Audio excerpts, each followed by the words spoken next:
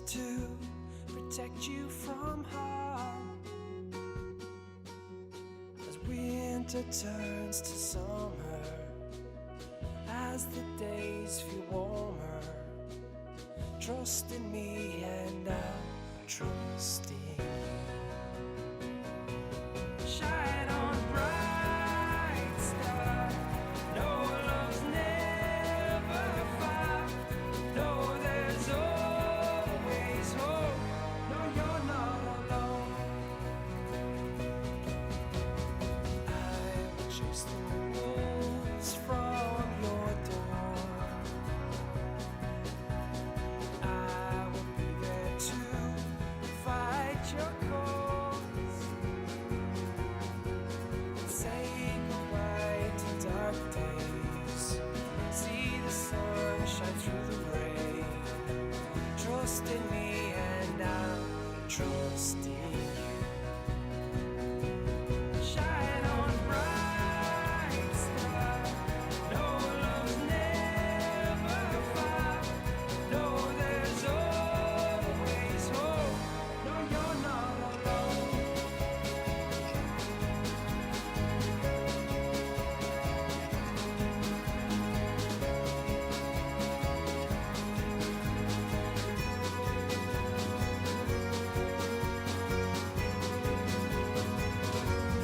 Shine on, bright star. No, love's never far. No, there's always hope. No, you're not alone.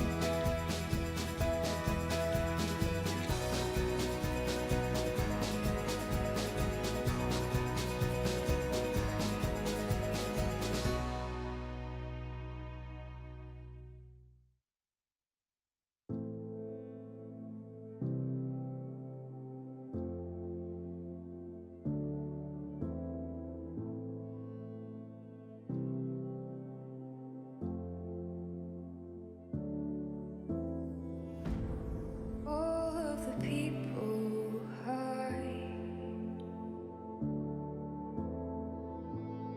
under the dead of night, keeping our voices quiet until the sunrise.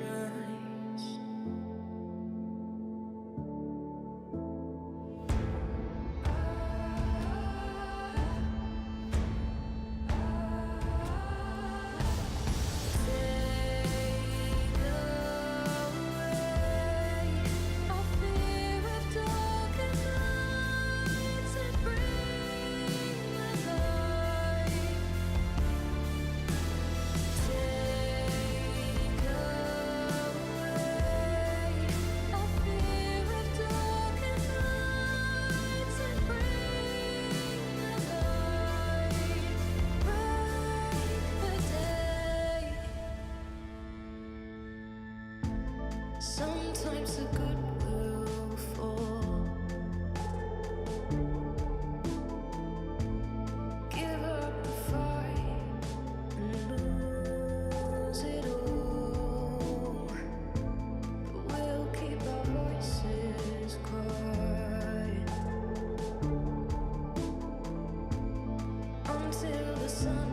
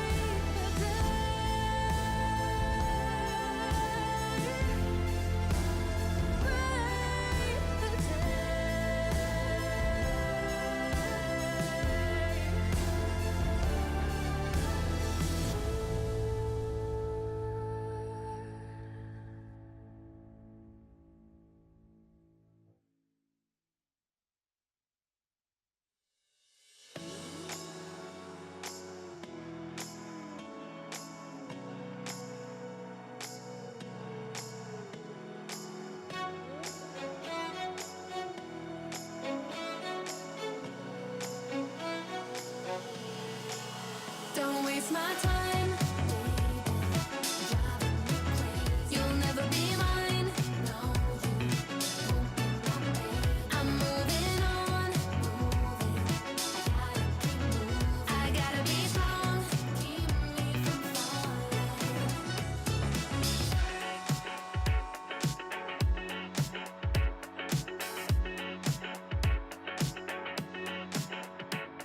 And I know, and I know, and I know, and I know what you're thinking. You wanna get back into my life.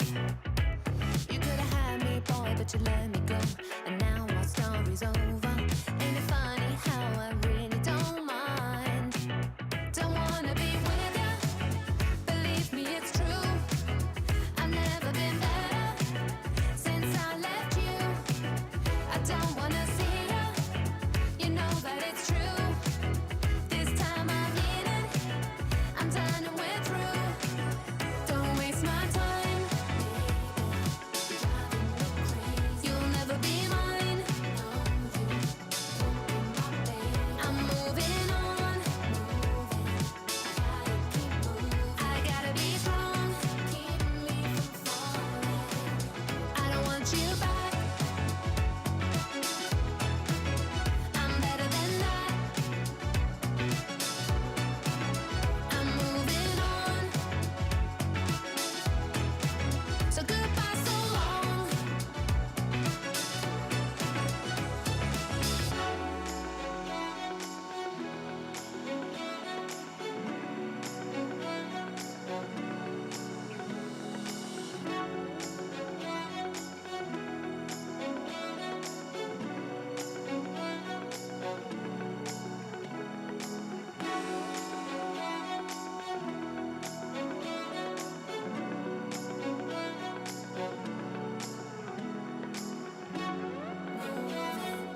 I gotta keep moving.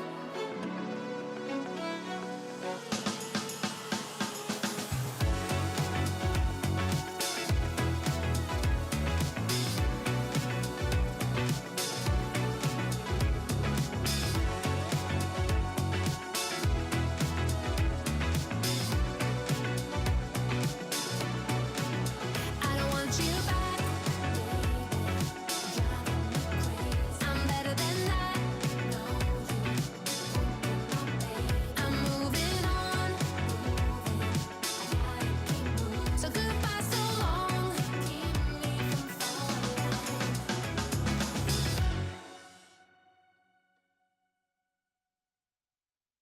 I'm no immortal, but my fire will never die.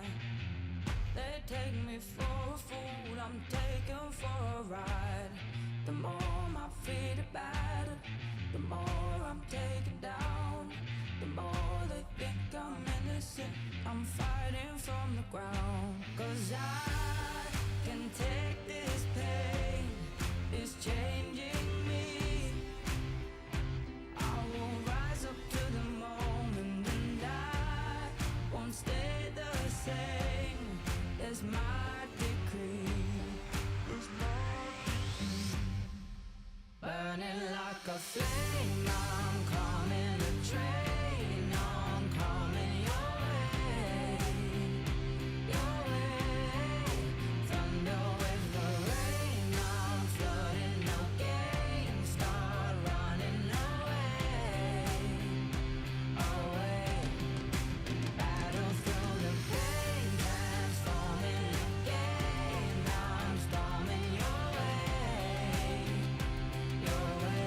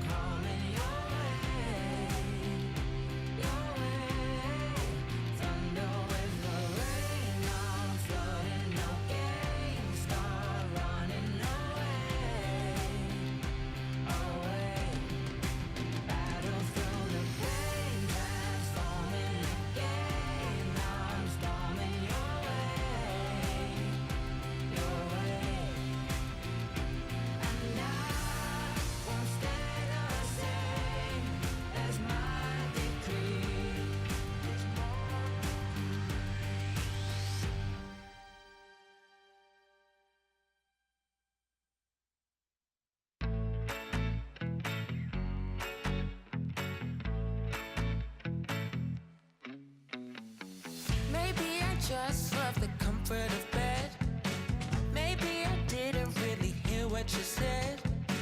I couldn't tell you what the time is, no way. I wonder if I'll get away with it today. Nobody's gonna get it from me, so I gotta get it myself. You know about that. I've gotta go, can't be late. Name on the schedule, I'm on the way. Clocking in for the day. There's nothing stopping me or getting in my way. I just say I'm ready, I'm ready, I'm ready, I'm ready, I'm ready, I'm ready, I'm ready. Maybe I'm difficult at staying awake. Maybe I'm too lucky and need more at stake. I wouldn't put it past me showing up late. Yeah, I wonder if I'll get away with it today. Nobody's gonna get it from me, so I gotta get it myself. You know about that. I've gotta go, can't be late. Name on the schedule, I'm on the way. Clocking in for the day. There's nothing stopping me or getting in my way. I just say I'm ready, I'm ready, I'm ready, I'm ready, I'm ready, I'm ready, I'm ready. I've always been the type to think the best, even if I'm late and everything's a mess. Once I get to it, you could say that I don't play. You know about that. I've gotta go, can't be late. Name on the schedule, I'm on the way. Clocking in for the day. There's nothing stopping me or getting in my way. I just say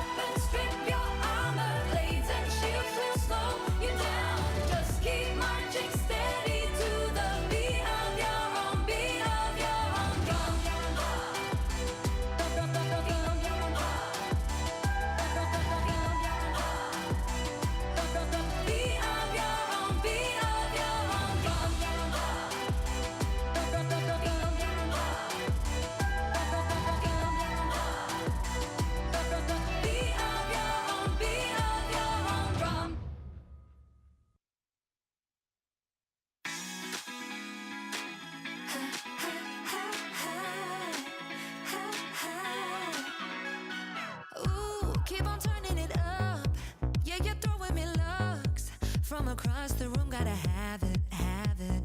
Ooh, this is not what I do. Something special about you.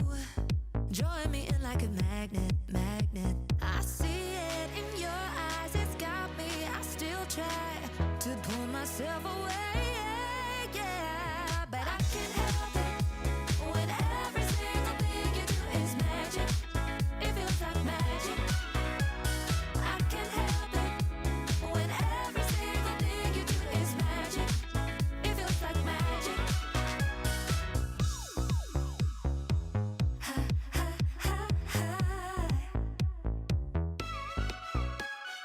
Ooh, I've been trying my best to break out of your spell. Can't figure out what you're up to, up to. But ooh, as far as I feel, all your magic is real. And I couldn't escape if I want to, want to. 'Cause I see it in your eyes, it's got me. I still try to pull myself away, yeah. But I can't help it when every single thing you do is magic. It feels like magic. I can't help it when every single thing you do is magic. It feels like magic. So give me your love, give me your time. Show me your magic on the floor tonight. Give me your love, give me your time. Show me your magic on the floor tonight. You give me your love, give me your time. Show me your magic on the floor tonight. You give me your love, give me your time. Show me your magic on the floor tonight. But I can't help it when every single thing you do is magic. It feels like magic. I can't help it when every single thing you do is magic. It feels like magic. But I can't help it when every single thing you do is magic. It feels like magic, baby. I can't help it when every single thing you do is magic. It feels like magic.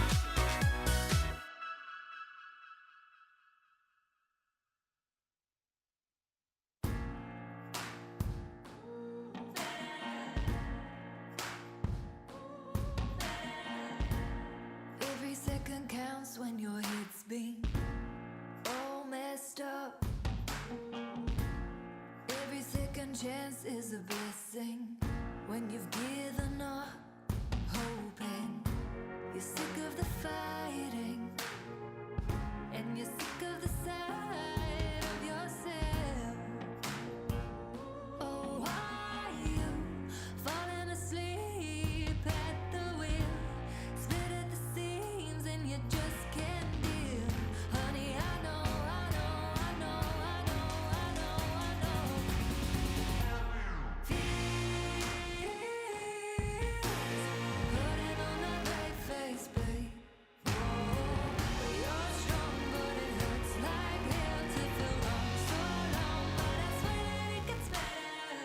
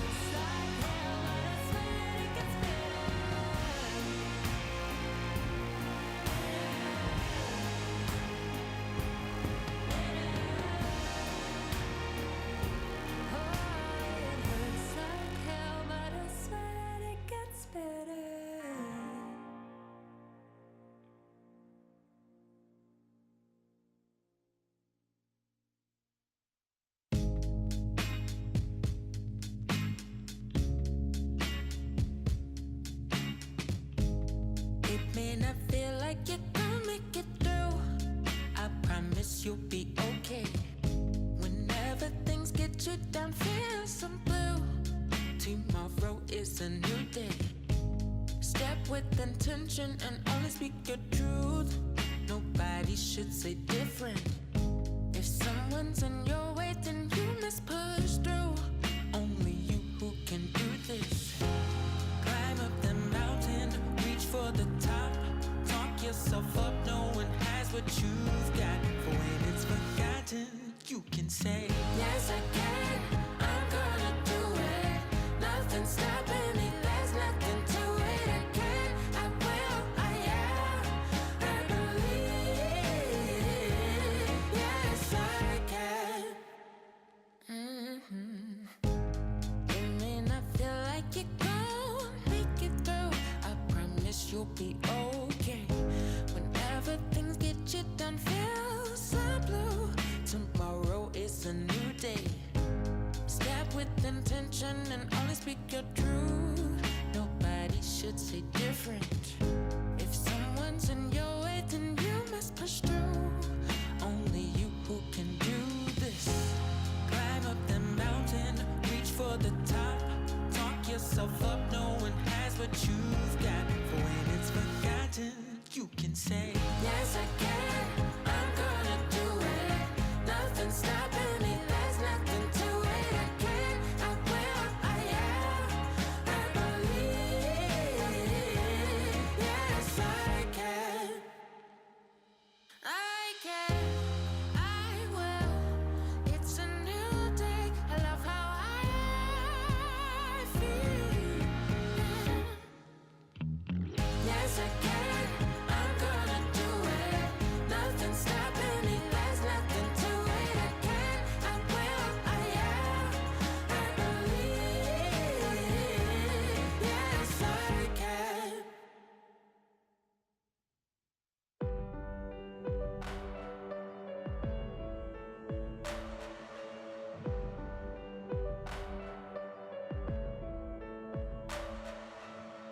They said we never get anywhere, anywhere. Standing together now, we'll make it there, make it there.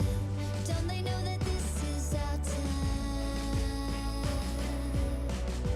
Don't they know that this is our time to rise? Yeah, we will never fall, we will never fall, we'll risk it all. And in the darkest hour, we'll be counting on this miracle. Yeah, we will never fall, we will never fall, we're standing tall. And in the darkest hour, we'll be counting on this miracle.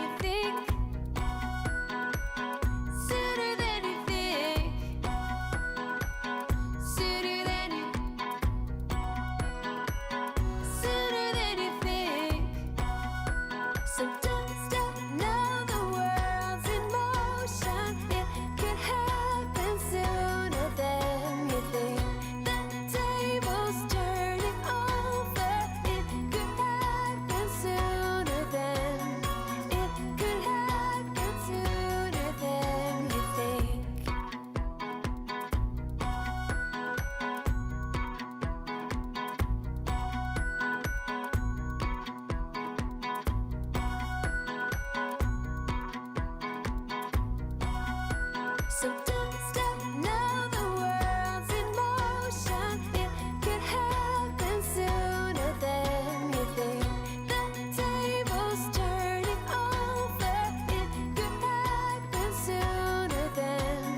It could happen sooner than you think.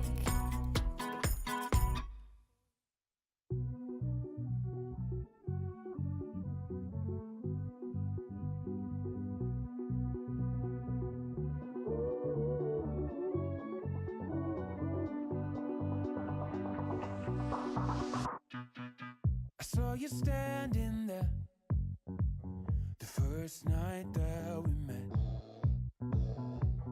You tried to look as though you hadn't seen me yet, but I can see right through you. Your blood is cold, but mine too, yeah. You're playing games to which I wrote the rules, pretending that you were as likely to forget. I'm not giving you all, not giving you everything. Just playing with your heart, not losing control, not giving you anything. Come on, gamble on a spot. You tell me that you don't have time to call me back, but I know your excuses hide the fact. You used up all your chances, no more playing romances, yeah. I'll hold the book with which you will be schooled. You can push me, but I'll always play attack. I'm not giving you all, not giving you everything. Just playing with your heart, not losing control, not giving you anything. Come on, gamble on a spot.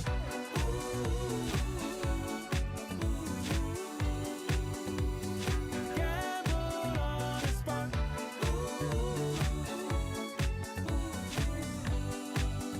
Come on, gamble on a spot. I was always playing, you were always taming me. But now that you're here, that's worth a maybe. We pushed each other and became close to the edge. And now we're here, we might just build a bridge. I'm not giving you all, not giving you everything. Just playing with your heart, not losing control, not giving you anything. Come on, gamble on a spot. Gamble on a spot. Not giving you everything. Just playing with your heart, not losing control, not giving you anything. Come on, gamble on a spot.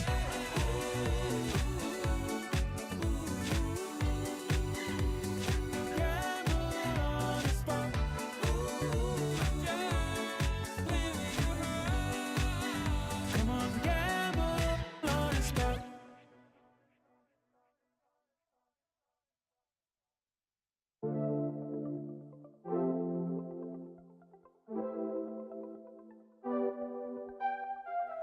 Inside my mind, it's around the time when my day would be about to end. Now it's Friday night, you know I really tried, but I lost you in the crowd again. The way that you behave makes it hard to say that I'm into you. You're never quite the same when it's getting late. If I had to choose, I like you better in the morning. I like you when the sun shines through your hair. I like you better in the morning, when you don't have to act like you don't care. Why you do me so wrong when daylight is gone? It's like I haven't met you yet. I like you better in the morning.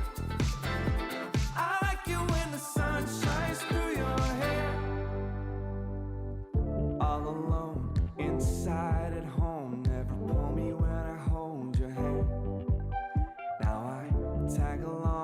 Trying to hold on, cause you feel like running wild again. The way that you behave makes it hard to say that I'm into you. You're never quite the same when it's getting late. If I had to choose, I like you better in the morning.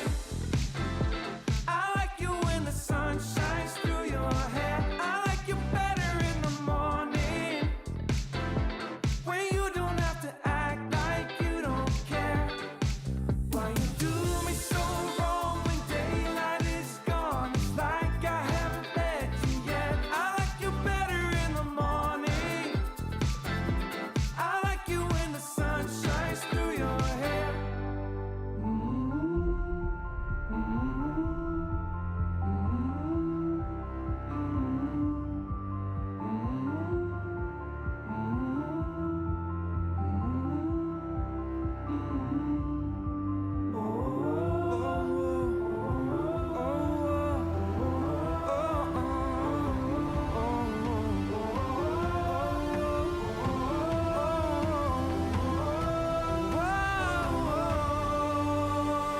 I like you better in the morning.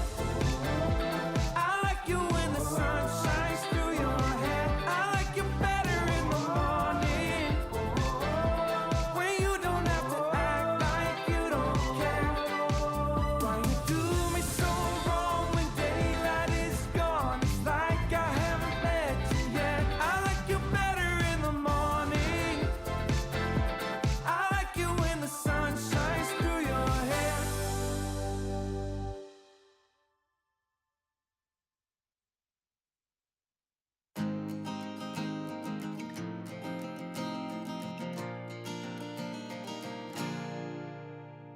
Please, please, please, baby, make me see.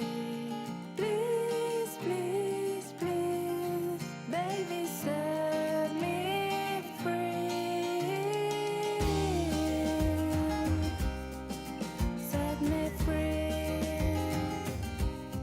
Make me see eternity. Make me believe. Please, please, please, baby, make me see. Please, please, please, baby, set me free. So free. All I see, eternity. Make me believe again.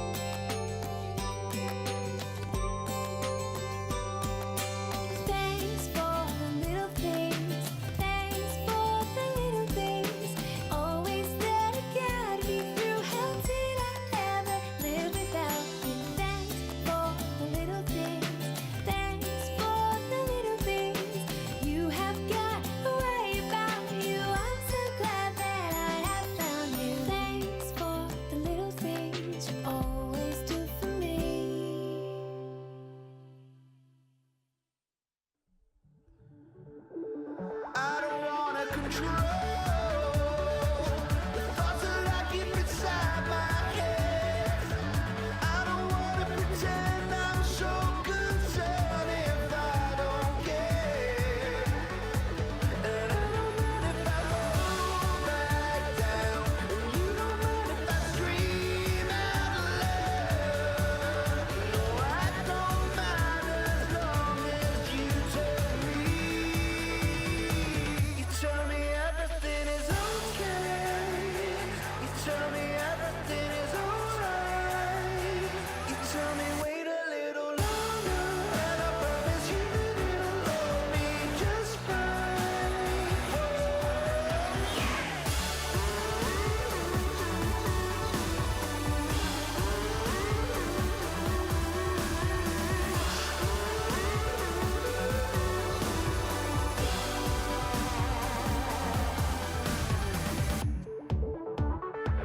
And I don't wanna pretend I see deeper meaning in everything. No, I don't mind if I get it wrong again, 'cause you'll tell me. You tell me everything is okay. You tell me everything is alright. You tell me wait a little longer, and I promise you that it'll all be just fine.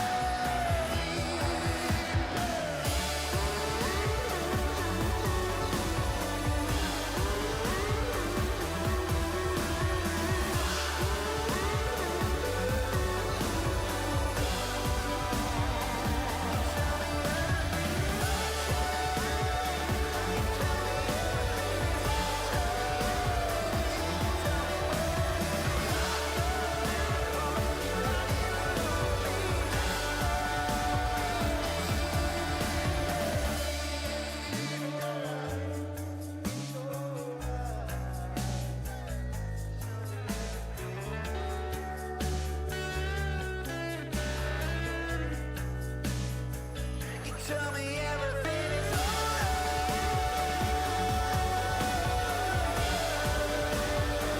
You tell me everything is okay. You tell me everything is alright.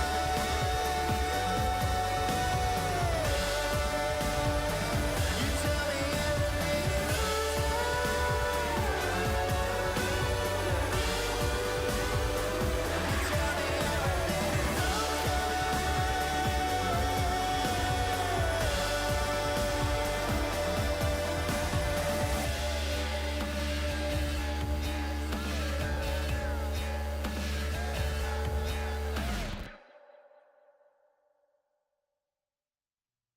I've been trying to be somebody. I've been crying, crying for someone,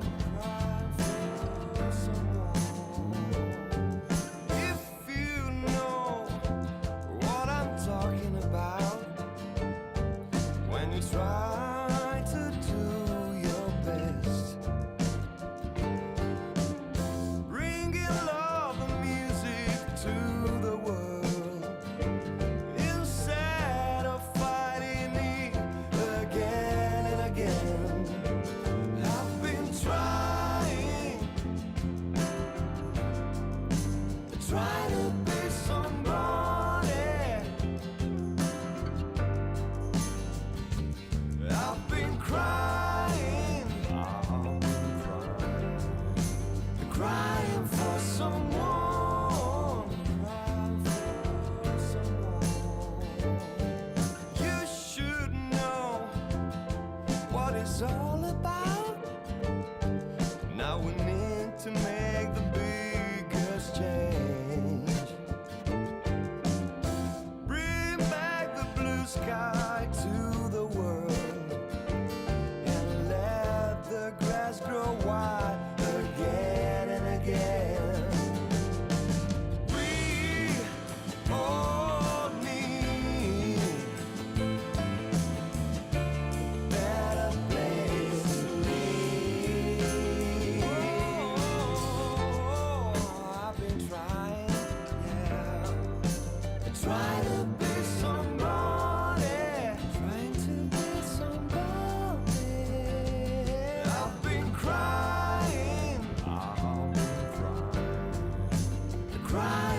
someone, cry for someone.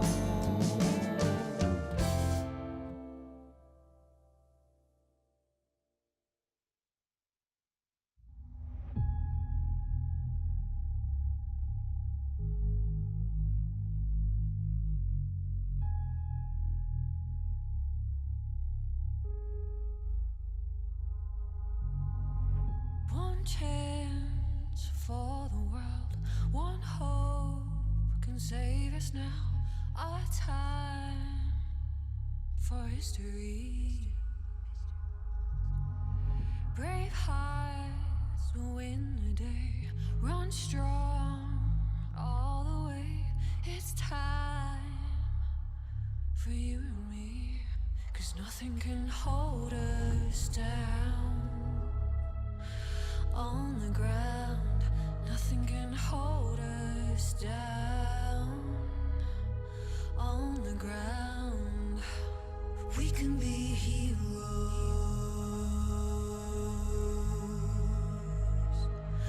We can be heroes.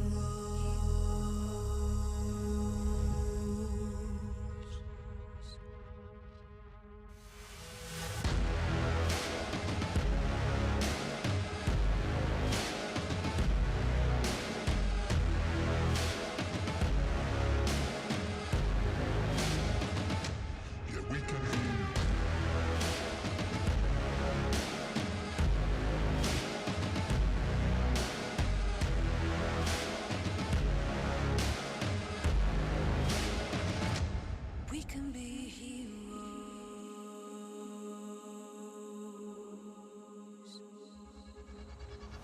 Step up, take it on. No turning from the storm. It's time now for what's to come.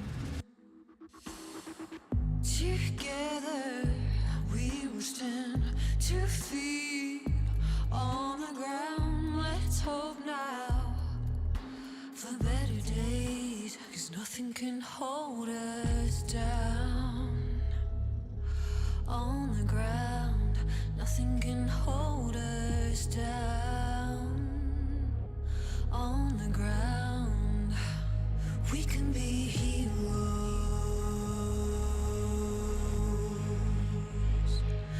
We can be heroes.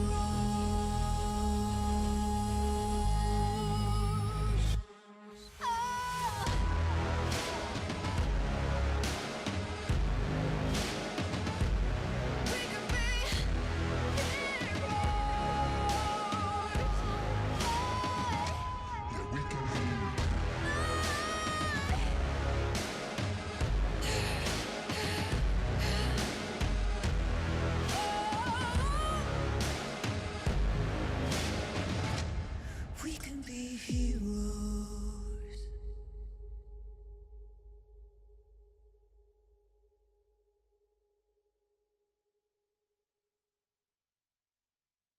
Some years ago, I lived a hard life, but sunlight burst a ray through those clouds. We finally seen the back of those gray days.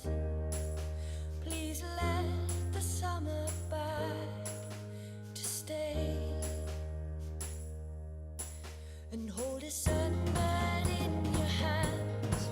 Don't let him sing too sweet, for too soon the summer sun will end winter sleep. And hold a sunbird in your hands. Don't let him sing too sweet, for too soon the summer sun will end winter sleep.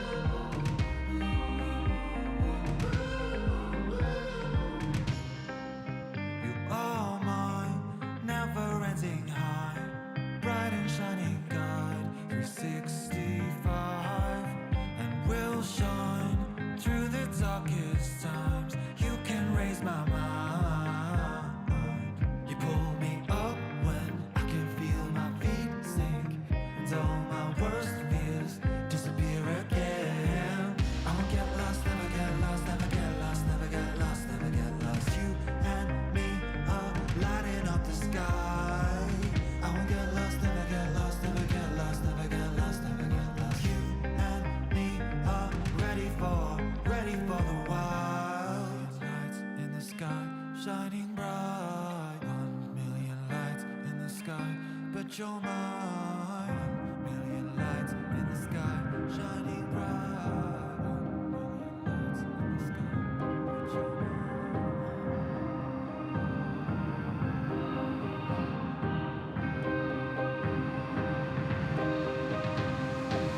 I won't get lost, never get lost, never get lost, never get lost, never get lost. You and me are lighting up the sky.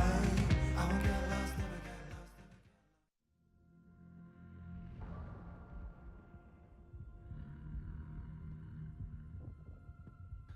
什么是季后赛？我觉得季后赛就是强者的舞台，它永远适合那些有着大心脏的明星选手。更难吧，能证明自己的一个机会。我们一年的努力的结果。为了拿冠军的一个过程。我觉得季后赛就是各家队伍拿出真本事、真刀真枪对抗的较量。大家都是奔着冠军去的，要去赢就行。季后赛就是成为冠军的第一步，就是通往世界舞台的康庄大道，能去世界赛的唯一途径。理想目标先打个冒泡赛吧。希望是能够去4场，目标肯定是世界赛。季后赛就是每项竞技体育当赛季的精华，热血沸腾的，是时候发挥的。有一颗回到运动线的加速，他敢加速，他不敢加速，可能这个瞬间，谁成一波反打，拿到了一波跨桌 Q， 我的天 ，JK 了！希望大家好好加油，争取进到世界赛。我的天，369！季后赛是每个赛季最为令人期待、最重要也最精彩的时刻。今年是最后的机会，这样的感觉。莫奇少年穷。这个泳双还要跟 Lucky 来进行最后的黄色 PK， 骑士回了一口，有这样的一个 Q 战连过去，再次连统治，这个一眼太准了。我觉得在季后赛的赢家才是真正的赢家。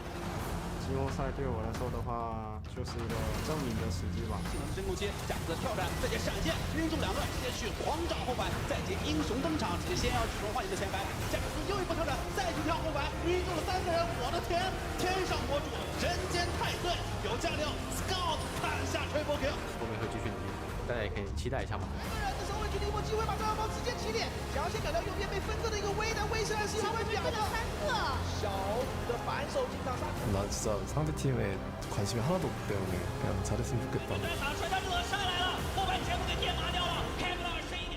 我对每年的季后赛期望其实都一样，就是希望看到一支超级黑马战队能够翻盘，能够战胜那些所谓的夺冠大热门，然后打破所有人的眼睛。我觉得这就是季后赛，就是 LPL 的魅力。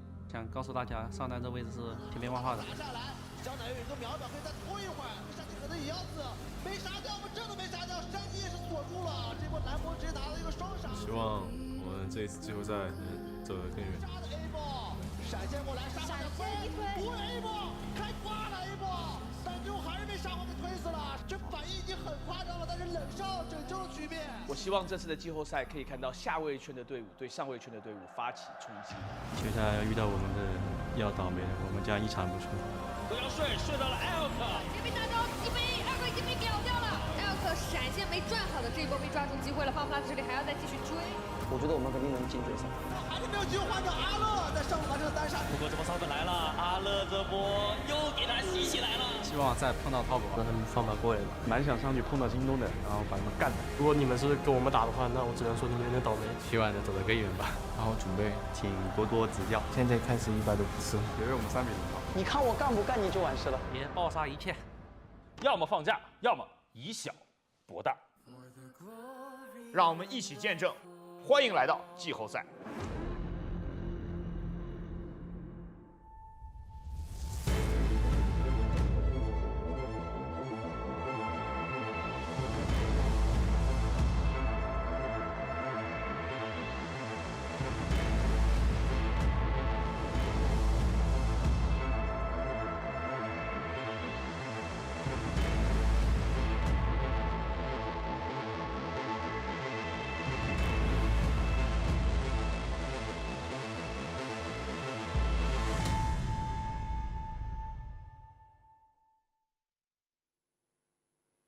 Welcome, everybody, to the LPL. It's time for round 3. We head towards our 5th series of the LPL Summer 2022 playoffs already, and we head towards a historic matchup, no less. My name is Muchballs. I'm joined by Lyric as it's RNG versus EDG today. Lyric, you couldn't have a better birthday present. I know, the historic matchup. I mean, the rivalry between these two teams, the winningest teams of LPL.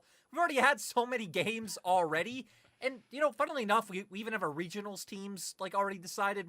There's just so much going on every day. Yeah.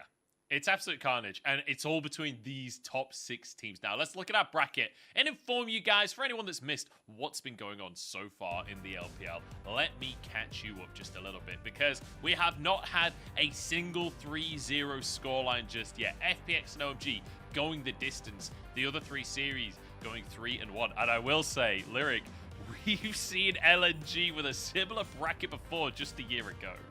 Yeah, it's getting kind of scary to doubt this team. Once again, I think they're underdogs against V5, but I don't know much. I don't know how far this LNG team can go. And even today's series, RNG, EDG, I really feel like this is one that can go either way, but it doesn't matter who wins these next 4 because they're going to go up against absolute behemoths in top esports and JDG. It's going to be scary no matter who goes through. Yeah, and crucially, whoever wins these series between RNG, EDG, and V5 LNG, they make it into the double elim, right? That's the thing that's at stake right now. That's your way forwards. RNG, EDG, though, today, literally the most historic matchup, I think, is fair to say, in the whole LPL. And I have to say, I'm a little sad that we're seeing this matchup so early in the bracket. Round 3, whoever loses the matchup today will be knocked out of playoff contention. But at the end of the day, regardless of recent form, form is temporary and class is permanent. And I feel like that has been the story of these two organizations over the last couple of years, because when we joined the LPL in 2020, it felt like both orgs were sort of falling off a little bit. And then over the last couple of years, they have more than come back to the top of the pool. I mean, EDG, 6 LPL titles, RNG, 5 LPL titles, the 2 most winningest teams in LPL history. Our current MSI champion against our current world champion. These guys have won the 3 last internationals between them. You seriously could not ask for a better matchup. And you know what? I think it's only fair that we take a second here and have a little stroll down memory lane and look at some of the greatest moments in RNG versus EDG matchups. Use the ultimate early. Scout gonna be locked down before he can use his ultimate. Mako eats him to make sure he stays alive. Scout goes back in, still looking for it. Locks down Xiao, gets a double kill to start things off. Mouse is gonna go into the back lines and pick that one up for him. And RNG, they're getting obliterated. EDG are tearing through them. They're not done though. One by one, they take down Lupus Guardian Angel. LHG's is down as well. Uzi's locked down. He's getting destroyed. Fernand picks up the kill. And RNG, they're gonna get aced here by EDG. And that's it. And even the crowd knows. The horde is out. Let me wants it now. Nocturne's going in, and the AD carry is dead. Chasing the back lines. Scout using the stasis, but he's going to go down as well. Uzi picks up a double, and there's only 1 member left, and it's Ray. All they need to do now is dot the I's, cross the T's. RNG, they have set themselves up to win. Where were you when history was made? Because here comes Uzi. The curse lifted. The prophecy has been fulfilled. Uzi now reigns as... Going for any type of crazy fight. Flash knockup. Sahu could drop. The dunk is in. He barely lives, but they still find a 1-0. That is a kill on Way. True shot barrage might almost hit. It's close. Bullet time comes across, but it's not going to be enough. Instead, it is time to die. It's a 2-0. EDG diving into the base. Flandre brings a stopwatch. Viper Arcane shifts forwards. Flandre is the target, but Xiaohu is the death, and the same goes through for Gala. 1 man left alive, crying as RNG's hopes at a world title fall. EDG, it took them 6 attempts, but this time they will knock down RNG. This time, EDG won it all. This team, EDG, are headed to the semifinals. I always think that last clip is insane, how you can see Scout getting up at the end there, just not a smidge of emotion on his face, just serious game face there. And it's crazy as well to see so many legendary players across those lineups, but 4 players remain the same. The supports, the mid laners, Scout and Xiaohu, Mako and Ming, every single iteration. Some of those clips all the way from 2016, those 4 players remain no matter what. Yeah, I mean, right, these are the players that these orgs are built around. They hold so many titles. Xiao is the most titles in the LPL at 5. Ming and Mako right behind him at 4. Scout at 3, you know, with his tenure in the league. Just so much history between them. We've seen EDG play before in playoffs so far much. We still have yet to see RNG.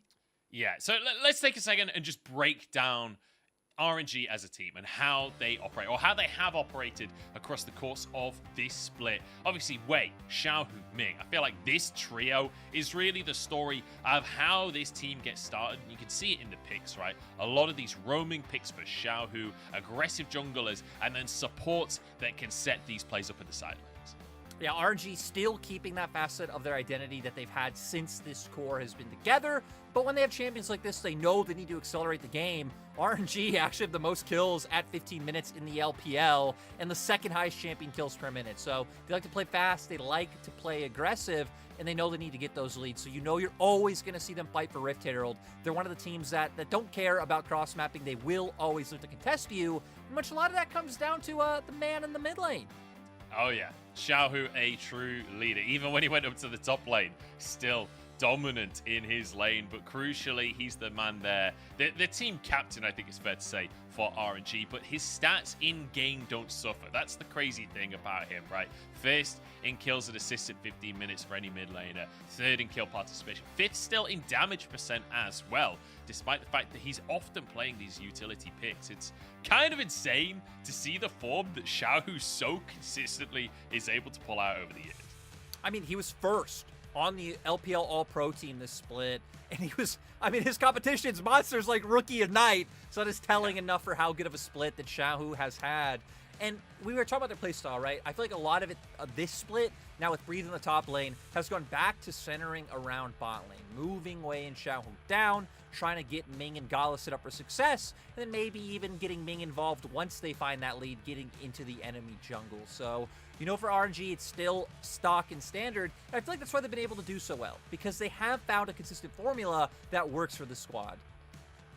Yeah, it feels like they have been relatively similar in their style for the last couple of years, right? And like you say, it's a formula that works. It has kept on working. Their objective control, always immaculate. Their sideline control, always immaculate. But even when it comes to the team fight, this team is no slouch.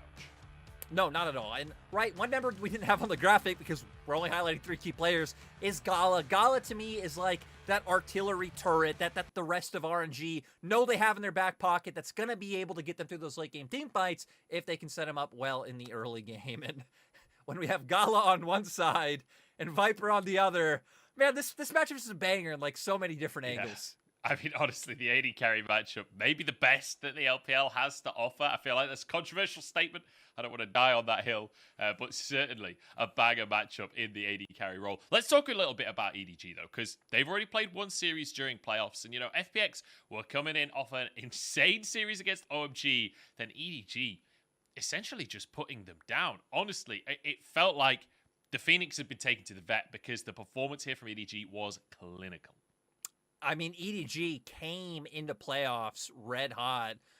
We're able to get it together towards the end of the split with bringing Junja in, and we saw in that series, I love for EDG that all roads just lead back to the bottom lane. We've seen like short stints where they try to play around top, or when JJ was on the roster at the start of the split, it was a lot playing around mid. Junja comes in and tries to enable Viper and Mako, and in the series against FPX specifically, Viper was firing on all cylinders.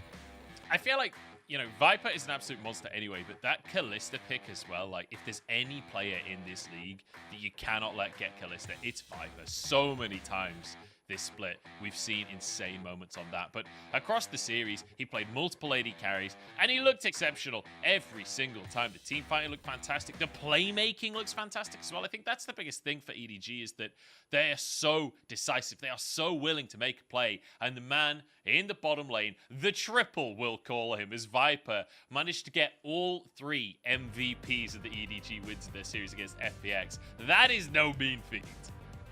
And it's so great to see because it felt like EDG's bot lane, not necessarily a liability this split, but not just hard carrying every game when we were earlier in the middle half of the split. They were struggling. A lot of it coming down to the problems in the jungle that left them open to be focused, especially with how aggressive that Viper likes to play because he knows he can find these leads. And you can see in that FPX series, I mean, averaging plus 15 CSD at the 15-minute marks. Him and Mako always playing together.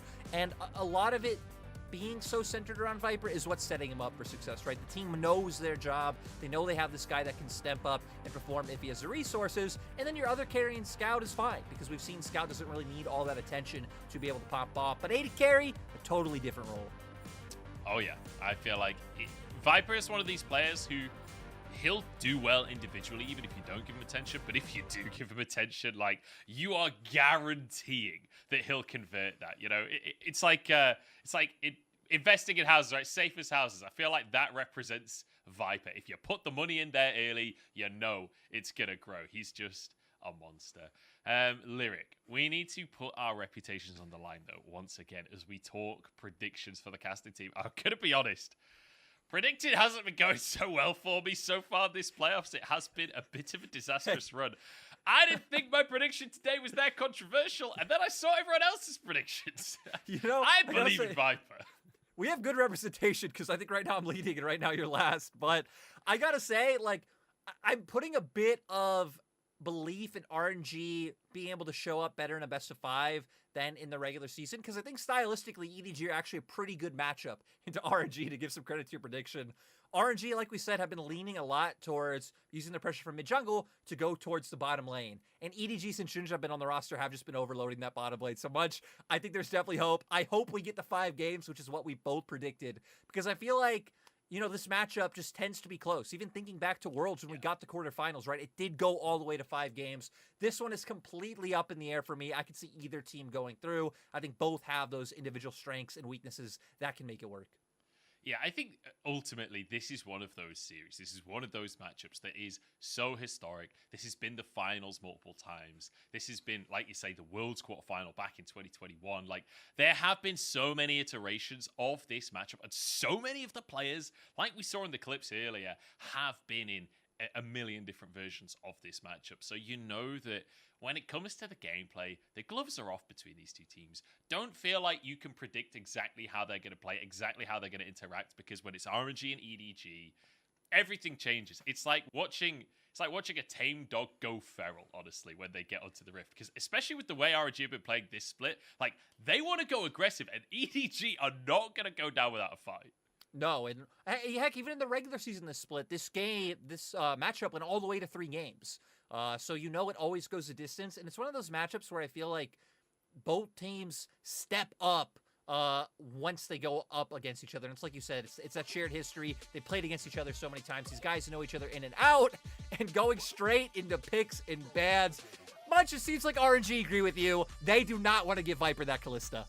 Yeah, I mean, you just can't, can you? It's just not doable. Viper's too much of a machine if you let that Kalista through. I mean, he's a machine anyway, whatever he picks, but that Kalista is something else. Like, I feel like there are so many clips of him when they're in a losing fight, Viper will just find a way to squeeze that extra bit of damage out on Kalista and find a trade kill. It's just mind-blowing every time. Let's talk the rest of the balance. Silas taken off the board by RNG, fairly standard here. The Poppy removed. Nautilus as a first-round ban is not something we see very often at all. No, and I think it goes back to that old kind of take on RNG that they rely on Ming a lot for that engage. They haven't this split because, you know, we do have the Vi in the jungle, the Wukong's there, Lissandra can function as that main form of engage for the side of RNG, but I still feel like RNG looks best when Ming is the one starting up the fight. Zeri is open, so for RNG, I feel like you kind of have to take that one away. We saw what Viper was able to do on it in the last series, and things like Vi, Wukong, you can go for a trade later on. Yeah, Wukong also open, and it looks like RNG more interested in going for that jungler. And I will say, we saw in the FPX series that Zeri was picked a lot by FPX, and Viper didn't seem to mind. Viper seemed to have a way to deal with that pickup, but that said, it looks like EDG are going to lean towards the Zeri. Not too surprising, right? Such an incredibly strong pick. My question is, though, what do they go with it? Because Yumi's still available. We've seen a little bit of Yumi Zeri. We've seen a bit of Lulu alongside it. But you could also try and get your jungle pick early to match this week. Yeah, I feel like it either has to be Yumi or Trundle here. You know, the thing about picking up the Yumi that's more beneficial is you don't run the risk of them taking it away compared to, you know, they can't pick up the Trundle because they already have that Wukong locked in for jungle, so they are going to go with the Yumi, save what I assume would be that Trundle down for third pick, And now for RNG, can look to match. We have seen things like the Sivir lanes coming out to go against it, try and match that ability to just pop off in late game team fights. But this could potentially force Bing onto an Enchanter support. He has played some this split, like we said, looking nowhere near as comfortable. Even things like a Lulu, which you would typically see paired with the Sivir, he's only played twice so far. So, different look here for Ming, a different look for RNG, and that's exciting. That is playoffs in a nutshell, right? Seeing teams pushed already out of comfort just in game number 1. Now, EDG needs to lock in. We assume a jungler could go with some kind of blind pick in a solo lane, but that feels a little risky. And worth noting as well, it is JJ playing today. Obviously, Junja playing the series against FPX, but JJ going to be bringing that fight to the jungle. Yeah, you know, coming in, pulling out the Vi, so wanting to give them some guaranteed engage to be able to get on top of Gala. And now for EDG, I would assume you should just start focusing down this mid pool, considering the fact that Xiaohu, I don't feel like he's limited in terms of what he's able to play, but I feel like RNG are just so dependent on his picks. EDG, though, going to try and focus on giving a Flandre a more favorable matchup in that top side. Green looking a little bit nervous there, it has to be said, as Xiaohu with some advice over his shoulder here from Ken. We'll see how these picks are going to go on through. Sejuani banned by EDG. The LeBlanc taken off of the board away from Scout. And I have to say, I've seen Scout's LeBlanc in playoffs. I can't say I blame that ban at all, with a Lissandra answered here by EDG. No, I think it's a good call coming in, and that's kind of the route I expected EDG to take too. They do answer back with the Lissandra, knowing that that's the go-to pick for Xiaohu. I wonder if they feel concerned about something like an Azir, but no, taking away the Ahri. So they're more concerned about EDG being able to match toe-to-toe with that early game aggression we were setting up for RNG than vice versa. Now, mid lane pool, pretty pinched. Talia kind of being the go-to for me, especially as a takeaway from Xiaohu. Oh, but Scout's Azir, man. Scout's Azir. We've seen this so many times. There's that very famous clip from this split of Scout literally just 1v4ing on Azir to win out a fight. The man is a monster, and the bird is the word for him. Scout with the Azir in the mid lane, and we'll see if the Talia will be an answer for Xiaohu, whether he wants to go for that roaming, whether he feels comfortable taking that matchup against Azir. It is rough. That's actually why I thought RNG would ban out the Azir, as to where I feel like you're more fine going up against the Ahri, but now with them hovering the Galio, still would struggle in the laning phase, but at least still having that global presence, and I feel like not being as reliant on gold as the Talia is on the opposing side. Gnar still being left open is where my mind jumps to first, especially with the fact that the Sejuani's off the table. You already have some guaranteed engage to be able to bring in this Galio with Wei getting his hands on the Wukong. Cannon being hovered though, remember this did get buffed slightly, and we've seen the power of what the Cannon can do in team fights across playoffs already. And it looks like that will be the blind pick for Breathe. So now over to Flandre to try and match this one. Things like the Gwen still available, but Gwen can struggle into these kinds of ranged matchups. I feel like at this point, not too many things that Flandre can go with that are going to do on the laning phase, right? It's more about picking for team comp and being able to play out through these 5v5s, which they've already set up for with the Azir pick in the mid lane. So right now, Hover coming in for the Ornn. Does go with it. Once again, kind of similar to what I feel like RNG's rotation the Galio was, where you're going to be fine if you are losing out because not as reliant on gold to be able to do your job properly. And now coming out of draft, right, it feels like EDG maybe having an easier time in those front-to-back team fights. They have the Emperor's Divide to push people back. You have this great double front line coming in with the Ornn and the Vi, and all the sustain from the Yuumi, to where RNG, like, sure, some team fighting aspects are there. You have great flanks coming with the cannon, huge AoE damage with Sivir as well, but definitely feel like they would like to get a nice pace going, so then Xiaohu doesn't have a tough time later trying to break the formation that an Azir sets up. Yeah, I feel like we've got a bit of a bagger on our hands here, haven't we, Lyric? Because both teams fairly slow in the way that you anticipate these compositions playing out the early game. But the amount of team fight tools on both sides, I'm not sure I can necessarily call one of these team fights, because it's going to be so much down to whether or not the Cannon gets a flank, whether or not the Galio ult can connect, whether or not Scout and Viper have the space to take over. or whether things are grouped up, because Cive, we all know, is going to do a wondrous job of taking those names if you group up in a fight. And let's be honest, if there's one player in the LPL who knows how to make a pentakill happen, it's Gala. And I feel like the Cive is absolutely the pick on this patch to be looking for those kinds of multi-kills. We're headed towards game number 1 here, Lyric, between RNG and EDG. Arguably the most historic matchup here in the LPL. And RNG looking to stake their claim once more. They won MSI. They're the reigning MSI champions. But they're up against the Kings. They're up against the world champions in EDG. It is going to be a tough one. And like we said, coming in, Xiaohu and Scout, 2 players who've gone up against each other countless times. And heck, these two have actually gone against each other 3 times in LPL finals, specifically vying for that championship. So you know it's going to be a good one. Maybe not the most interactive 1v1 matchup, but seeing what they'll be able to do for their teams in this game is going to be critical. And I feel like as well, you mentioned the 1v1 not being as interactive for this game.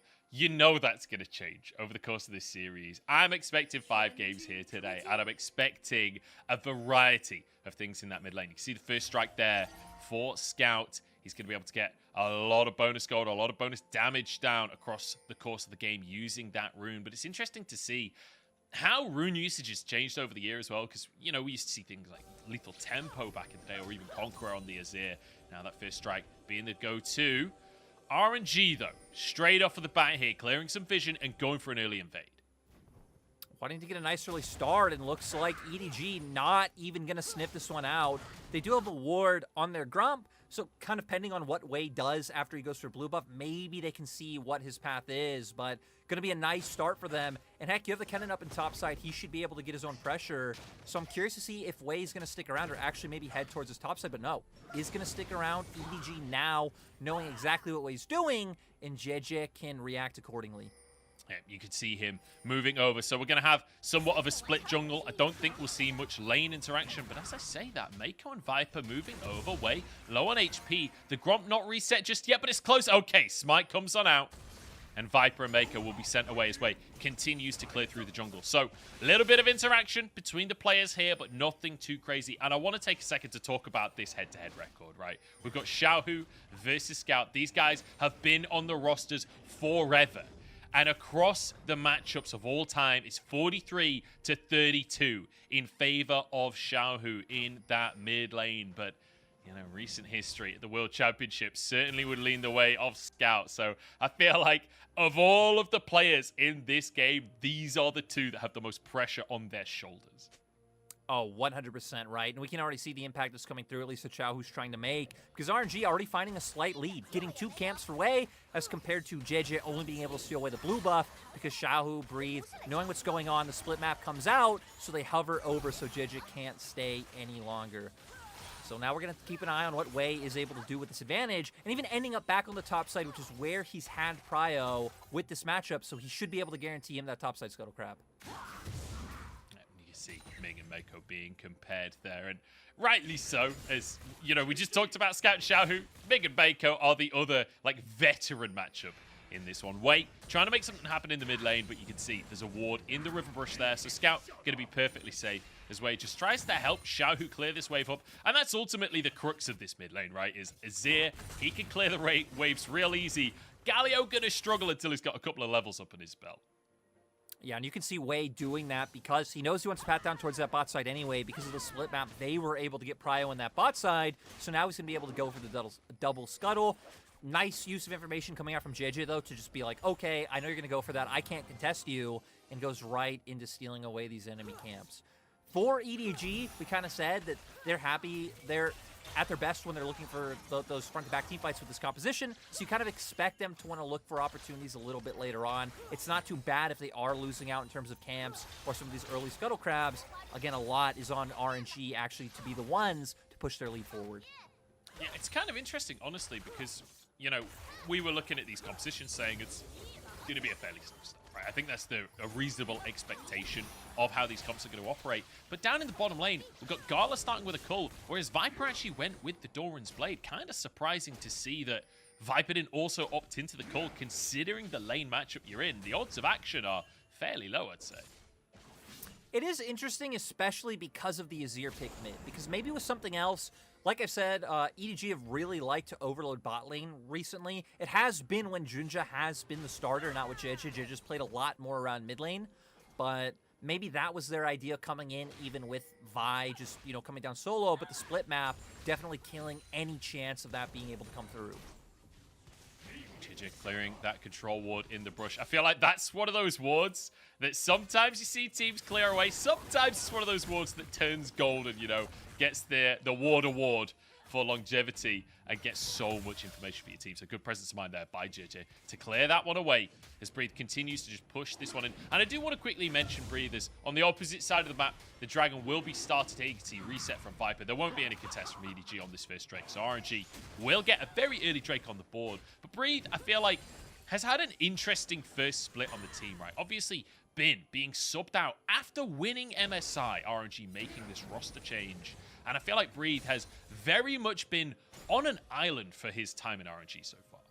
Oh, 100%. RNG do not dedicate anywhere near as much time top this split as they did in spring. It feels like Breathe did give them more room to just confidently play around mid, play towards that bot side, look for picks in enemy jungle the way that RNG always has. They don't have to worry about Breathe really going down or being too volatile like Bin would, but at the same time, it also does feel like they lost a more consistent carry threat that Bin would offer.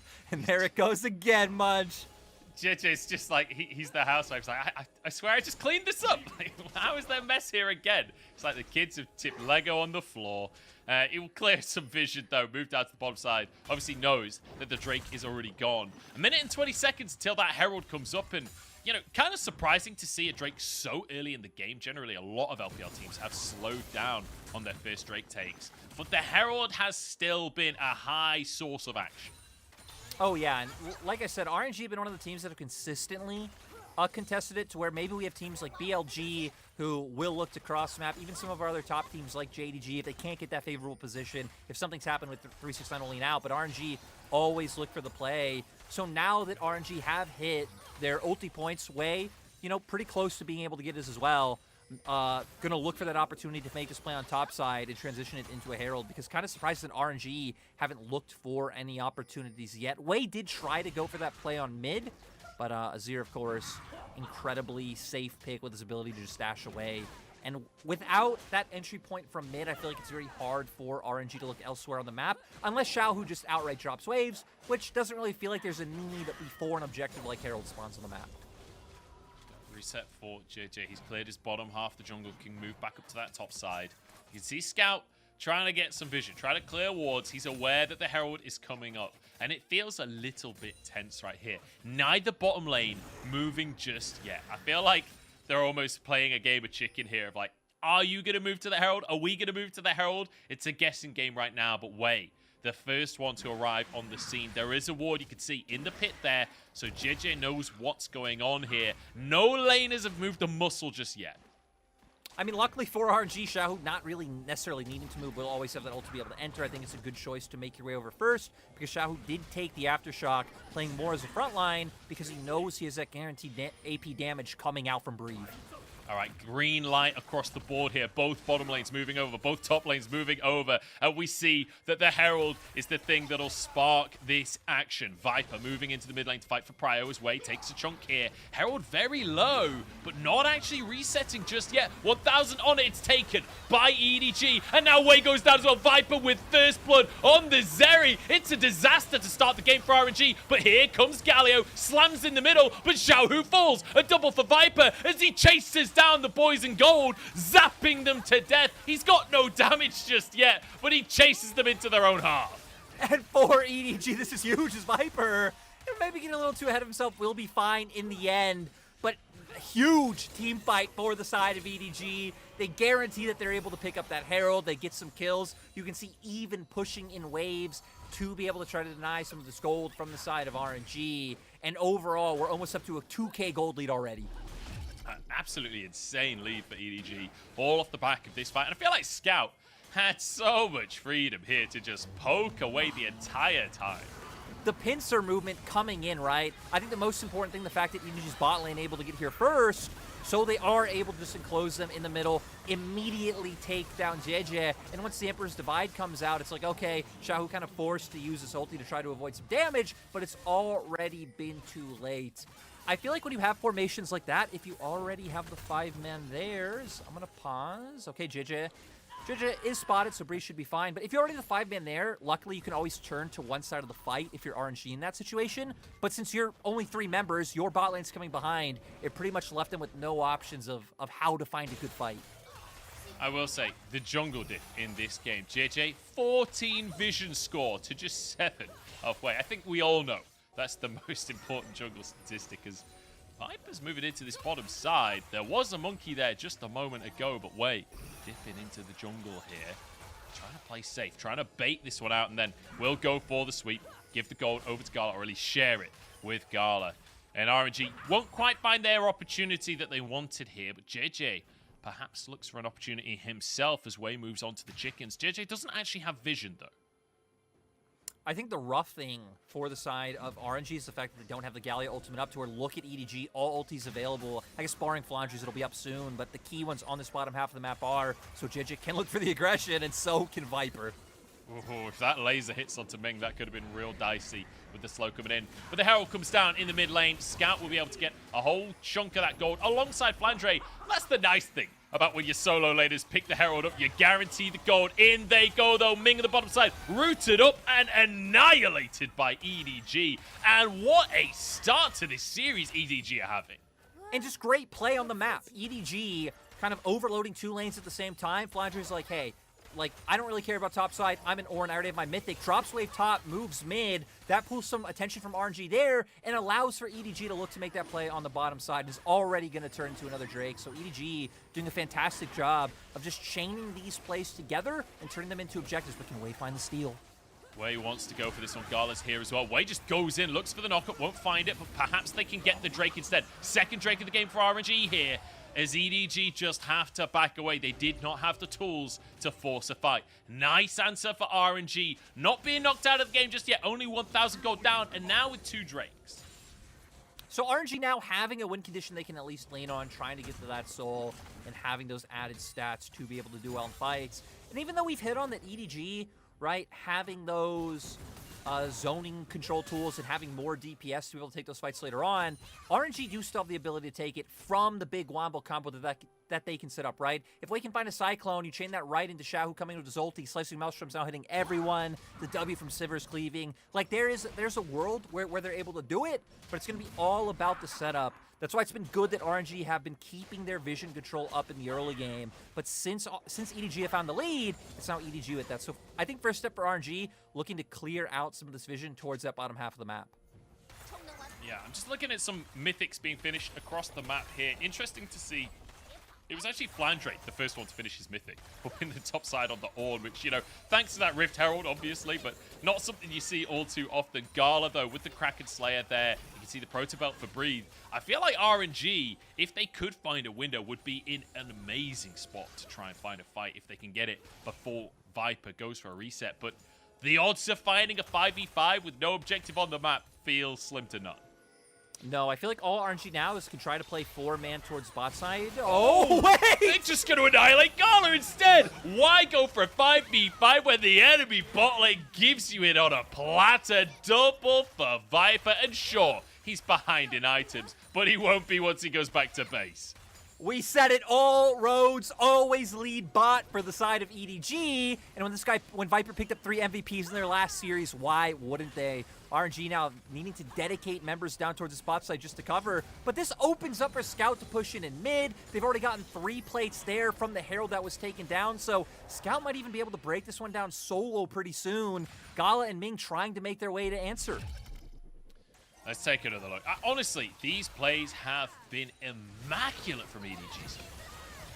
Just the ability to close so much distance coming out for the Vi. Great read of them to know that RNG were probably going to start posturing down towards that bot side, and they beat them to the play while they're clearing out vision. So the cease and desist comes in, put a Yuumi on top of that, and really nothing they can do. Luckily for RNG, Breathe has gotten a lot of free time with this topside turret because Flandre has been hovering a lot towards mid. But at the same time, I don't feel like this outdoes the advantage that EDG have been able to find in mid and bot so far. I mean, mythics across the board here for EDG, aside from JJ, who's obviously gone for the Kempunk Chainsword as his first item here. And you can see 2,000, almost 3,000 gold lead for EDG at this point as the Herald is up once again. And neither team wants it to go without a fight. Knock up onto JJ, but he flashes out to safety. And now a TP from Flandre into the backline here. No, it's Scout, and the Empress Divide is there. Viper stacking up a breathe, stuns everybody. And now the knockups come across the team. In comes Xiaohu to try and get some reinforcements. But Viper's still going strong. He's still zapping the whole squad. Xiaohu doesn't have any damage. A knockup from Flandre. This is a 3v5. And EDG, they don't care. Xiaohu forced out of the play. Wei has to clone. But look at the health bars as they go in for more. Viper with one. There's one for JJ. And RNG sent packing. Viper on the chase, looking for Ming, looking for Xiaohu. RNG will escape, but barely with their dignity. And this is going to turn into potentially a Rift Herald for the side of EDG. I got to give kudos to RNG, though. Really close fight, 2 for 2 overall. I got to be real much. I feel like Scout maybe a little overzealous with that play to go in. That was a man mode TP. Like, he sees the opportunity. So I do respect it. You see RNG trying to go in, a lot of mobility on the side of EDG, and this TP scares them off. I get what he's looking at, right? You see 4 potential members that you can knock in, but you're still the squishy Azir that can so easily get burnt down. So RNG find the first one. I feel like the problem for RNG running into the rest of the fight is now a lot of that lockdown is gone. You only have Xiaohu left with the taunt available. He gets kited out by the Zeri, and now this just makes it great to where RNG having nothing left have to retreat, and it just sets up for Viper with all the mobility on the Zeri to just take over. It's honestly hilarious watching this early game Zeri doing absolutely no damage, but has so much time, it doesn't matter. Here we go, knocking Xiaohu away from the tower. Scout taking a couple of shots, but I don't think it's going to matter on this one. An easy pickup, and EDG, just a roaming death squad at this point. Perfect timing as well. Dragon about to come up, so they're going to be able to guarantee this one for themselves. RNG trying to answer by pulling them towards the mid lane. Might try to cross map and pick up a Herald, so for EDG, I like that they're sending some members towards mid to get this wave cleared out, because if they can finish this dragon fast enough, I mean, RNG have no rights going for anything on the top side of the map. So it seems like RNG realize that. They just get some vision down, and that's all they're going to be able to accept for now.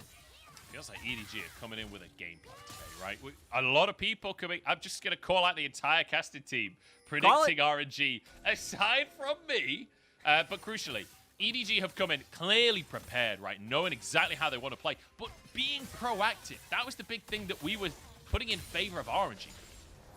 Yeah, and right, me and you were talking earlier before broadcast, and I said, my RNG prediction, more with my heart than with my head, because EDG, I feel like, are actually a pretty good stylistic matchup into RNG.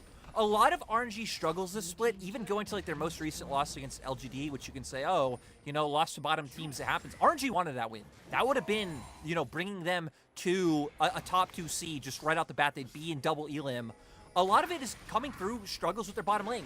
Teams that are attacking bot lane first, I feel like, have done really well against RNG, setting Gall and Ming behind, not giving them that late game damage that they really rely on. They will be able to pick up the Herald this game, but EDG, like you said, is off to a phenomenal start with the way they played this game. EDG want to fight maybe after the Herald here. It's taken by Wei. Looks like EDG won't pull the trigger. Obviously, with Flandre on the Ornn, there's always the risk. There's always the chance that the fight will kick off. Take a look at this build from Viper as well. Actually going with a Runan's Hurricane as his second item on the set. Yeah, really interesting. Wanting to try and get off as much of that damage as he can, especially when you have a lot of these like low range, low target units. Seeing what you're able to get done in these team fights will be huge. And also just being an item up over Gala. Looks like Gala's pretty close to that second item being able to come through, but then you look towards the mid lane with what Scout just picked up. A whole item up, Shadow Flame now done. EDG feeling frisky, feeling ready to fight.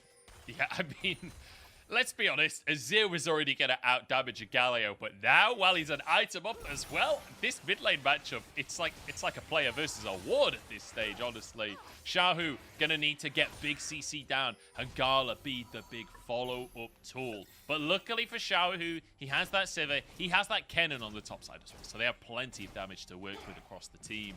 But in the meantime, Scout, this is his second tower taken solo of the game. Took the mid-tier 1 earlier on. Now will take the top tier 1 as it's traded on the bottom side by RNG. RNG just gonna have to use a Rift Herald to get one turret, so not even able to do much with it. And I think that's what put like RNG in such a dicey position right now, because you don't really have a lane or a champion on your squad that you can really like cross map for, try and put a ton of gold into, play out through side lanes and picks. I mean, their composition is also built for being a 5-man roaming death squad, going together, setting up that wombo combo, and just trying to instantly take out Scout and Viper. So the fact that they're already at this much of a detriment, and they don't have, let's say, another gear to what they can play for, like, maybe you can send Xiaohu and Breathe towards the side lane, try and pick someone off with the globals, but no TP in mid lane means then if EDG look to make a play on let's say, the other side of the map, Xiaohu gonna struggle to be able to join in. So it really feels like those options just are limited. And heck, EDG do have the double TP, so once that's up for Scout, just opening up those options for the side of Edward Gaming. And we've seen how well EDG have played around using TPs, using globals, and being proactive on that map. I just want to quickly point out 2-level lead in the mid lane as well. So Scout not only influencing the game or having a massive CS deficit in his favor, but also having a huge experience lead. Here we go, engage comes out from EDG. They found Gala, and they're making this game look easy. It's 9-2 as in comes Breed to try and turn the tides of this fight, but Scout looking to answer. Knocked up so he can't get his Empress to buy it off though. And in the meantime, Viper finishing Breed off. Wei will escape. Viper and done though as he flies over the wall. He wants a few more kills for himself. There's a double kill. Laser over the wall. Ming has to flash. Xiaohu trying to escape himself. And Viper won't find more. But I'm loving the confidence we're getting out of it. It's great coming through. Viper knowing how strong he is. 7-0-3 on the Zeri. 2 items up. This just sets up such an easy Baron for EDG. And I can't believe it. They're making it look so easy. We said, I mean, this is such a close back and forth historically. MSI winners versus world winners in EDG. Making it look like child's play. I mean, it's brutal. This is absolutely brutal from EDG. And it feels like they have no respect for RNG with the way that they're playing this game out. Because, you know, the fight starts very one-sided, right? Breathe, then gets Soul off, tries to turn things around. And then just watch Viper on the second half. No fear in his heart whatsoever. No, does keep running them down, but I feel like the most important thing to this play was actually the setup. Because you typically see a lot of teams play for that fog of war out of brushes. We do see Viper going in with all the mojo. But they had Flandre on the opposite side of River. So they scare RNG, 4 members running at them. All they can do is run towards bot, and they're running straight into an Ornn engage. So great setup overall from EDG, denying the vision. And once again, setting up another pincer movement coming through. That's really been the defining thing in these team fights to give EDG these wins. And, you know, we talked earlier on about the Kennen wanting a flank. Not necessarily the Ornn flanks, but Flandre doing such a good job to herd the enemy team. And I want to quickly mention the items as well, because Viper very close to finishing an Infinity Edge at this point, and on top of that, has the Ornament coming on through. So if he wasn't ahead enough already, he is becoming monstrous in that bottom side with his 7 kills. And now Scout with that Baron could just start to hammer away on these towers. And RNG, I mean, I feel like we're in game number 1. We're only 23 minutes in, and it already feels like last chance saloon territory. And I feel like for RNG, you have to try and find a way to get a ward behind EDG when they're looking for these extended side lane pushes, and then bringing Breathe in on the flank. That's really it. Trying to find that 5v4, get the huge slicing maelstrom from Kennen coming behind, because if not, EDG just going to be able to keep sieging down these turrets. Fantastic range from the Azir, and we see what Zeri's able to do with that W. Breathe in the meantime, though, he may be losing a bot tier 2 and maybe even a bot in tower, but he got the chickens. So I think we know who the real winner is. You can see there was a blue ward behind EDG there, now being swept away. And there is a control ward there. Breathe just going for the walk along, right? Trying to physically get in the flank. Why go for a TP when you can just walk it in? There is a massive gold deficit, but here we go. Engage comes out from Wei. Viper trying to escape the final chapter, used his own. Viper's still okay. His Breathe is burnt down. A knock up across the team. And the gold diff is unbelievable. RNG, they try and make it happen, but it's just more kills for Viper on the Zeri. Laser across the team as EDG will knock down the tier 2 mid. EDG just taking everything on the map. I mean, this doesn't even look like a playoff matchup. We're getting farther into our playoffs, Munch, and EDG. Everyone on the team performing. Their team fighting was just spectacular this game. we need to see something different from RNG coming into game number 2 because EDG are here to play. 25 minutes on the clock and EDG destroy the Nexus before our very eyes. A 10,000 gold lead. Utter domination from the world champions. They get a strong mid-laning matchup. They get the Zeri down there for Viper, and everything from there just felt like it fell into place so nice. You just can't give the Zeri over. I've been saying this the whole split. I've been asked so many times, every time Zeri's nerfed, one of you guys will ask me, of like, so what do you think? We're seeing Zeri let through more of this, that. It's like, no, just take it away. Sure, this champion does lose, but it feels very hard for it to do so. But I still feel like the biggest thing here for me was like the team fighting coming out from EDG. I still remember people used to reference a lot like the line that Azael talked about at Worlds of like how EDG would approach objectives. This time around, it completely different. Just once again, these constant like pincer movements of RNG stuck in middle, EDG pushing them to the other core members of EDG, and then just taking them out. It was beautiful.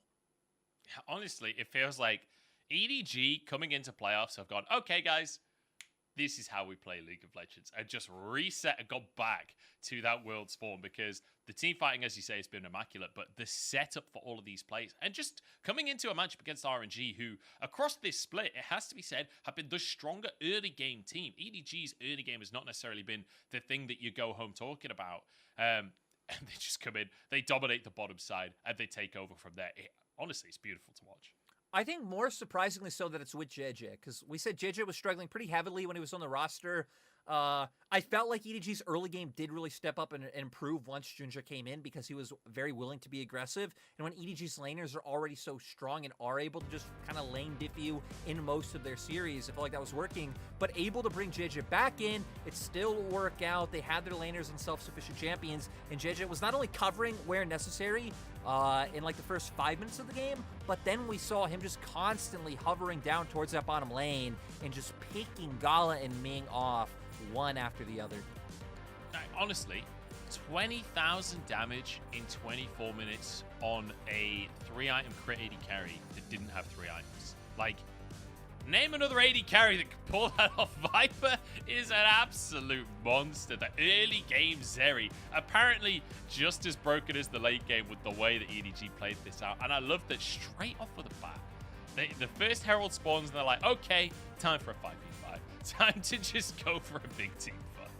You know, I also want to, you gave yourself credit earlier. I want to give you even more credit now because when I asked you about your EDG prediction, you said, I believe in Viper. Look at Viper right now. Look at what Viper's doing, and we see it again.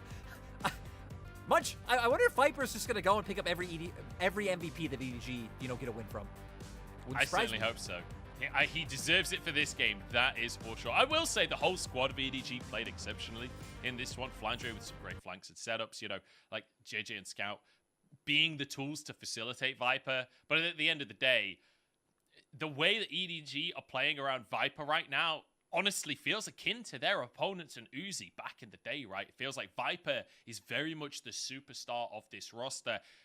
And when you've got an AD carry that plays the way that Viper plays, why would you not have him be your superstar? Why would you not play towards him?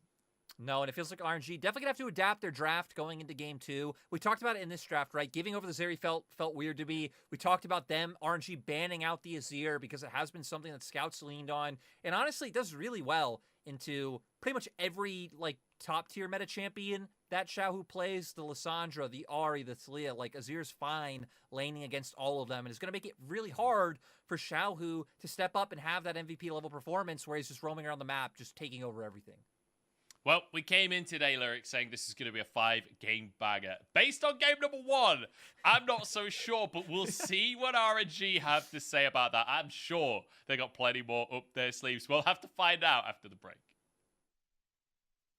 No matter who you ask, every player has one shared desire: to lift trophies. And playoffs is your chance to make that dream into a reality. I think top esports looks so unbelievably strong. It's hard to just kind of go against them. I don't think teams are going to be ready for top esports. I don't think they're going to be ready for the pace at which they play the game. Like, I honestly think this could be the summer of top esports. if the meta hits that style, they can win like MSI, right? If the meta's a little bit off from that style, they can still make that style work.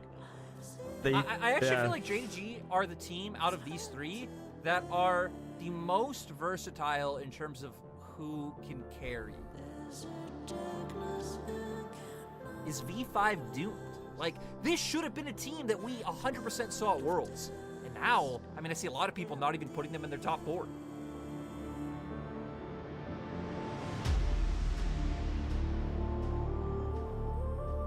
The LPL are kings again.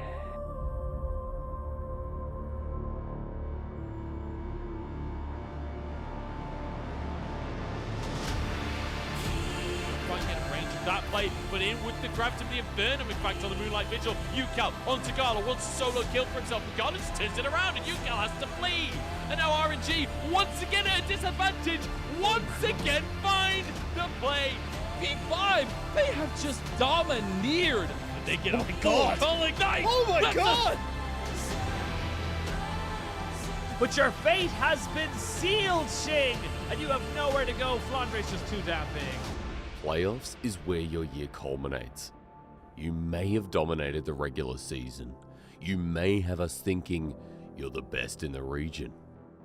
But if you don't show up in playoffs, will anyone really remember?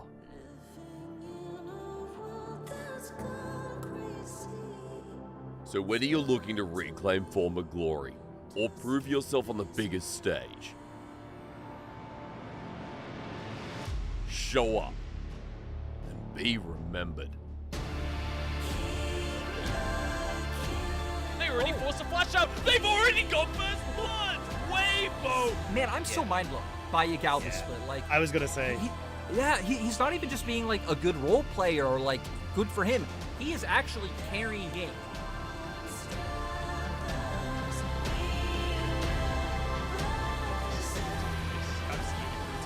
They just dive. Ansem is gone. See ya later, LGTers. Top Esports happy to tank this tower up. Jaculov just free firing, untouched the entire play as he finishes them all off. Jaculov with an insane performance on the Sivir. This is why we highlighted this guy coming into the day.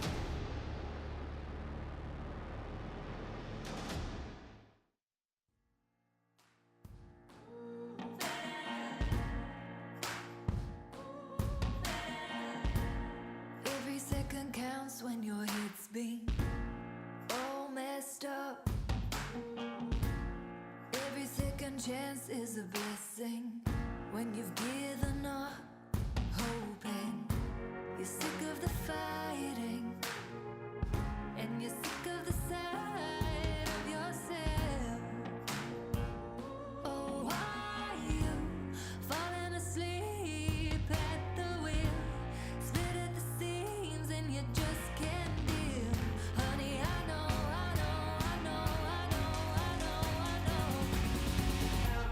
Feel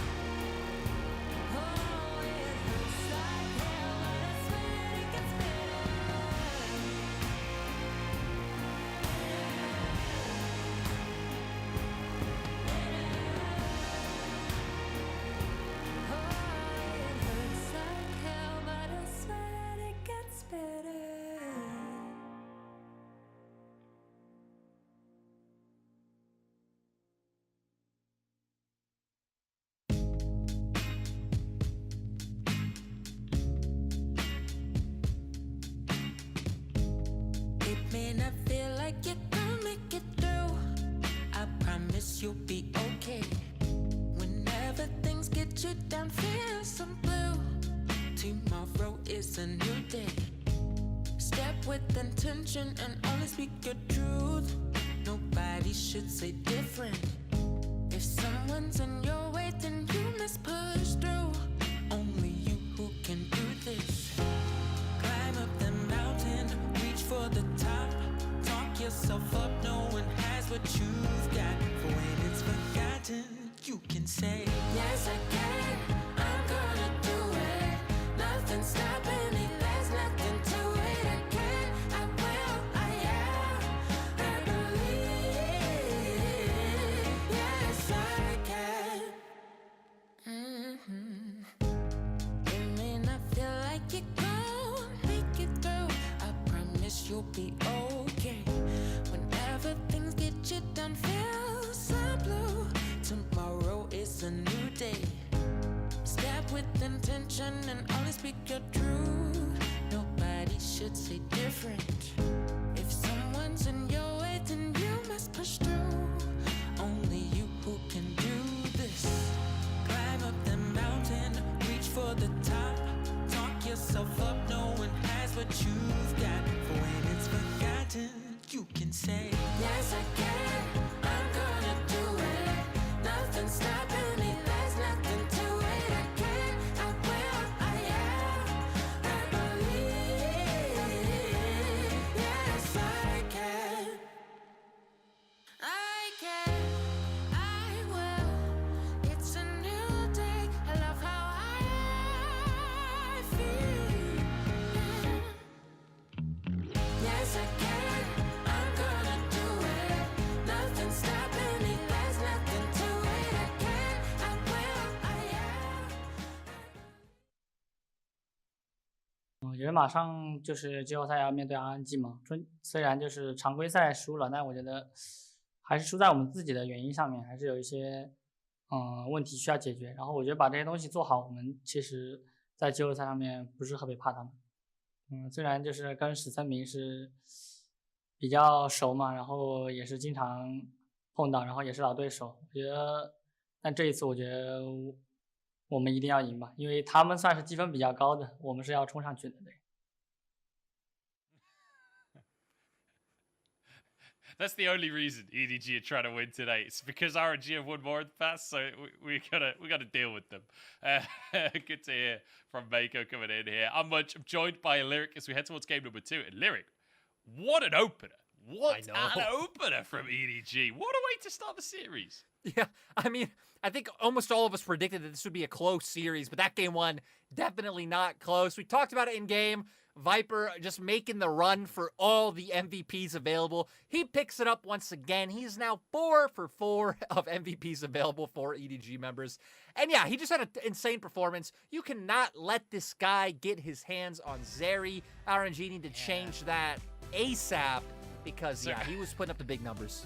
I'll give you a list of the 80 carries he's not allowed to let Viper have. He can't have Zeri, Sivir, Lucian, Kalista, Draven, throw a Tristana in there, why not? Like, it doesn't feel like you're allowed to let him play the game at all. The problem is you can't ban players, you can only ban champions.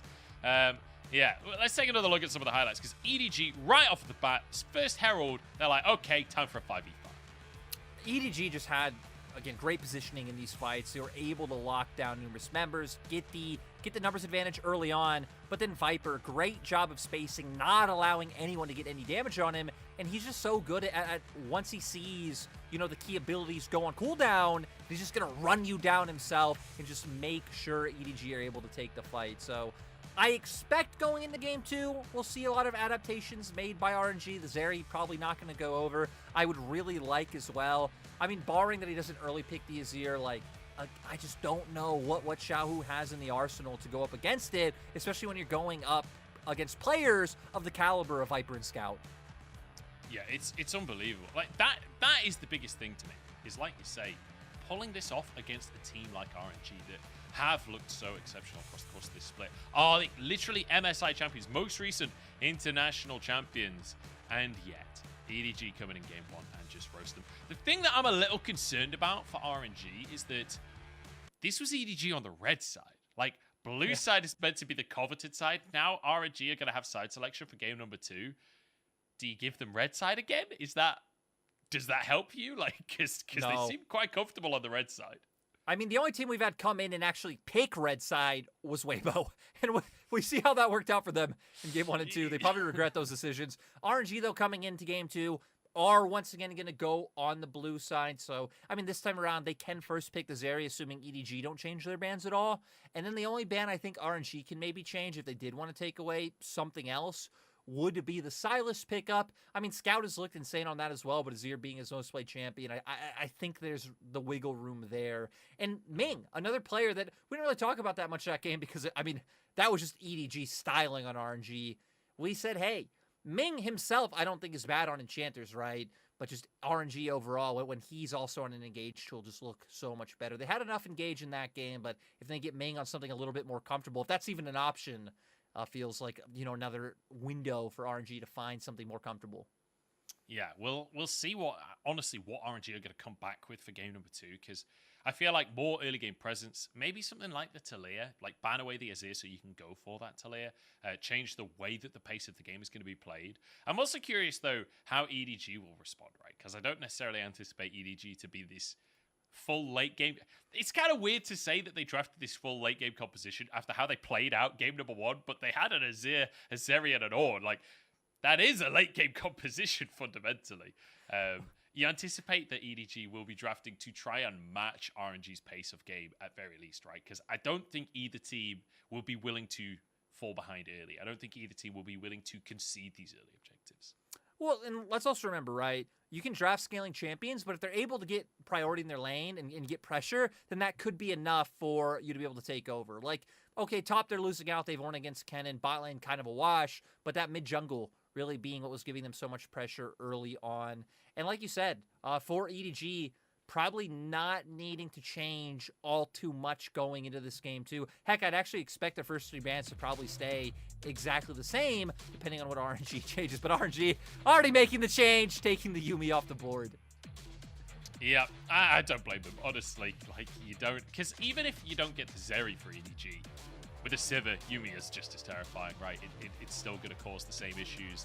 And EDG, you know, rightly so, just sticking to the bans that worked in game number 1. There's Poppy and the North Silas. Silas was one of the bans for RNG. Draven was the other. They're sticking to the Draven, which means Silas now open and available unless EDG want to take that off the board. I think for RNG that's fine, because there are things that, at least in the early game, like, you can lane in Sauce, you can play up against it, but now, I mean, things like the Zeri's still open, but I think with this Wukong ban, even things like Vi actually rising in priority. Wei was the premier Vi player we had this split. He had the most games on it, 9 more than any other jungler in the LPL. Was his specific second most played champion, but the Lucian as well. This hasn't been a pick that RNG have leaned on all too much. 5 games for Gala, but will mean they can go aggressive down in that 2v2. It certainly does. It means that they can take it to EDG.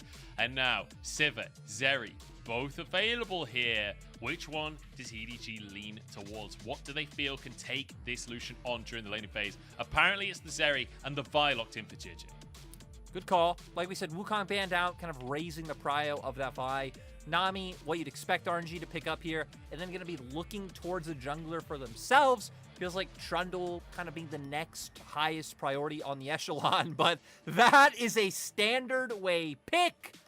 We know how much Wei has really loved the Viego. Hasn't really done as well, I think, in recent metas where a lot of junglers have been about engage or have been about just overall the utility and setup they bring to fights, which is why things like Poppy, Vi, Trundle have risen in prio so much.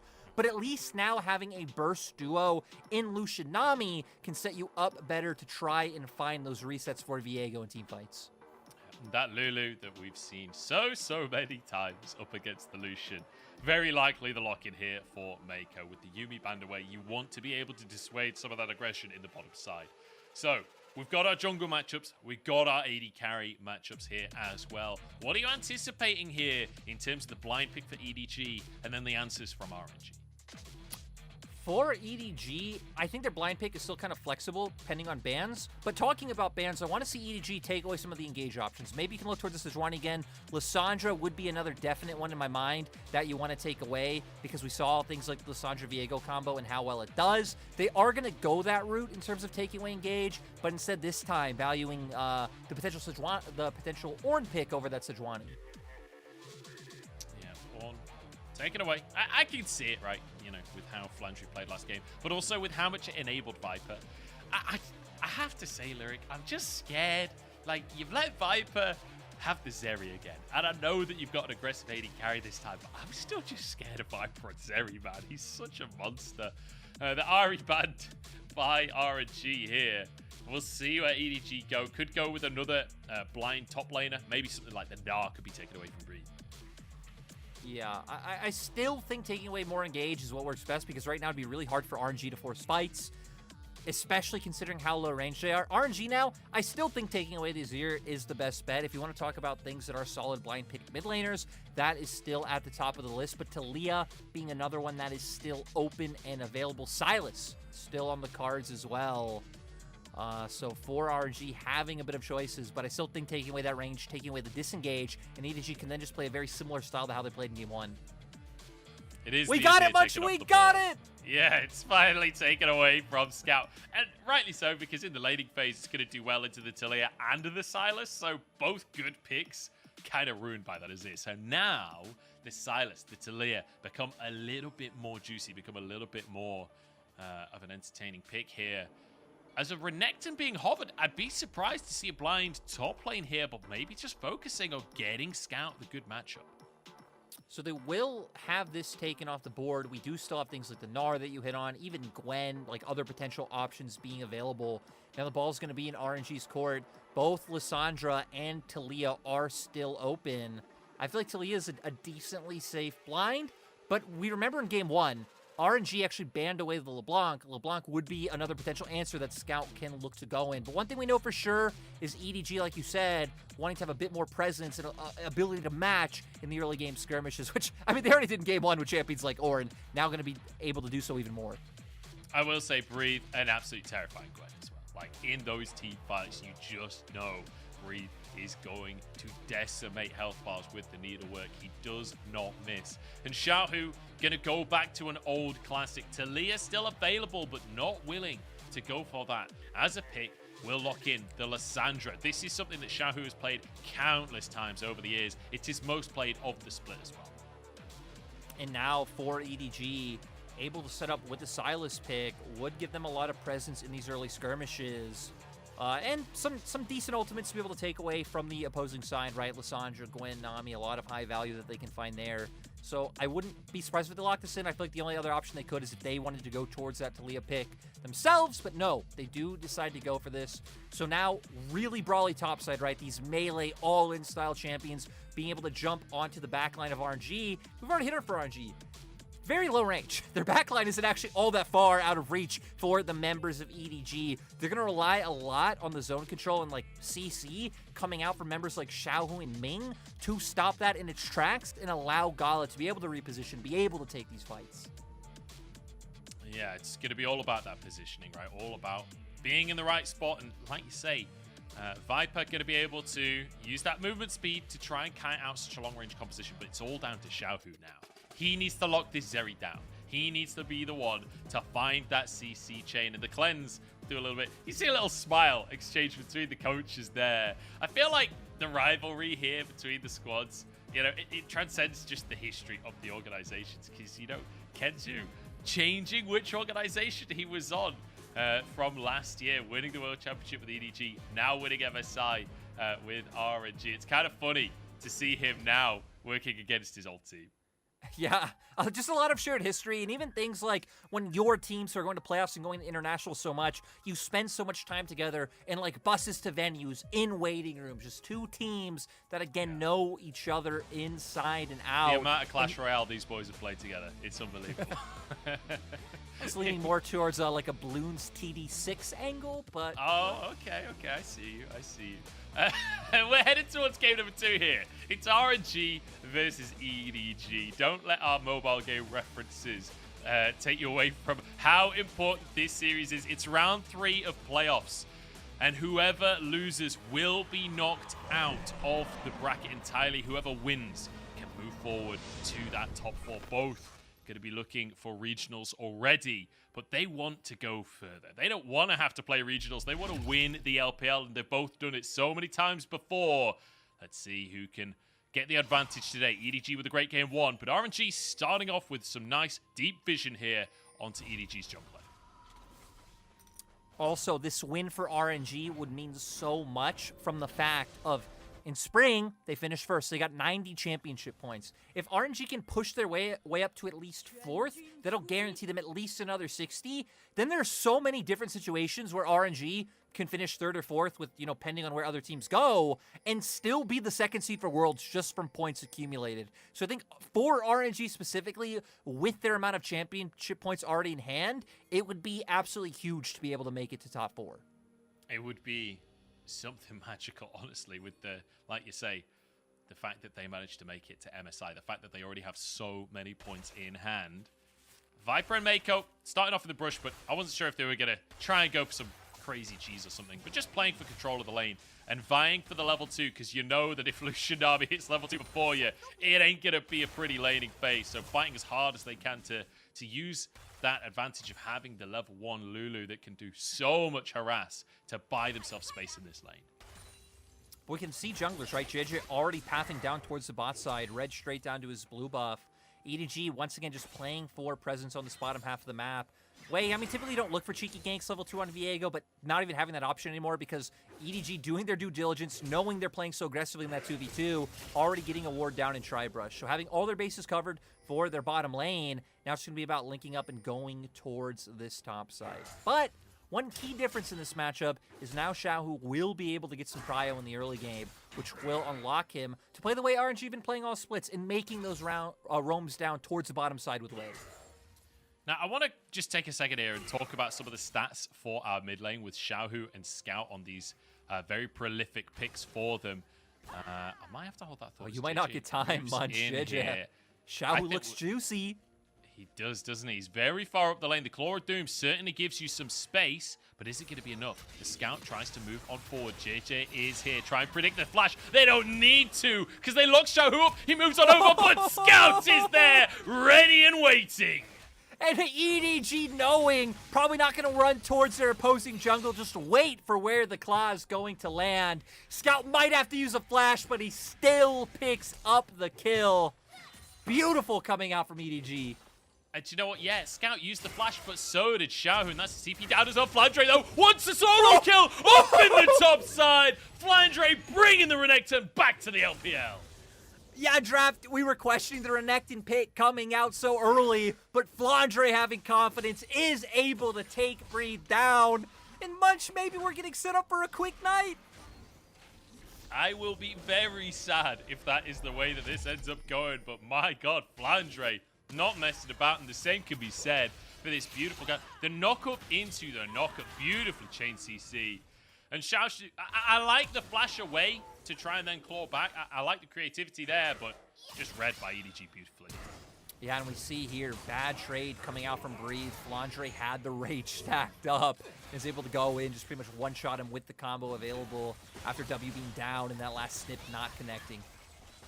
And you can see that Garlet trying to get some aggressive trades to the bottom side. And I feel like there must be a lot of pressure on Garlet's shoulders right now when you think about this player has been the insurance for his team, trying to get the all-in. Exhaust comes down, Mako knocked up, but the Ultra Shock Laser does land, and Garlet won't find the window he was looking for.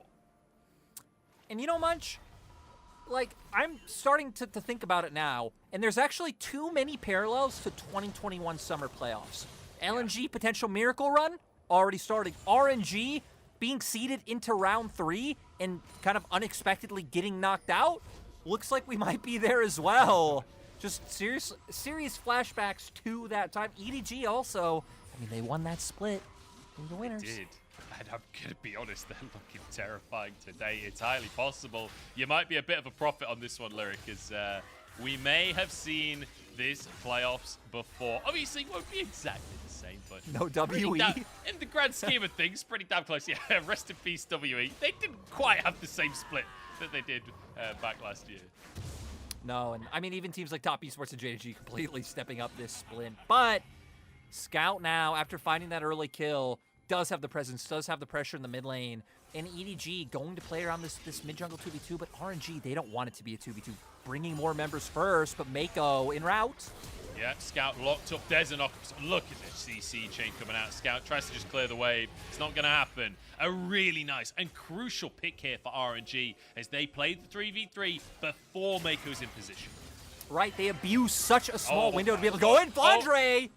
He's diving the tower, but won't be able to do the damage. Do you know, I saw them in the lane, and I didn't think that he had the damage to go for the play, but Flandre will not be deterred, pushing this under. And crucially, TP is available for Breathe, so Flandre cannot stick around. And let's remember that when that first solo kill happens, right, Breathe is now losing minions, he's losing experience, which is why Flandre is able to hit 6 first.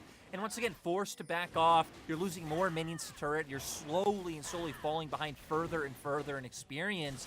And now it's going to open up Flandre to have so much presence. You can see now he's going to have so many movements where he can either just hover down in a fog of war, he can make roams towards mid, which we saw him do in game 1 and had a huge impact dropping the Rift Herald.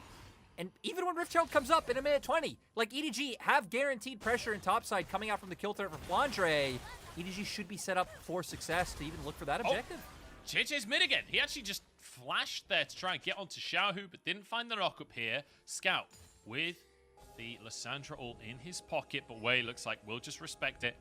And it all turns to naught. 300 gold lead for EDG. And this is a bit more like it, isn't it, Lyric? This is a little bit closer as Viper chunked out here. Gala tries to find his opportunity. Both AD carries extremely low. Yeah, so we're going to get a replay in the bottom right-hand corner of JJ going for that gang. Trying to predict and go for it, but sadly not able to do so in the end. So Xiaohu does get away scot-free. But like we said before, Rift Herald coming up in 30 seconds. EDG have already been putting their focus towards this half of the map. Clear out the vision. You have Flandre, whose dominance looks like it should be coming up relatively soon to be able to find an impact on that fight towards topside. And heck, might not even matter about bot lanes getting involved. I'm curious to see if RNG would opt into some kind of trade side, but no. Reset's coming out, so... Scout using the Lissandra ult to guarantee both procs on the chain lash. I mean, it must have been timing out, right? Yeah, I like it. I like it. JJ moving up to the top side here is Flandre, threatening a dive. Healing channel, but JJ backs away. That's needlework proc. They're more than happy with the result. 100% right. You take away a big ultimate that could do something in a team fight. You could argue the same for Scout, but like you said, probably get a timeout, so not really much choice but to go through with that one. And Wei being so cheeky and starting this one up. Ming will be able to get here first. We can already see Gala's on his way as well, but EDG's bot lane walking together as a unit. Wow, Scout just walks into that brush. No fear, but he should have been scared because the whole gang's here for RNG. Herald will reset, but with no jungler, there's no chance of a contest here. Viper's moved on over, as has Mako, but I don't think a 4v5 is what EDG wants. No, it just feels like a missed opportunity when we talk about them getting that needlework out from Breathe, them having Dominus ready and rearing to go. And JJ, like you said, walking forward so aggressively, doesn't have flash up, so putting himself even under more risk to go down. But great by RNG, picking up this Rift Herald, and hopefully they can start getting back from some of the lane, some of the laning prowess they're losing from is Flandre. I think he just wants to get out of dodge, but no, he's staying, Lunch. It's crazy. He has no teammates nearby. There is no play here along with his team, but there is in the mid lane. Xiaohu once again. Oh, gets a double root. Can they actually close the gap here? Scout surely has abilities, but he's got no mana. Okay, JJ finishes it off. And I feel like Xiaohu must be getting frustrated. He's in a 2v1 lane at this rate. Once again, not having flash, that's just typically being taken by members of EDG, dedicating those resources there. And now that they're fighting these advantages in mid, it opens up what they're doing now. You can hover down towards the enemy jungle. If they had wards, I mean, ideally you'd want to get some deep aggressive vision, and you can look for plays to either threaten dive, zone people off turrets, and just keep looking to smack it down on this bot lane turret. So EDG doing a nice job of using their pressure, even that slight lean towards bot side, making Gala and Ming back off. Yeah, I just want to quickly mention that bottom lane as well, because Viper and Mako, while they haven't got a big CS lead or anything, they have got 2 turret plates for themselves. And we talked about this Lucian army. You lock this in to dominate in the early game, to win out your 2v2, to take that lead into the other lanes. That's not really been what we're seeing so far this game. EDG doing a really good job, not only to just weather the storm, but actually to find themselves advantages in this one. Yeah, and it's one of those things where we know, like, Lucianami doesn't really come online really at all until having that full combo. And even then, it's a lot about, like, short, bursty trades. You really can't all in, especially when you're up against shielding and enchanter supports, which is one of the reasons why Lulu is such a big answer. Because if you're Lucian, you go in with the full combo, you're not going to be able to take them down. They could then run you down on the exit.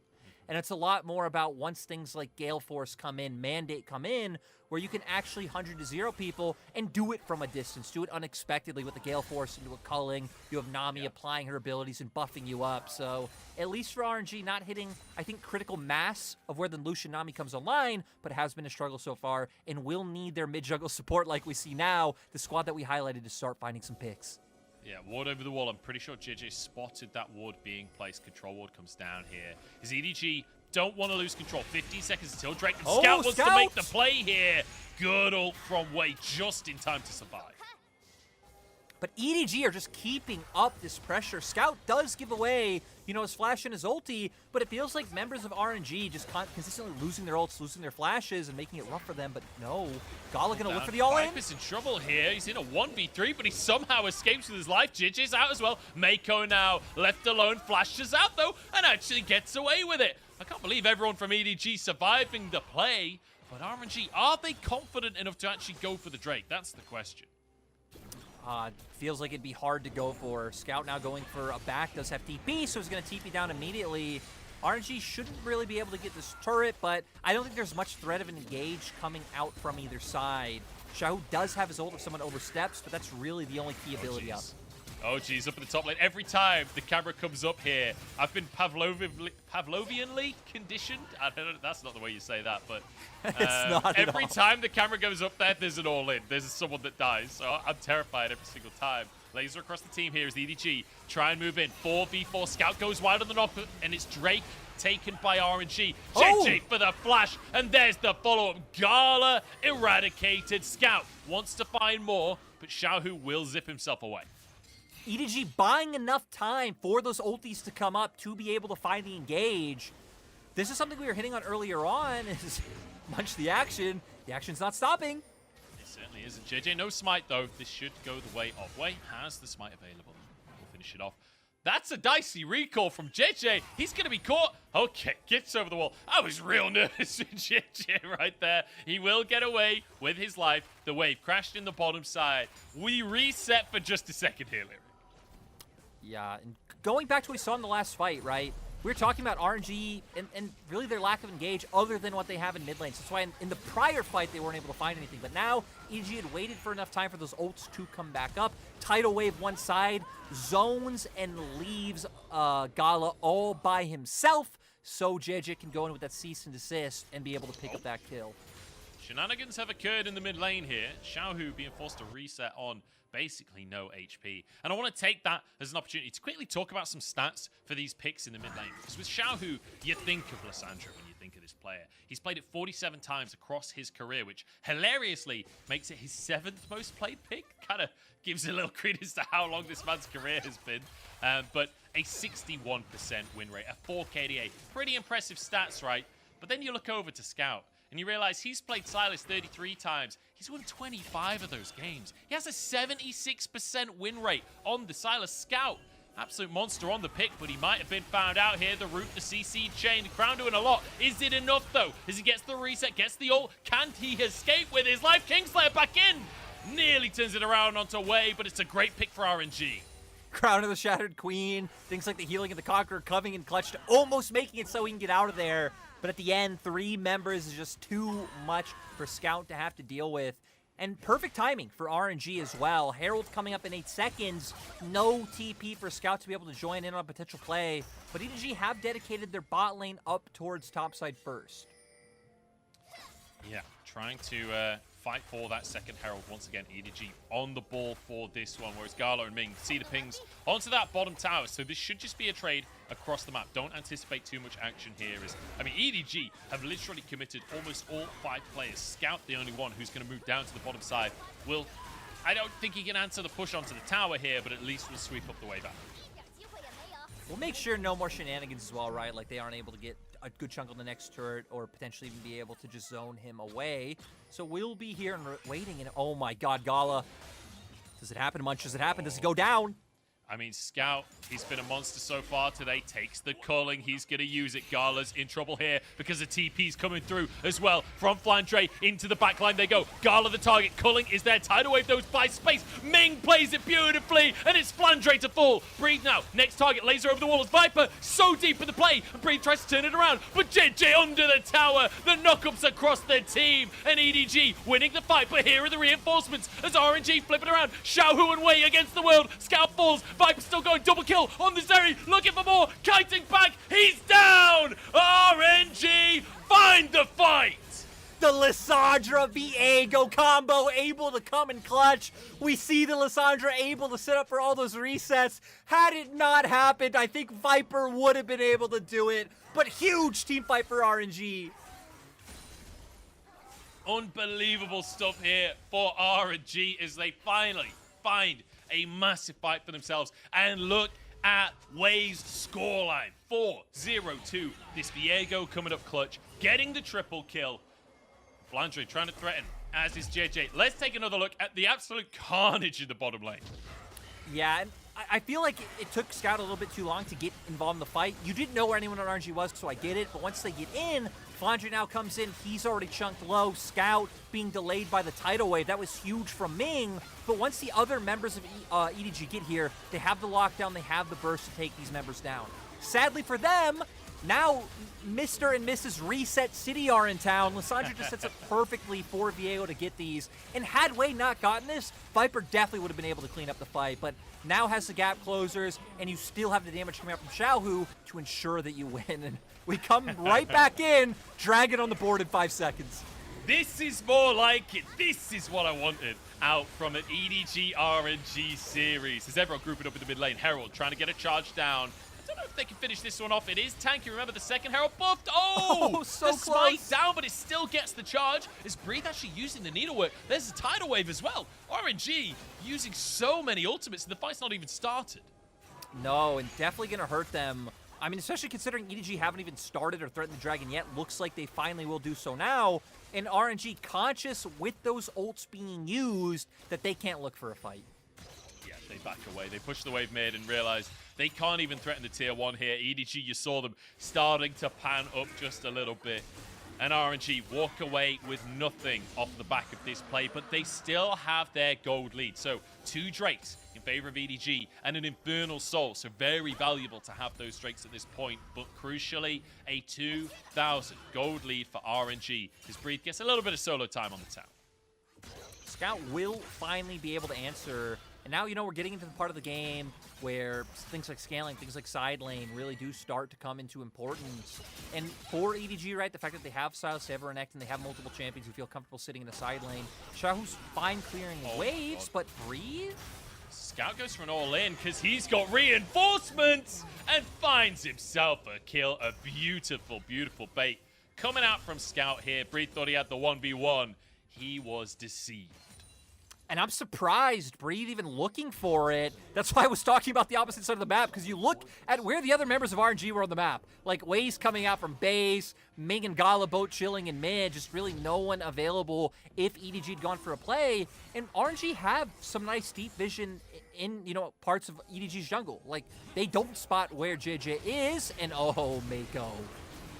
Mako surely going to go down? No, well, Wild Growth actually keeps him alive. Still had Flash. So Mako somehow getting away with that one. I feel like that's a little bit criminal, honestly, that he survived. But Wei just not having the damage. And that's, you know, one of the things. Viego going to do a lot in a team fight. Doesn't necessarily have the most damage in a little pick like that. Right, Viego, I mean, you're not like this crazy, insane, bursty champion. Your ult could potentially try and find angles once people have already been bursted low. You have some like pretty decent cooldowns to be able to put out damage over an extended period of time. but sadly not enough to take down a Lulu, especially with the wild growth. But now we're at a point where no dragon on the map, we're at a Baron now being up, so EDG gonna want to start getting vision around that top side. It feels like RNG still a little bit hesitant in terms of like a direct confrontation, pressure, trying to match pressure with pressure where EDG are, but now we might finally get a bit of that. We may well. Wait, moving to the top side here. Scout backs off though, and actually will face check in. Has the crown, so no damage really going to come down just yet. But wait, happy to take the 1v1. Just chunking Scout out. Xiaohu will not follow the claw. That's a good bit of damage. Scout does have TP available. I mean, Baron on the map, but I'm not really sure either team going to be confident enough to go for any kind of Baron-based shenanigans this early on, unless they can find a pick in advance. Definitely not. I feel like not a huge amount of DPS to be able to take that one down this early on either side. We are finally starting to get to the 2-item mark. Collector picked up for Gala, and we see Viper going towards that Phantom Dancer. For the Collector, I mean, you have numerous tanky members coming out on the side of EDG, so it could get a little bit rough to find a lot of value out of that as, you know, we have 3 bruisers on the top side of the map for EDG. So Gala definitely going to start finding those burst opportunities now. And if Viper's just ever too far forward, catching waves in mid, there's the opportunity. I thought EDG were actually going to start that for a second there. I think that would have been a little crazy as Ward's going to be placed by RNG. They're trying to fight for a little bit of vision control on the top side, but they are not winning that fight. EDG keeping control for themselves as Bree going to steal a blue buff. He's on a flank. Flandre in the brush here as well. Spots him with a sweeper and buying space on the bottom side. So EDG having control of the Baron area but can't really start anything right now, whereas RNG using that to find an advantage on that bottom side and get vision of the Dragon area that's up in just over a minute. For RNG, I feel like getting your wards down is going to be so important, considering that Xiaohu needs to be the one leading the charge on this Lissandra, getting on top of Viper and making sure he's locked down. Now with Zani's and Everfrost, he has even more tools available to do so and make sure he can survive and potentially either survive or get another round of spells off.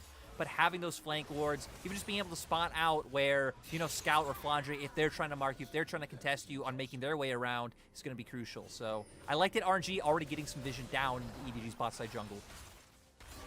Scout going to use the Lissandra ult on himself there. I'm going to give the benefit of the doubt and assume that was about to run out rather than he just misclicked in the brush. Hijack, obviously a very short cooldown, but it will be a longer cooldown on using Xiaohu's ult. So we'll have to go for a different ultimate for this Drake fight. 30 seconds though, and RNG are trying to encroach. We can see EDG also cleared out all that vision. We were just praising them for being able to get down. So you're going to be walking in blind. And we know what Zeri's able to do in these setups. Keep throwing out those W's over terrain and try to chunk them out before they're able to walk in. Flandre and Breed fighting for vision on the side, but Flandre skips on into the pick, keeps himself alive here. Full setup for both teams. And EDG, you got to keep your eyes on Viper, on the Zeri. He's getting some mana from the Honey Fruit. But Gala is finally online. He has the items. Can he find the burst? A lot of it's going to be down to Bree taking up the damage, and then Xiaohu finding a way in and comboing with Wei. Those are the 2 men we're looking at, to where for EDG, they have so many angles they can attack a team fight from. You have numerous people who can jump in and dive the back line while allowing Mako to peel for Viper. Pulling out from Gala, it's an opportunity to start the Drake here for RNG. Down to 5k as EDG try and move in. It's so tense between the teams. It's on a knife's edge. EDG looking for Soul Point, and they found themselves a pick. There's the chain of ultimates, and Xiaohu is down. Crocodilio in the middle of the team, and RNG forced away. What a fight from EDG. Decisive play once more.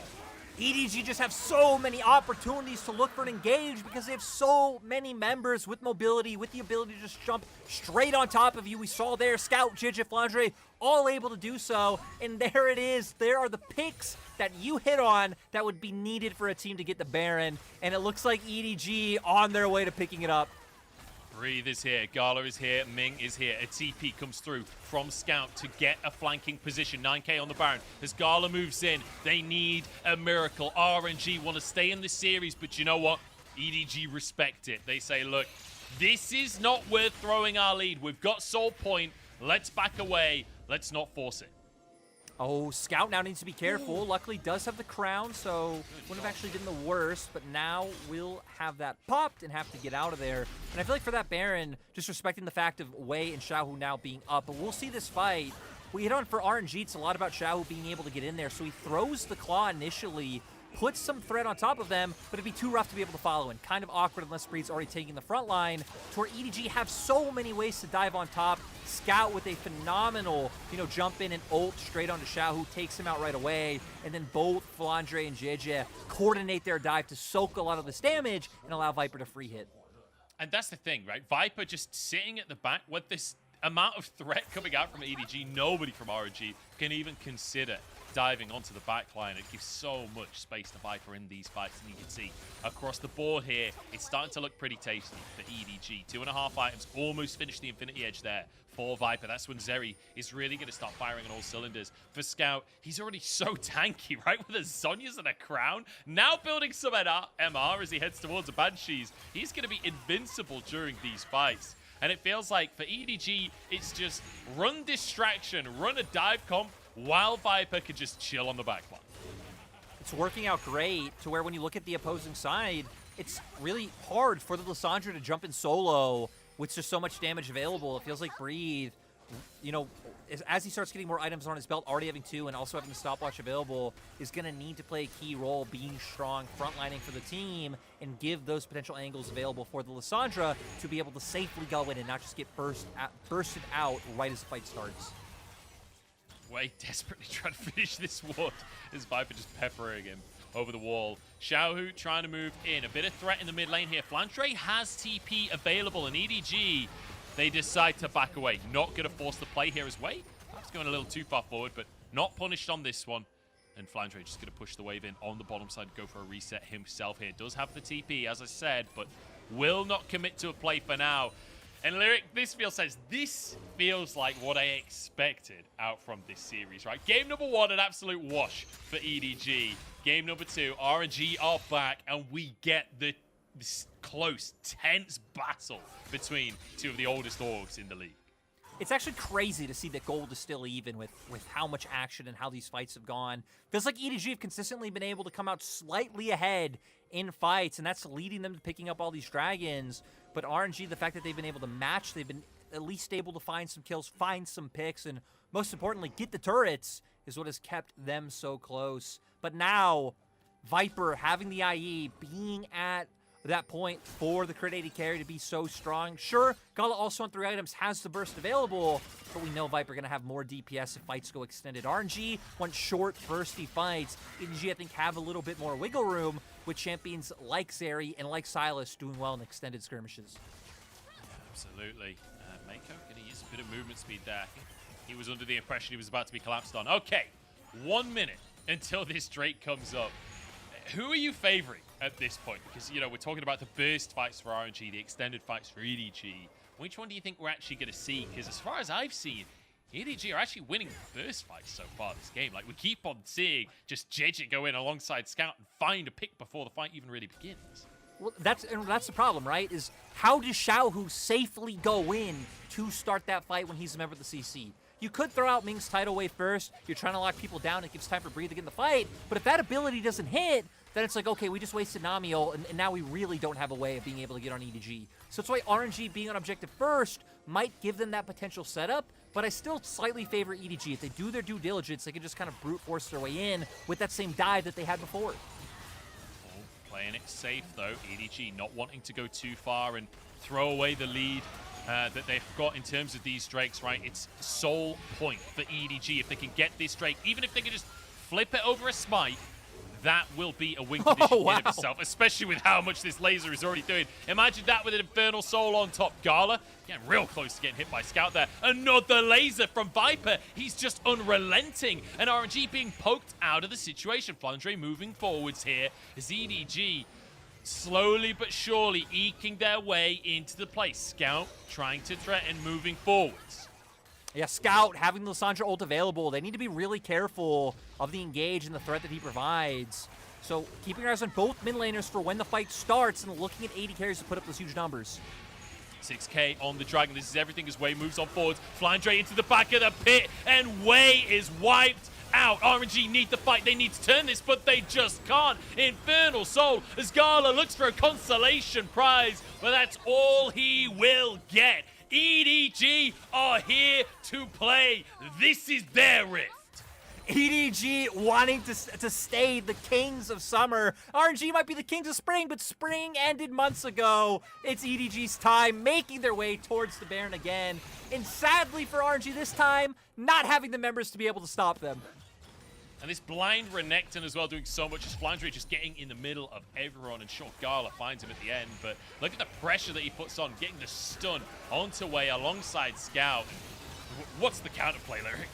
It's just the ability to go in, to coordinate those engages. Scout coming up huge, waits to have the Lysandra ult to be able to get it, and now you're left in such an awkward position. Sure, Flandre goes down, but he's zoning 2 members, allowing EDG to be able to win and pick up the rest of the fight. Now we look across the board at items. JJ now having that GA, so he's going to be able to look for an engage of his own, survive, even if he does get taken down, and just giving EDG even more potential angles of engage to come through. But with the Baron online, now she's starting to build that gold lead, having Infernal Soul, I don't know any way that RNG can look to contest. Man, I don't know who Edward is, but he sure is gaming right now as EDG. I actually do know who Edward is, but I was gonna say. It sounded funnier if I said it like that. EDG moving forwards. Oh my days. That's the mid laner. Viper is actually a level up on him. What the heck? I was going to say he's a level down, but Xiaohu a level behind Viper at this point in the game. No wonder Viper's doing so much damage. And I feel like we're going to get to the point in the game where, once again, we're going to say RNG are going to regret leaving the Zeri open, even if this game really has been off the back of a lot of scouts engages. Now they're going to have to deal with the pain point that is the Zeri damage. And the thing is, Lyric, we talked about Viper trying to get every MVP for EDG's playoffs run. He needs a pentakill. He needs to pop off in this final fight if he's going to get himself an MVP. I mean, he's definitely putting the damage there, and RNG... Their only real way of contesting, right, is by going in. It's trying to lock it down. There is no way. JJ just dives onto the backline. Xiaohu already 1 HP, and JJ survives. Viper here to finish off Xiaohu. There's 2 kills for EDG. And once again, the second that they have the items, EDG making it look easy. Viper may be caught, but he backs away and survives. There's another kill in his pocket. His breathe just gets onto the fountain. It's all he can do here. It's a 1-for-1 at the end of the fight there as someone goes too deep, but it matters not, as Edward Gaming want to continue their reign. They dominate in game number 2.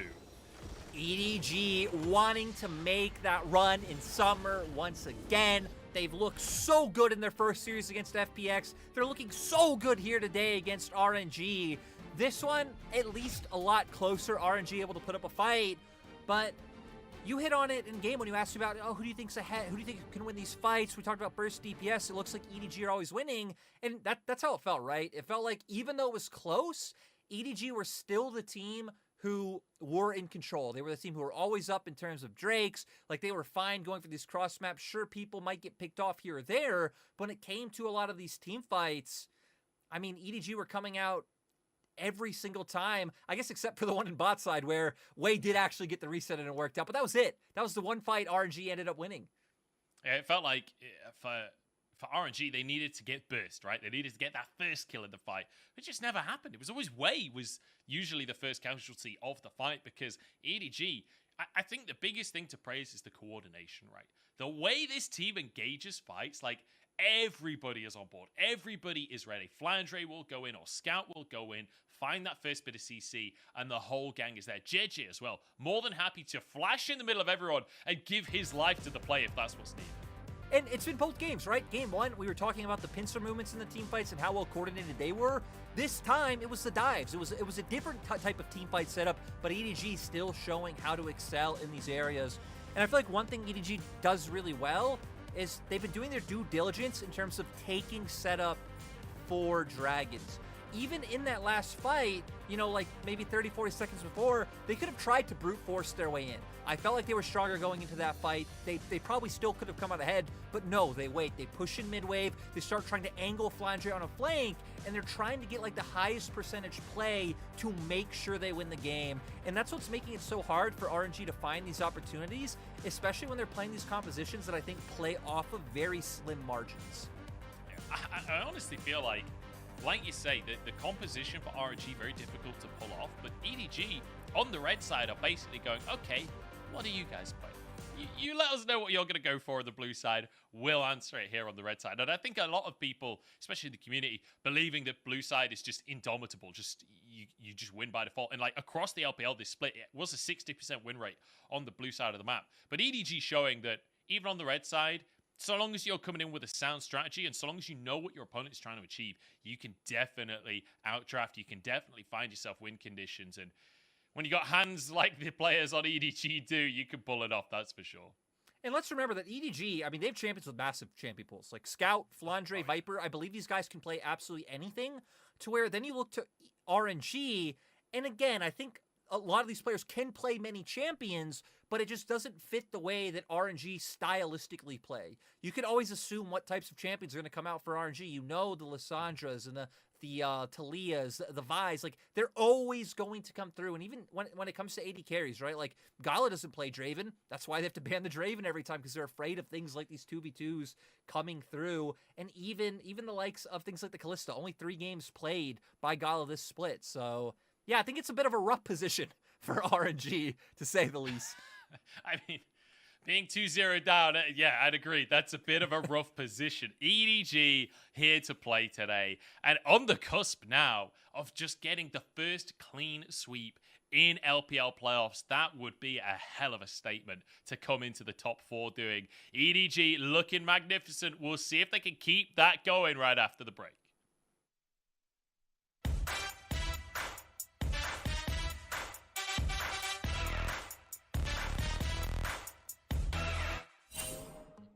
Level 3 for Caps. Yanko's already level 3. Larsen's in trouble Larsen here. locks in the stun card, charmed up. Maring's on the chase though. Trippy's here as well. Larsen levels up in the middle of the fight, and Yankos just able to survive. 我觉得 Caps 吧，有狐狸选上吗？最先阵亡的，先把那种残血的排除掉。我猜应该只能是皇子先死掉，狐狸还有闪现的。就狐狸闪现 A， 皇子不就死掉了？哦，应该是皇子啊，不是皇子已经死了吗？皇子吧。Caps 没操作失误的话，肯定是巨魔先死。难道是派克先死？就肯定是这2个其中一个。我猜皇子吧。皇子吧。这应该是皇子吧？应该是皇子吧？皇子先死。哎，皇子，哎，查着吧。感觉应该是皇子吧。哦，皇子。你这应该是皇子死了。我感觉是德玛西亚皇子先死，我觉得皇子先死。这感觉应该是皇子先死。派克吧？派克，应该是派克。Caps， 那我选阿里啊。既然再问了，肯定是狐狸了。也是巨魔吧。皇子这个有点太容易死了，感觉狐狸闪现一下就死了，这么轻易就死的话，那应该不是他，不然就不会出这个题了，应该是巨魔。那就巨魔。啊，不可能，我记得不是皇子。Level 1, no way for him to go. Ignite taking orbital deception. No smite! Oh, he Q smited for the vision. That was beautiful from Malrang. What a play, and 2 kills come off it. 这都给巨魔，好像不走啊，好怪啊。皇子不对，你已经说了，我就猜阿里吧。阿里也不对，那就派克。不对吗？这为什么能抢到蓝啊？这个怎么猜啊？可惜。惩戒回血。我就知道。啊！哇！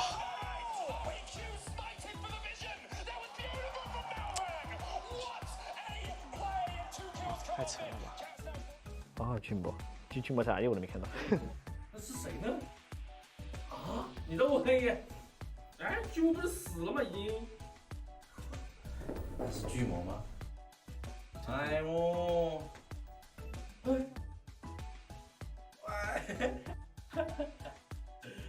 哎，要不就是巨魔用派克，他那卡狂拍给谁就以谁死。皇子。巨魔。皇子回去蹭了一口，我是没想到的。这种问题最接近答案的就不是答案。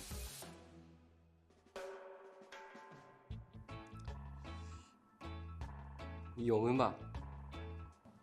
永恩吗？是吗？是永恩吧？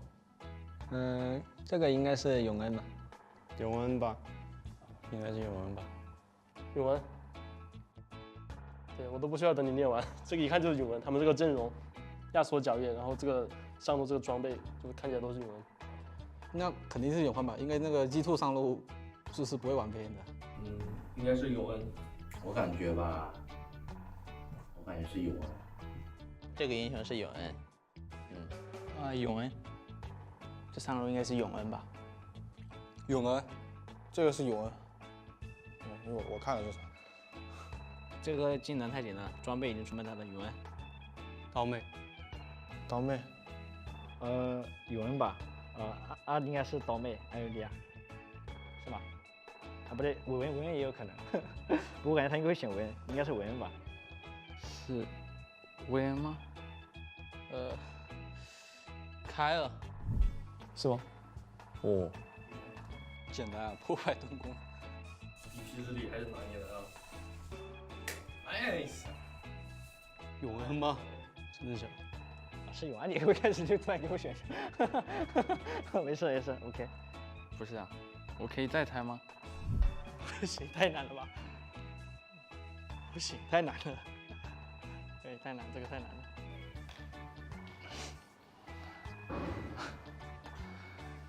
开吗？三角形，方块也是差不多的。这样吗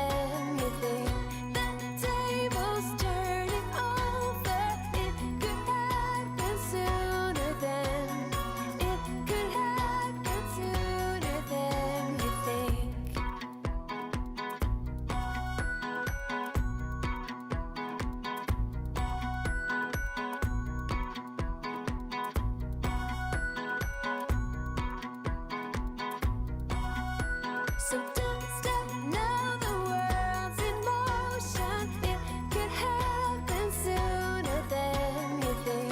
The table's turning over. It could happen sooner than. It could happen sooner than you think.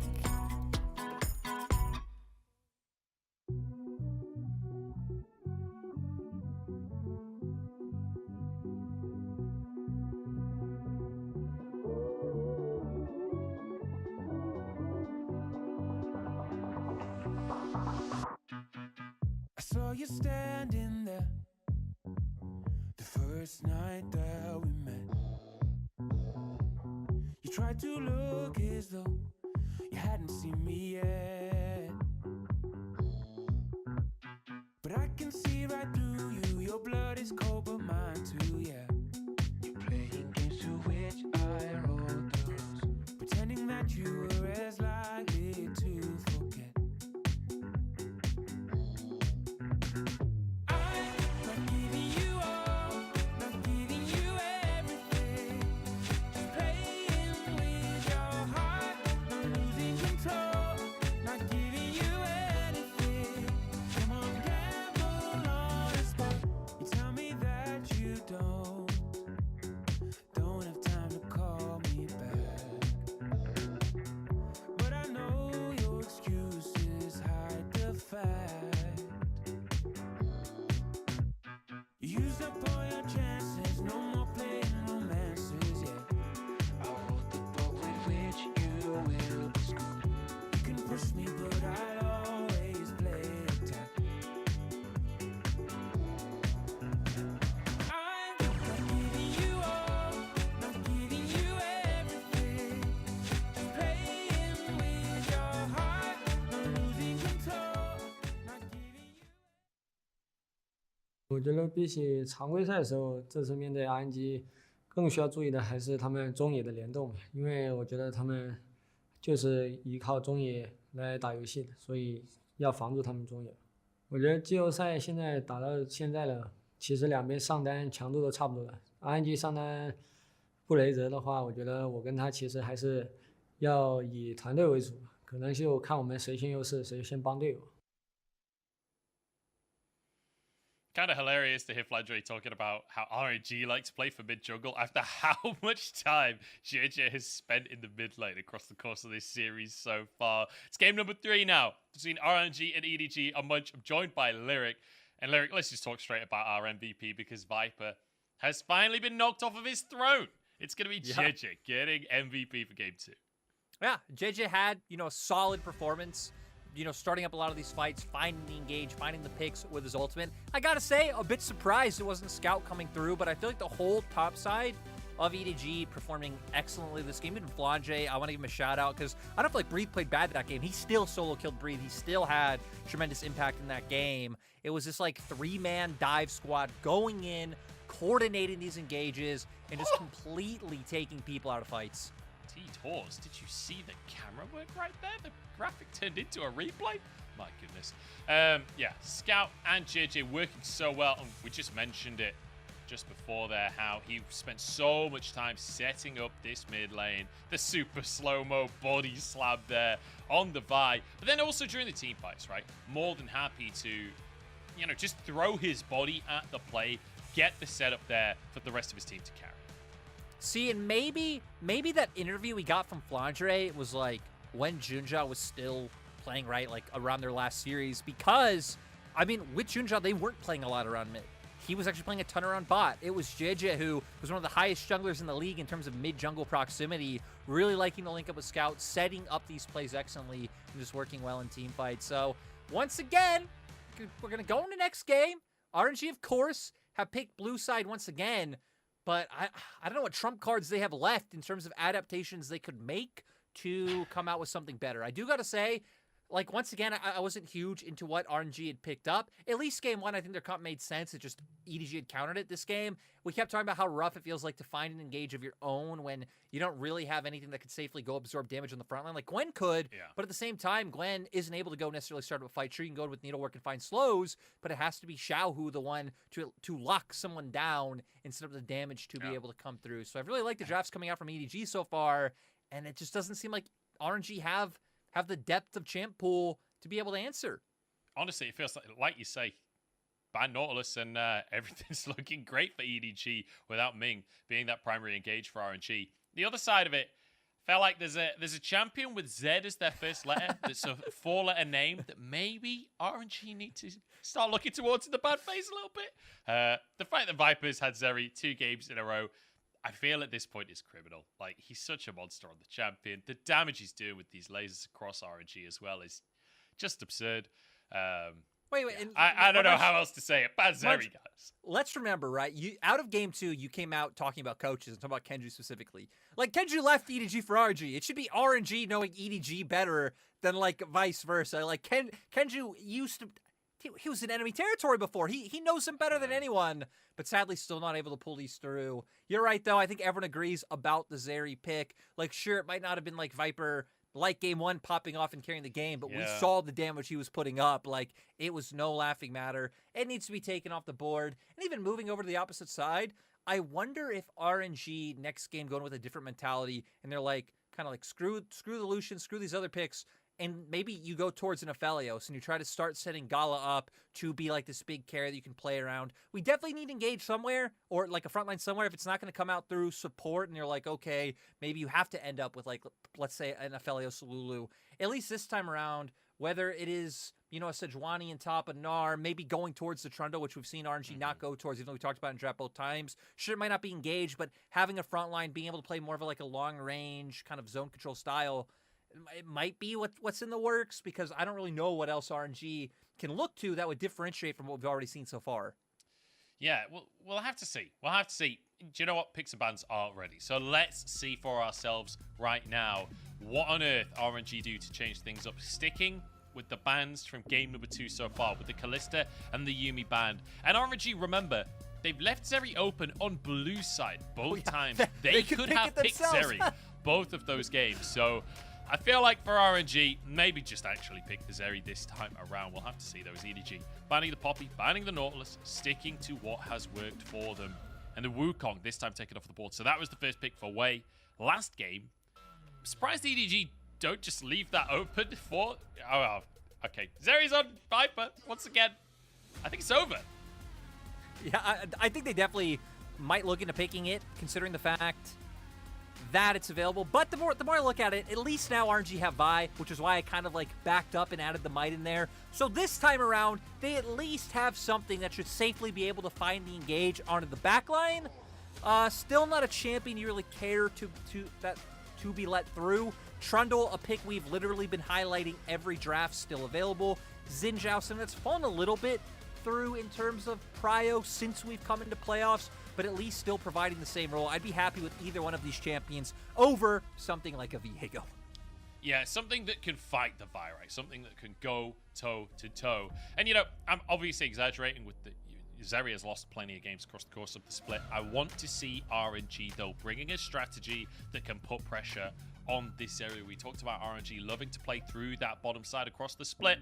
Well, Illusion Nami would certainly give them a strong laning phase once again, or certainly a strong spike once they get that first item each. But the laning phase itself went the way of EDG against the Solution Nami with a Lulu for Mako last game, and you can anticipate that's probably the lock-in once more.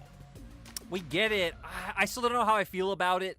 You now at least have some ability. You have the burst there. Of course, if LFC Mobile Champion would be rough against Trundle, but I think even maybe going that route would have been something I'd like to see. I want to see change come out from RNG and see something a bit different, because for EDG, they can still just keep building very similar comps. You know their 4-5 pick's going to depend on what RNG bans out, because I still feel like if something along the lines of an Azir is let through for Scout, you can so easily go towards that at any point in time.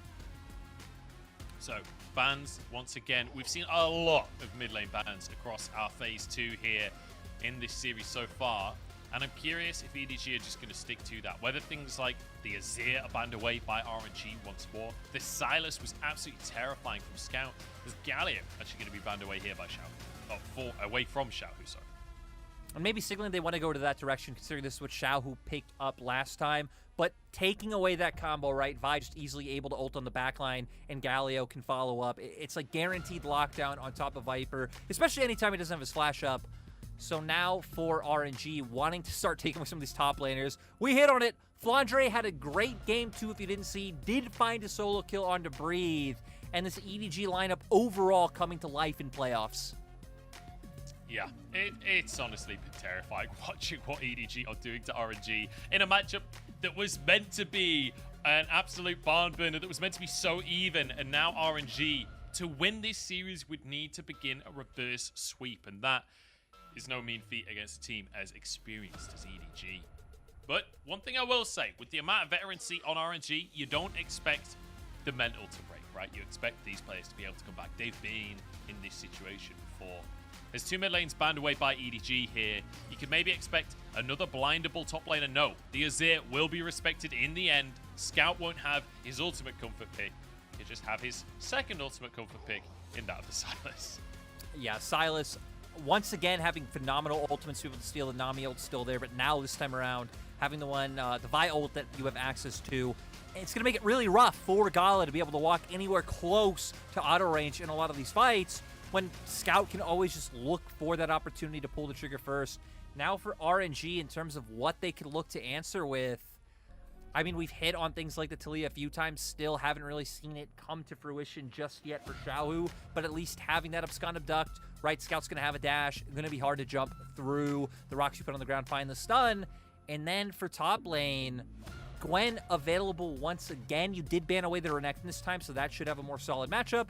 But I'll also throw out the Sejuani, because maybe finding that more engaged could be good. But that would be another great ult for the Silas to take away. But that one feels like a hard bullet to dodge. Yeah. I feel like a lot of top laners just have phenomenal ultimates that Silas loves to use. I feel like most champions just have really great ults for Silas. I feel like Silas is just strong inherently because of that ability. This has been a pick that we haven't talked about all through the series. It hasn't been banned, and it will finally be locked in for Breathe. The man in the top lane is an absolute menace on the Fiora. This has been a comfort pick for him his entire career. This has been a pick that you fear when you're playing up against Breathe. And the Fiora coming out once more, it's got to be a little bit terrifying for Flandre.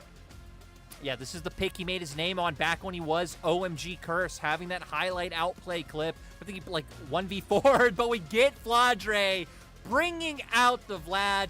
You know, when it comes to Flandre, he can always pull out any champion. Seriously, go look at like his champion history. Azir top, Malzahar top. This guy can play absolutely anything. And gonna look to match scaling with scaling, but bringing another team fight element to the side of EDG. And do you know what? Hilariously, this Vladimir is actually kind of a big pick for Flandre. Like, he's played a lot over his career, way more than I think people would expect. 3-0 this split. Not actually a positive win rate. He's 18 for 20 on the Vladimir over his career, but, you know, 38 games under his belt, he's certainly experienced. Look at the big grins on both sides from our coaches here. Glad to see that they're at least enjoying themselves in this series, and EDG have every right to be enjoying themselves, because in a matchup that most people were predicting RNG for, EDG are now 2-0 up, and they have Zeri once more. They have scaling in the top side with a Vladimir. They've got Scout on his Silas. I'm liking the look of EDG here, Larry. EDG definitely having strong teamfight tools available. This time, though, it is pretty much solely on Scout to find those opportunities to go in. JJ set up with a pillar, Scout take away the ulti, and then jump on top of Xiaohu or Gala. That said, we could see some flanks perhaps from Flandre. On the side of RNG, though, they've got plenty of tools to find advantages to take over the game. We need to see a bit of hands dip, I think, from RNG here coming into game number 3, because something has to give, something has to change for the Emperors of Spring to turn this into a win in summer. It's 0-2 in favor of EDG and RNG. They don't want to go down without a fight. Remember, if they could win the LPL this split, they'd be on track for the Golden Road. But right now, it's looking more like the Yellow Brick Road. I feel like for RNG, it's so rough. Even coming into this game, I'm curious to see where RNG put their pressure coming from mid-jungle, because, right, you have this kind of explosive bot lane duo that you would prefer to get ahead, but also if you could set Breathe up for success in a side lane, like that's another route to victory. I will say I kind of favor playing with your bottom lane, because just looking at EDG's composition, Trundle, Silas, Vladimir once again, I feel like once we get to a point, the burst from Lucian's really going to mean nothing. We're going to get a late invade here from EDG, but RNG are ready for it. This could be a 4v4 at level 1. I mean, do you favor either team at the level 1? I feel like Trundle is a bit of a monster. Xiaohu spots it, though. I'm not sure if EDG will commit. Slightly wide from Scout on the chains, as Xiaohu can't clear the ward. He's spotted out. Mako moving in still. EDG aren't done just yet. Clearing away the ward. Ming and Gala forced out on the bottom side, but you can see Wei has already dipped. He's up on the top side, going for the Wolves himself. As Ming and Gala trying to be cheeky with it, trying to look for a steal. It ain't gonna happen. No, so JJ will be able to get this red buff, and even getting some nice vision down, right? They have a ward right outside of it. They have a ward next to the Raptor camp as well. So anytime Wei makes his way down to the bot side jungle, EDG will have solid information on what he's doing. EDG, just overall, feels like early game, every single game so far, they've kind of just outpaced RNG, whether it's been through invades or through things like the mid lane ganks we've seen come pretty consistently for their side. Yeah, it's felt, I mean, a lot of this series has felt like it's about the mid lane, right? Getting influence there, but it's been JJ starting off, generally speaking, as he walks across the ward. He's going to try and get into that mid lane, but full information here for Xiaohu. There's no universe that Xiaohu should be caught by this play. So JJ just moves into his top side, trying to deny camps from Wei. Great move as well. Gets 2 camps, now going to be up towards his top side, but RNG wanting to contest this. Breathe has Prio in top side. He does, but he might have gone a bit too deep as the ward comes down. He's been spotted, has to try and get over the wall here.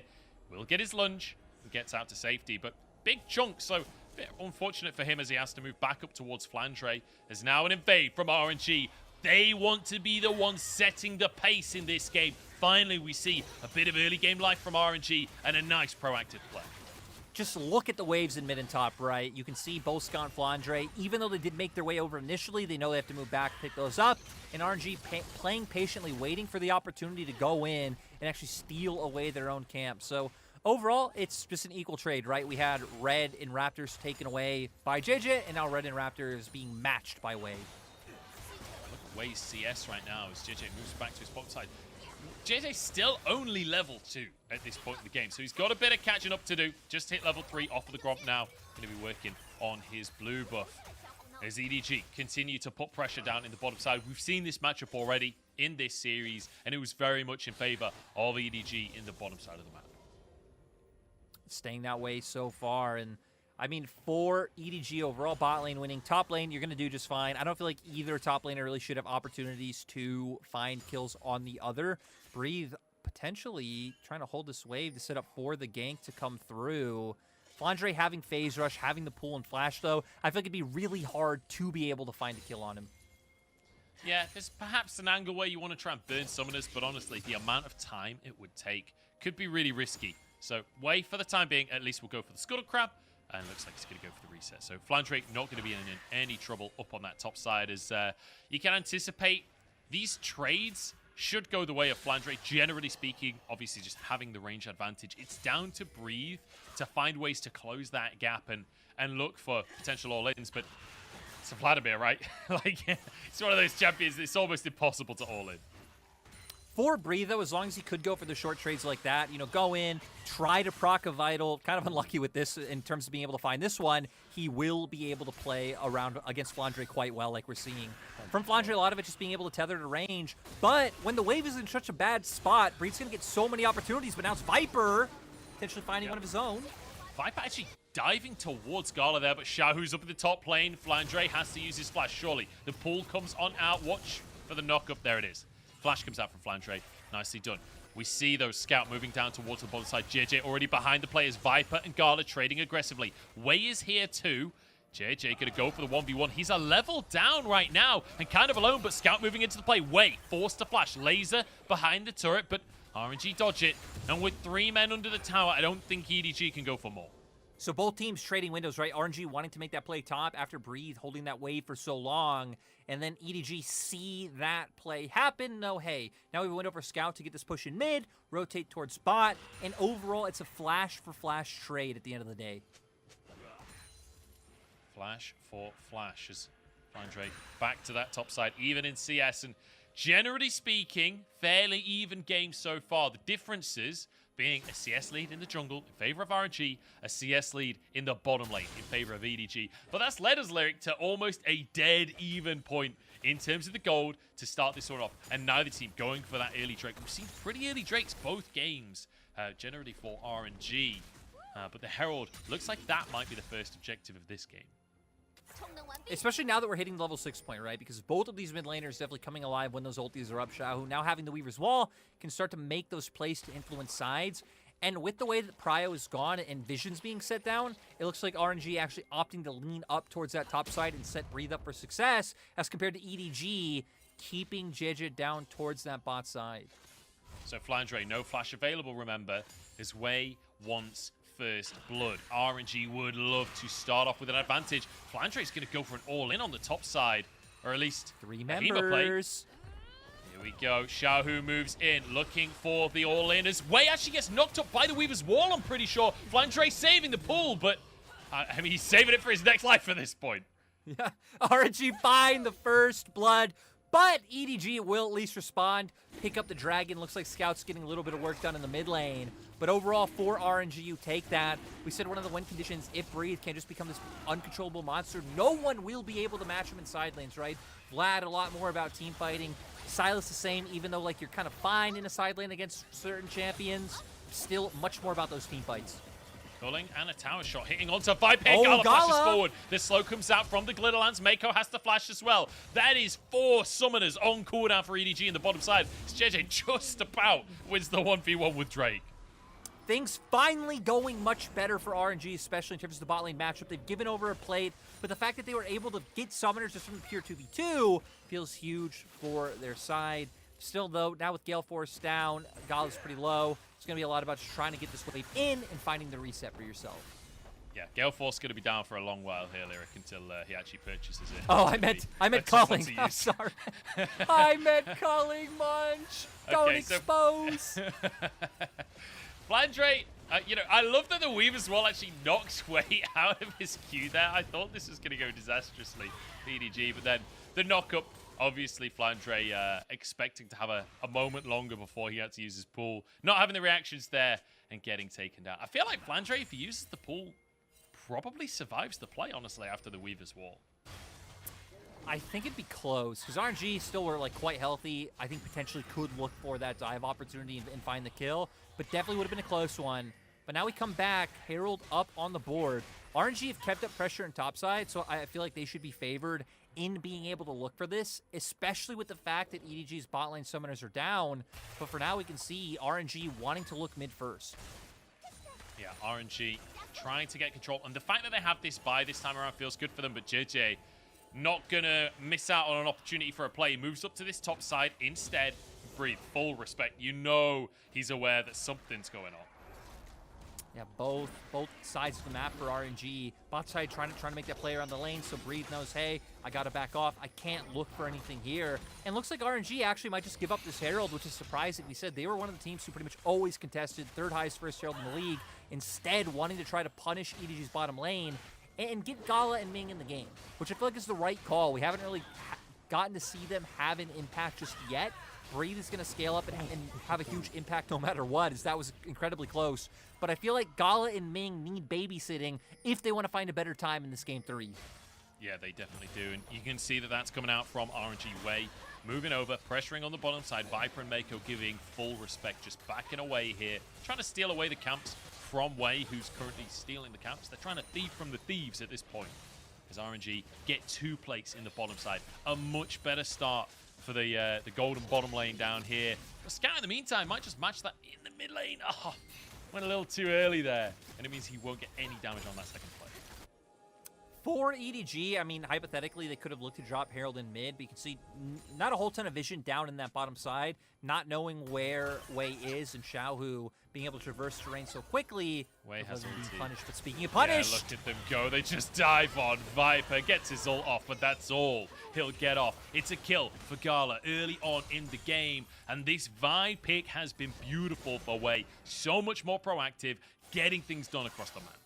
I'm telling you, Munch, I feel like we really have not seen Viegos able to do all that much on recent patches. It's really been about the utility you can bring to these ganks, to these team fights, to be able to set up kills for your team. Great to see RNG actually doing that this time and playing towards their bottom lane. We said the way they've been punished has been teams really exploiting the bottom half of the map from them, and just kind of how, I don't want to say volatile, but despite like the highlights and the big pentakill moments, Gala really hasn't had that same level of star power that I feel like he did in Spring or at MSI. Typically feels like an AD carry to me who steps up more in high pressure situations. And I mean, heck, this game that's going to keep their dreams alive to win another championship. This is the time you need to do it. Yeah, if you want a high pressure situation while being 0-2 down in playoffs when you're not in the double elim just yet, that's a reasonable amount of pressure to put on an AD carry. So Gala, the one that has to step up. Breathe as well, a player that hasn't really had the greatest split for himself, considering Bin was swapped out to put Breathe into this roster. And then in game number 3, while down in the series, they swap him onto the Fiora, give him the power to carry for this RNG squad. It also makes it so the comps not as one-dimensional as it felt like their previous 2 comps were, in terms of it's pretty much like group is 5, you have to find the angle to go in, both are relatively short range, and EDG drafted and played around them quite well. This time it's like, okay, you have team fight, you have the ability to burst, you have the Weaver's Wall coming from mid to try to create numbers advantage and find picks, you have a split push element. RNG this time around having a lot of different ways you can play, depending on how EDG goes, and now, with Breed's Prio, bringing him down to mid is the way that RNG want to play. Do. Can they get the charge off though? Herald knocked back here. Eye available. And I think RNG have answered the play. That's gorgeous stuff from RNG as you see Breathe moving down. The whole gang is here for RNG. As EDG would love to threaten that Drake, but I don't think they can because Flandre no TP either. JJ gets the Scuttle Crab, but at what cost? Blast Cone. Oh, he actually gets out. It was after the knock up from Wade. JJ survived somehow. That is such like a timing. I don't know. I'd be so frustrated if I was way right there. Had that gone all the way through, felt like that was a guaranteed kill for the side of RNG. Maybe he would have been in too deep, but has his flash available. Breathe, though, covering in mid lane, not allowing too many of these turret plates to go down. I like that RNG decided to commit him for the whole play, because you could see he was questioning, do I go back up and cover my lane, or do I stay? Vlad not really having the pushing power to threaten too much in that top lane. Scout moving down to the bottom side here, but he's quite deep on his own. Has the crown available. Gala, the target, just dives onto the backline here, but he's abandoned by a squad. Wild Growth comes out, but he's walking under the tower alone here. Will escape with his life, and in the meantime, Wei doing the same on the opposite side of the play. Viper trying to get the lasers out. Xiaohu answering with some rocks. No kills go down, but now the game is starting to pick up pace. RNG with the 2,000 gold lead, and you can feel it. RNG are solidly in the lead, but a lot of summoner spells burnt in this last play, right? We take a look. Xiaohu, Wei, and Gala now all no flash. EDG, this could be their window to try to punish. We don't have a lot of ultimates up on their side, so not going to have the same level of impact available. Like, once Scout gets that hijack up, if he has the opportunity to steal Weaver's Wall, because I'm not quite sure what the last ult he took away was, you could look to find a play bot yourself, right, and punish the lack of summoners coming out for Gala. Yeah, try and get onto Gala. Try and stop this Lucian having the impact that he can. Because remember, we keep talking about this I guess this is a 2-item spike for Lucian and Army. 1 item on either champion, right? This Gale Force Mandate combo is so terrifying. So Gala and Ming, this is their window. And that little fight there feels like that should have been a potential fight where you can pop off. But the pressure from EDG, obviously having that numbers advantage, making it a bit more difficult for RNG here. But like you say, they have the goal lead. Now is their time to put some pressure on EDG and show the world that they are not a team that's just going to flop out of playoffs. Show the world that they are still the same team that won MSI in spring. RNG definitely not wanting to repeat exactly what they did last year in this moment. Get to round 3, lose out of nowhere, and then have to make a run through regionals. Would be great to see them get, again, even just making their way to top 4. Their points are so strong. Even if they don't win the split, it'd be so hard for them to not guarantee that second seed for World. But Flandre now should be fine. We see him rocket belt out and having that W available. Second Herald coming up now, and both teams dedicating the full resources towards his top side. Yeah, Flandre gets caught out here by Wei. Ultimate available, but Flandre just going to fully respect here. Uses the flash, uses the pull, keeps himself alive. EDG moving up to this top side themselves, though, but with their top laner solo on HP and not having the flash available, I don't know if they win the 5v5. Breathe in the meantime, though, is just going to say, look, you know what? You can go for the Herald. I'm going to take a tower myself. And Breathe has TP, so Breathe can join in at any time if RNG decide they want to opt into this fight. They do still have those ults available. But we talked about summoner spells. I feel like that's the more important thing here. No flash on Xiaohu, no flash on Gala. Can be easily punished, especially while Scout has that cease and desist. Laser out from Viper as he moves to the mid lane to try and stop the siege here. That's one thing about this RNG composition is they don't have the greatest siege in the entire game here, and the Lucian will take a little while until he can really start to chunk those towers out. But the passive can be useful, certainly, in burst scenarios. EDG, though, dropping this Herald immediately. Gonna look for a tier 1 in the top side. This will be their first tower of the game, but obviously RNG already taking 1 in the bottom side with Breathe before the Herald, and now taking 1 in the mid lane as well. So 2 tier 1s as Xiaohu now Weaver's Wall into the mid lane to stop the Herald getting onto the tower. And you can see the Herald confused, walking the wrong direction. It actually looks like it will still be able to get the charge off in the end. It does guarantee that they don't get 2 turrets because, you know, potentially had the Herald charged immediately, then with Scout hitting turret, it could be close, right? I still don't think, but possibly could have been done. Having that one up, RNG maintain the lead that they have and still in a really solid spot, especially with the amount of pressure that Breathe has been able to keep up. For EDG, I mean, they're still strong, they're still scaling into it, right? But they're going to be looking a lot more at those 5v5s because that's what Flandre brings to the table. Being able to get that ultimate onto numerous members feels like it will be the silver lining for them. But Flandre might not get a chance to play because he's been focused down quite heavily by RNG. Yeah. This is what we call Giga weak side, as Flandre just getting ganked and ganked and ganked again. A lot of sustain coming out, though, as he's just healing up off of Wei. Gets the phase rush, trying to escape, but Wei will not let him go. It's a kill for Xiaohu here on the bottom side of the map, as RNG open this game up and look towards the second Drake. And I think this one should just be theirs. I mean, it'd be so hard for EDG to contest. I gotta say for Flandre, though, he still doesn't have it half as bad as the Shy did yesterday, especially in that game 1. Like 20 ganks at 10 minutes. But EDG, do they actually really want to contest?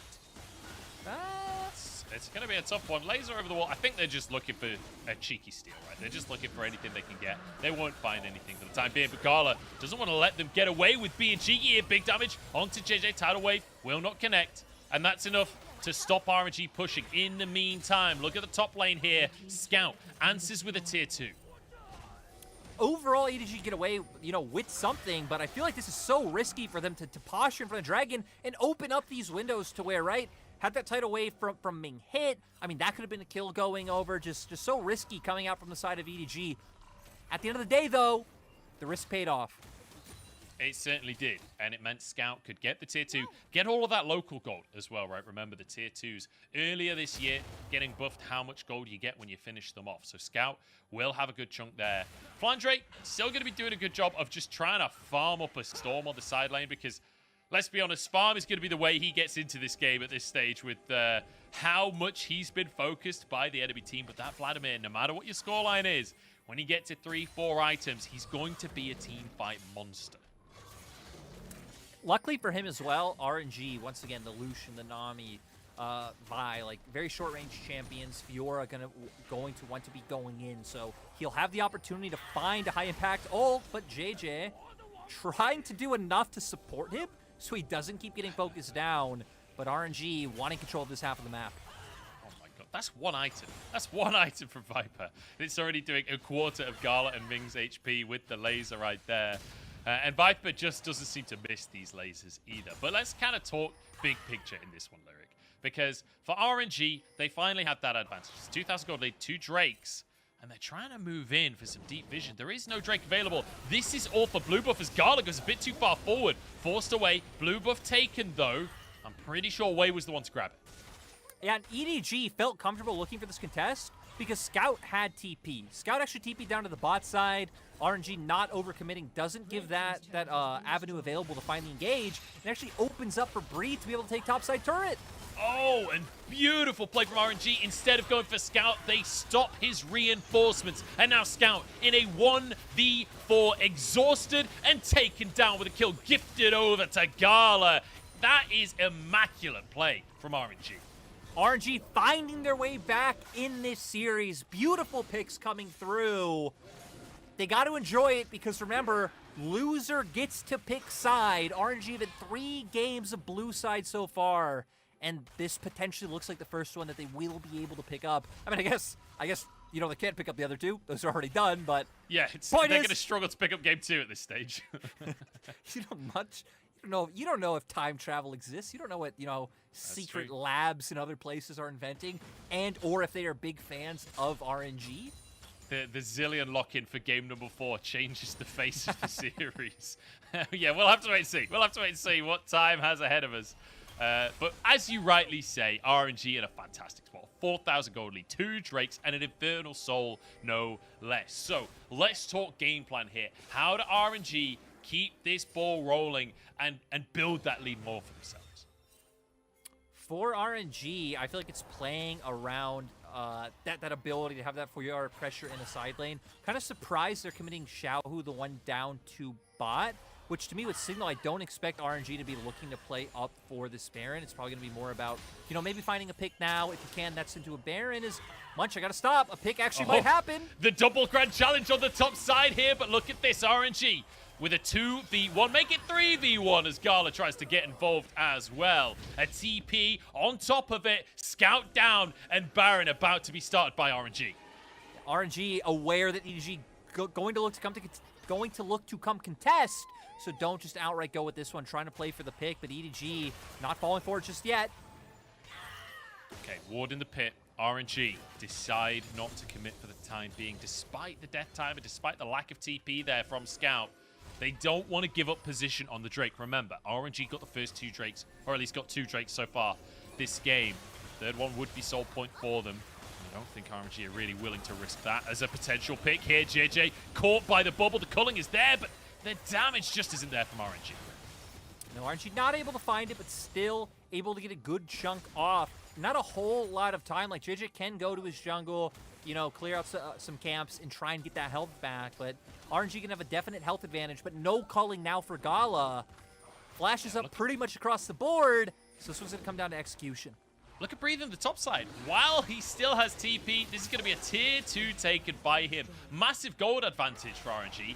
And now he can TP into the play as well. EDG starting this Drake off, but it resets. Still 9,000 HP. The laser not going to connect. But now Scout in the back of the fight. Here we go, EDG with a desperation play to turn things around. Scout surviving with the wild growth, but Flandre can't really get in either. Damage out from EDG. They've done a good amount of chunking here. Xiaohu forced back. Drake down to 3,000. EDG looking to burst it. As Gala desperate to move in. Drake taken 2 apiece now as the laser comes out. Flandre surviving on the front line. And EDG, they've done enough to muscle an objective their way. So much damage done on both sides. RNG not really having the ability to send Gala forward to get any more damage down, just relying on the Qs from Xiaohu. And same story for EDG. I mean, you're just then relying. You have kind of this poke battle coming down during the objective, a Viper throwing out Ws and Xiaohu throwing out Qs. Neither team really willing or able to go forward with those ults down. So now EDG and RNG going to be sitting on 2 dragons apiece. And I'm loving the little combo that we see from JJ and Viper during this play, where you keep seeing JJ drop the pillar as Viper goes for the W on the same spot to set up for that poke. Really nice coordination. And that's the big thing that we have praised for EDG this series, is that coordination. But is coordination enough to come back from a 6,000 gold deficit?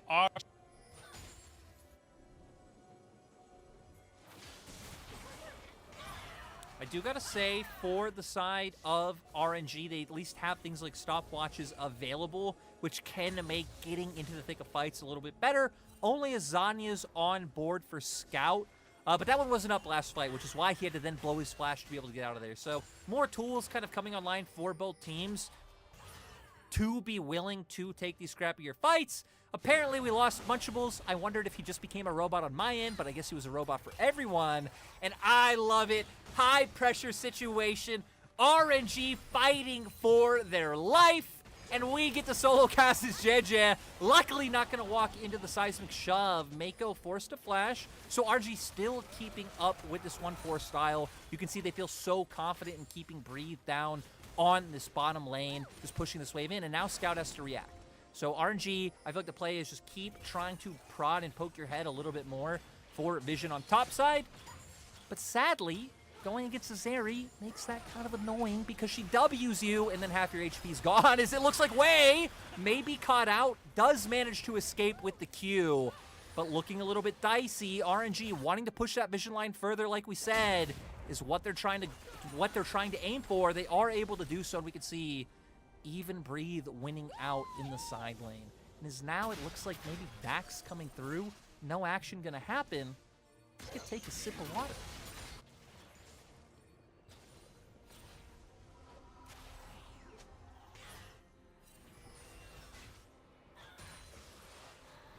Revisiting stakes. RNG. O2 down, need to come back. We've said many times, and by we I mean me, because Munchables hasn't said it once. If they can get top 4, with the amount of points they got in spring, things are looking pretty good. And there's just so many different possibilities for them to be able to get that second seed based on points alone. For EDG, this win would be massive.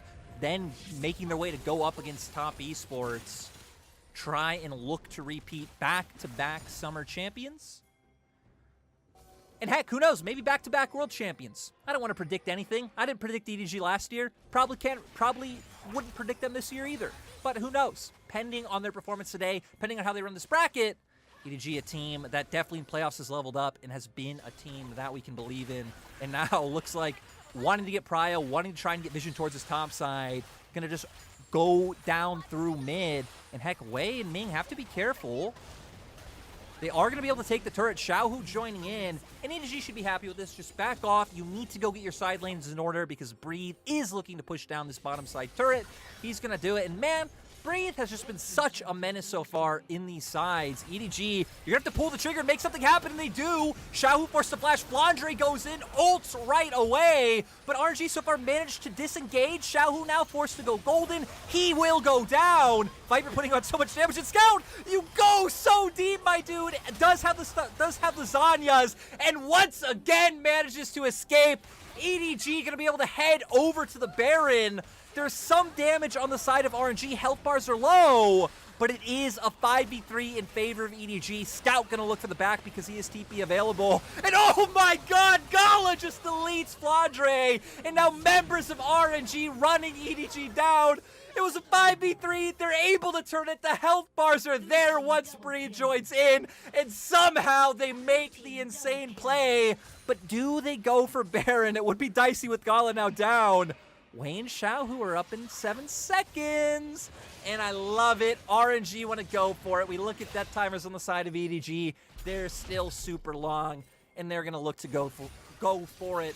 As we see Engage comes out, I love it. EDG, they look at Breathe the bot side. They know they need to pull the trigger. Get on top of Xiaohu. Flash comes out. Beautiful pillar to make sure he can't get anywhere.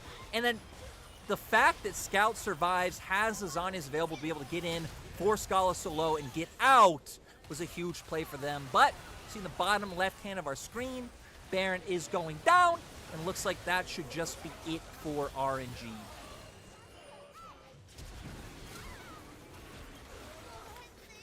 You know, Mudge, we're gonna go under the assumption that the audience can hear you, because I've had to talk non-stop. So now apparently you're back. So go, Mudge, go! I'm back! I'm so sorry, everybody. I'm not sure what happened. RNG, though, you missed the behind best things ever. No. For EDG? What have I missed? You missed the Baron. You missed RNG 3v5, a team fight, and get a Baron, Munch. My God, only RNG can pull that kind of play off. I deeply apologize, everybody. This is the joy of having to do online casting. 10-3, 30 minutes on the clock, and a near 10,000 gold lead for RNG. They've got the Baron, but now with Soul Point for EDG in 5 minutes time, there's a small win condition there. EDG, they've got to survive 5 minutes to get that off. It's going to be rough too. Now Breathe, having the Guardian Angel. He was doing so much work in the last team fight. It's going to be even harder to be able to hold him down. So RNG playing out through this 2-lane setup, knowing Breathe has that pressure on top side. EDG having to potentially dedicate 2 members there. I mean, it's just going to get to a point, right, where EDG are going to have to all in on one of the sides of the map, or they're just going to end up giving up their whole base. All in on the mid lane, perhaps, as that tower goes down. RNG trying to pressure as many lanes as possible, 2 for the time being, but they could even move down to that bottom side because there's a big old slow push moving in towards EDG. Gala steps forward to hit onto this inhibitor. Looks for Mako instead. Flash out from the Lulu as Flandre taking a huge amount of damage. Gala moves in on the top side. RNG, they want a game in this series as they try and force the play, but it's Way backing off on this one. JJ trying to chase. Actually goes to the blue smite here, going deep with the Wild Growth as EDG grouping up as 4, but Breathe just goes 1v4 and turns it on its head. Double on the Fiora. Breathe is an absolute monster in the top lane, and EDG destroyed by the Duelist. Quadra kill picked up for Breathe, and RNG managed to do it much. They managed to bring a game. RNG, they keep their series alive. They won MSI, and they don't intend on going. Great showing from RNG. Great play around the Baron that sadly Munch missed. And overall, just huge performance coming out for them to be able to get it. And we said, like, they were on 0-2. The nerves could be there. The mental could be taking a dip, but they were able to bring it back and keep strong. Take a bit of a different draft, right? Have more angles and more options available to them with the fact that they have this ability to play out through sides, with the fact that they can look for picks with the global ulti and the single target CCs that they have, but still be quite fine in team fights. It felt like a much better approach, able to come out from RNG this time. As, I don't know if I lost Munchables again. Well, we lost Munchables again. My producers are super nice and said we could just go right to break so I don't have to just keep talking nonstop. We'll be right back with Game 4, find out who MVP is, and, go on with the whole shebang.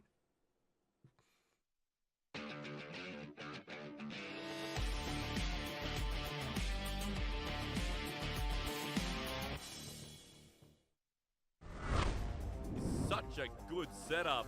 Finally getting some gold, but do they care? I mean, IG might even 4v5. The all-in, Mole over the wall, and Chrono Trigger Part 2. It's a time crisis for IG's AD carry. EDG now joins in. I'm just waiting for the brink of this fight, and he's still so cheap with his bone skewers. But Xiao flashing forward, gets stunned up. The RNG mid laner with a massive whoopsie as he's now in the middle, but it could be a bait with the shock down from Gala. Breeze joins in. It was a bait, but X marking the spot as an Invigorous Shadow comes through. And Yeji as well. Look at this Pike support. Reset, reset, reset. Another onto Ming. Reset. Jin Zhao onto Gala. Reset, no! The Immortal Shield Bow comes in clutch. And Gala again. Stop giving this man Zeri. It's too shocking. Here in the sniper of what you're looking to do, but with the amount of vision control they had on that side of the map, is Allah needs to be careful. He needs to be very careful. I think he might be going down if he's not, but he can turn this one around. He's got to tough it out, so he's regenning back. He's looking to do it, and there's the solo kill. Kevich to be able to bring it home. SOFM looking to bring another challenge. He doesn't want to go too crazy into this one, though. He does know that Allah could maybe try and turn this one around. Look at the attack speed. He's got the tower with him as well. He gets the knock-up, but the shield is good. And now he's going to try and go into the tower. No way! No way! Welcome back, Allah! And it's on Doggo again. As much as he survives, and it's someone else who goes, Oh my god. Bin just goes in 1v5 and it comes way to follow it up. Bin is an absolute monster. He's unstoppable. And now turning it into more as well. Doggo here to sweep up some kills. But Bin, take a bow. He dominates WE.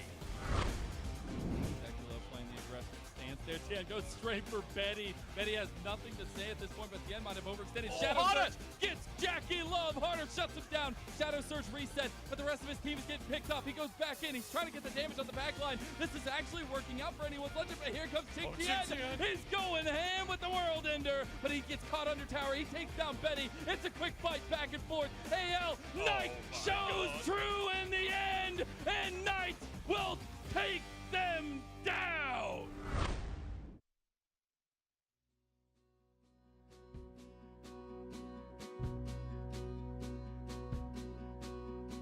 I will follow you out of the dark. I will promise to protect you from harm. As winter turns to summer, as the days feel warmer, trust in me and I'll trust in you. Shine on, bright star. No love's never far. No, there's always hope. No, you're not alone. I will chase the wolves from your door. I will be there to fight your cause.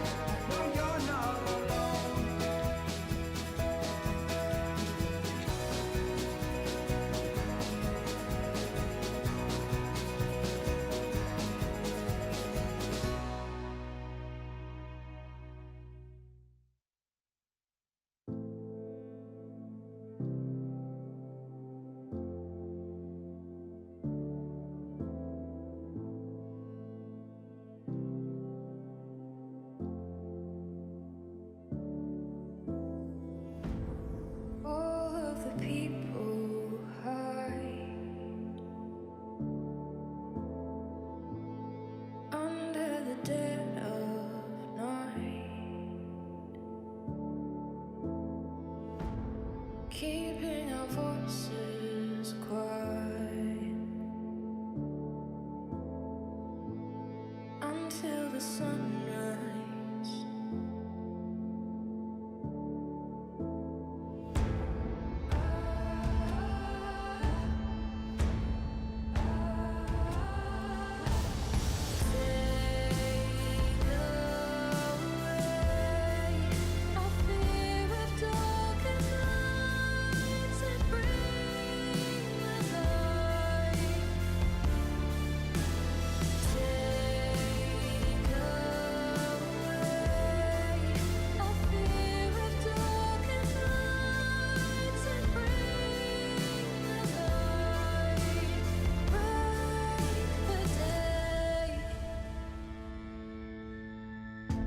Sometimes the good will fall.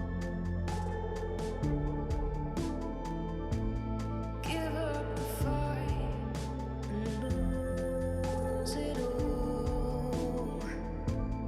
But we'll keep our voices quiet until the sunrise.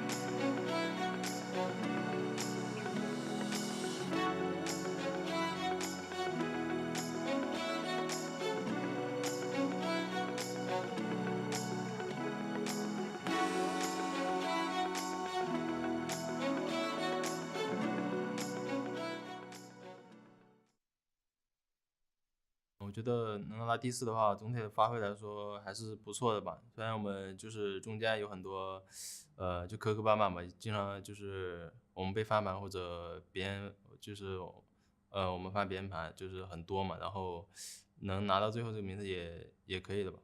季后赛的话，我们觉得我们就多练习一下别的英雄吧，然后多改善一下我们的前期吧，然后就希望可以越打越好。Welcome back, everybody, to the LPL. I am here. I am alive. Welcome back, My internet Munch. seems to be working. Fingers crossed. Touch wood. I'll be able to stay here for the whole series. I'm Munch. I'm joined by Lyric as we head towards game number 4. And I feel like I really missed what happened there, but RNG have come back in the series. And I gotta say, solo casting an important match like RNG EDG playoffs is hard because my typical solo cast technique is to meme a lot. You don't do that in RNG versus EDG in playoffs, but you did miss some sick plays from Breathe, who did pick up our MVP. I'm sure you're gonna get to see them in the clips package that we always have because this man, a monster in the side lane, you know, again, led them into that one team fight where EDG had got 2 picks, tried to turn into a Baron, and then is able to take over and dominate the game. I will just say, shout out to you, Lyric, with the solo casting. Absolute legend. I'm excited to see this Baron play that I've heard so much about. But Breathe, a deserved MVP on this Fiora, starting off with a lot of pressure from his teammates up on the top side onto Flandre. And we were questioning coming out of draft of like, are RNG going to lean, you know, down and enable their bot, or are they going to play more towards top? And they kind of did a bit of both. They got Breathe ahead, and here's the Baron play, where then they were able to start focusing more on Gala, and then it got to this moment where both of them were just huge. Yeah, just diving in onto EDG. And then this play, where it's like Wei and Breathe kind of playing a 2v4 here. The Wei just dips. He's like, see you later, Breathe. Good luck, buddy. And Breathe is like, okay, I'm on my own. No worries. 1v4. Happily take that one down. Taking matters into his own hands. And this is one of the reasons why, again, coming into the year, even before we'd seen the lineup, we speculated, you know, at worst, probably a side grade.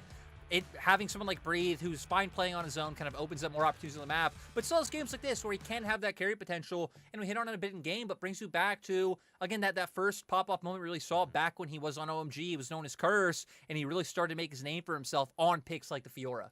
Yeah, and it's so good to see him on a top team now, and it's so good to see RNG actually play towards Breathe. That's the one thing that we really haven't seen all split. Ever since Breathe came in to replace Bin, this has been a team that has focused on the bottom side.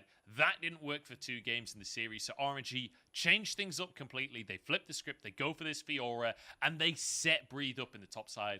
And you can see the results. When Breathe gets resources, this is the kind of player that will take over a game. Yeah, I do got to say, though, going into the next game, now it is completely new territory. Because, again, RNG, in my mind, kind of like flopped some of their chances. They came into the series with side selection, picked blue, lost, got to pick again, picked blue, lost. And now that EDG have lost, they get to pick next game. Of course, EDG picked blue side. And now more bans open up for EDG, right? Potentially, like, you don't have to ban the Poppy, theoretically. Who knows about the Wukong? You'd assume maybe still keeping the Nautilus, but having more open bans to be able to target RNG. And now we get to see what strats RNG has open on the red side. That's going to be the big question, is what is their prep like moving over to the red side? Can they still find themselves advantages? Certainly, the Zeri not able to have the same level of impact here in the most recent game. We'll see if that's going to continue to be a trend here, because honestly, so far, just allowing that Zeri to go on through, it's, you know, a 33% success rate for RNG on that strategy. I feel like EDG are the kind of team that will first pick the Zeri if it makes it through the bans. Let's find out, though, as we head to the stage once more. Oh, the respect already shown. Fiora taken off the table. I hit on the Nautilus. It was something that, for EDG, that's one of the bans you can keep moving over to the blue side. I feel like your last ban kind of depends on what RNG bans here, because there are a lot of, again, strong picks that go through. That's why RNG, you know, banning out things like the Yuumi on blue. So I'm curious to see a lot of junglers left open if they did want to have one, you know, maybe you pinch out from the pool. We hit on how Wei specifically has leaned on the Vi a lot more than others, but actually going to be the Poppy taken off. Yeah, Poppy removed, not wanting to first pick that themselves, so taking it off the board Instead, a lot of mid laners open, a lot of first pickable stuff. The Talia, the Zeri still open here as RNG peruse their final ban, but also picks like the Silas that have been prolific in this series, even picks like the Sivir if they wanted to go to that side of the AD carry matchup. A lot available, but the Vi really has been the story of this series, and JJ wants to keep that ball rolling. At least this time around, the Wukong is open. RNG did go for that one in game 1, but I felt like it wasn't like a Wukong problem, right? It was their comp holistically and how it played into what EDG have picked up. So they always could look to go towards that. Right now, thinking about picking up the Zeri for themselves, I think their fear is if they give it over to the opposing side. I mean, one of the things that does great at shutting down the Zeri is just the point-and-click ultimate that the Vi is able to bring. So not wanting to give both over, and finally Gala will be the one to get his hands on the Zeri pick. Do you know, it's just, I've had a vision, Lyric. It's flashed across my eyes here. Viper and Mako, they're going to take the Lucian this time around. They're going to take the Lucian Na'Vi, and they're going to show Gala and Ming what's up with that bottom lane matchup. We'll see if that actually comes to pass, but it would be exciting if they decided to throw the gauntlet down in that way. As Viego locked in for Wei. So you mentioned that Wukong before. RNG going for a different direction. And I hope it works out. It is Wei's Viego. I've said personally, I feel like we have not really seen this champ have the same impact, you know, in this meta that it was having in prior patches when it was a high priority. Now EDG, I mean, I think you hit the nail on the head. I can totally see them locking in Lucianami here and going with that same strata of their own, and we'll see what they're able to do because they've been able to come out in the bot lane, like isolated 2v2 pretty consistently. In the last game, there was a point where they were forced to blow flashes, but still keeping up and keeping ahead in CS. And now for RNG, you would expect the Lulu to be what comes through. That's always what you see paired alongside that Zeri if the Yuumi isn't available. All right, Lucianami is there. Like you said, the Lulu available. And I feel like RNG, if they don't pick it now, they ain't getting it. But the question is, do they want to put Ming on an Enchanter once more, or do they want the hard engage? This has been the conversation all day long, and it has been Ming on Enchanters. Now we get an engage support for Ming. Now we get his Leona. Will be much rougher for them in regards to the 2v2, but at least this sets them up for success as long as they don't get smashed in that regard. Because one of the things I really don't like about the Viego, as I said, is you really aren't bringing much setup. You aren't really bringing a front line into the game. It's just, you know, more damage, more resets able to come through. And we've seen from RNG, it's kind of hard to find that frontline role elsewhere when it isn't Ming the one picking up the slack. So for RNG, they're going to go with that. They're going to go with Comfort, and they're going to target Flandre in second rotation with these bans once again. I love that we see the only top lane bans so far, target bans from Breathe and Flandre against each other, against the things that they've struggled with in this series. But the Gwen, still open and available. That has been a power pick. We've seen Ornn, we've seen Kennen, a few picks still available there for the top side. Gnar, which has been kind of ignored so far this series. Which has been a little bit surprising. I definitely lean towards the Gwen out of things left open that RNG potentially could want to look for. Obviously, does well into the Vi. Your W just stopping her ult in its tracks, and then giving them that mixed damage in terms of top and jungle synergy that they go for. And then you could leave your last pick for Xiaohu. Xiaohu's pool isn't really, like, very counter pick-esque. Like, a lot of his champions are blind picks, right? The Talias, the Aries, the Lissandras. But maybe if you are going to let things like the Azir go through, I feel like blinding top is maybe a safer route, and then giving Xiaohu that optimal matchup would be a nice way to play through. Well, we keep on talking about engage tools for RNG, the Sejuani being hovered, and then a whole host of other top laners. But feels like the plan here is going to be playing towards that bottom side once again. But again, perhaps just go for a blind pick in the mid lane instead. Go for the counter pick for Breathe. Obviously the Fiora ban, but that Gwen, if it can get a good matchup, would be amazing. It will just be the blind Ornn instead. Can we get a Flandre Kale here? You know, with Flandre, I never know what to expect. For EDG, stylistically, I don't think that's what I'd expect to come through. I think leaving Flandre on something that is a little bit more self-sufficient is a good call. The Azir, something we hit on. Again, Xiao doesn't have many champions that I think go well against this. Out of what is left open, like my mind is, if EDG lock it in, which they just did, things like LeBlanc still available that Xiao could theoretically look to go towards. And now we see what Flandrin go up in this top side, right? Because against Ornn, in regards to lane, you have a lot of options available, like the Gnar, the Gwen, the Sejuani. Any of these would do just fine. This, though, would at least double down on their ability to look for team fights, to lock people down, and then burst them out, and overall just keep people like Scout and Viper very safe. Yeah, a little disappointing to see the Sejuani. We could have seen Gumbro come back. You're locking a different AD character, Lucian, up to the top lane for Flandre. I never expected that, but it would have been funny to see Vex being hovered. We saw this hovered earlier on in the draft as well. Xiaohu perhaps looking to go for a bit of dive. And once again, reset City out from Xiaohu and Wei. This is what they attempted in game, I think it was number 2. But whether or not they'll be able to pull it off this time around with the Vex will be a different question. I'm actually really surprised they locked this one in. Vex very vulnerable in terms of like early laning against these like long range control mage champions. That's why you really only see it come out against things like the LeBlanc or Ahri, these like more mobile assassins. You're getting a lot of passive procs against them. Your passive not going to be as useful against Azir. He does have a dash, but still, and even at level 6, if you find a window to ult him with your ulti, he still has the Emperor's Divide available. If you don't 100 to 0 him, he will manage to escape. So RNG are going to play it. They locked it in, Munch, but it's time to see if they can execute on something more niche.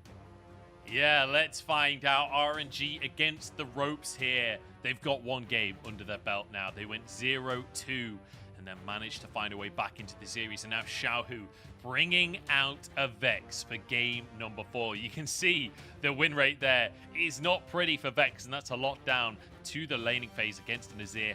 And this is Scout's Azir. Of all people, like, Scout is just an absolute monster on the pig. I feel like I'm personally favoring EDG's draft coming into this one. I'm curious on your take of the win conditions here, Lyric, but we'll talk about that in a moment once we get onto the Rift, because it's game number 4. It's EDG versus RNG. I was scared it would be a 3-0 after game 2, but RNG are back on the board. They are fighting tooth and nail to keep their dream alive. They won MSI, they won Spring, and they do not want to fall just yet.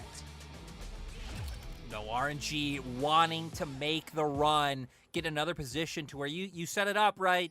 The golden road is potentially there for RNG. 1 Spring, 1 MSI. If they can find the reverse sweep, those dreams will still be alive. But I think it is looking pretty rough. And you said you're favoring EDG.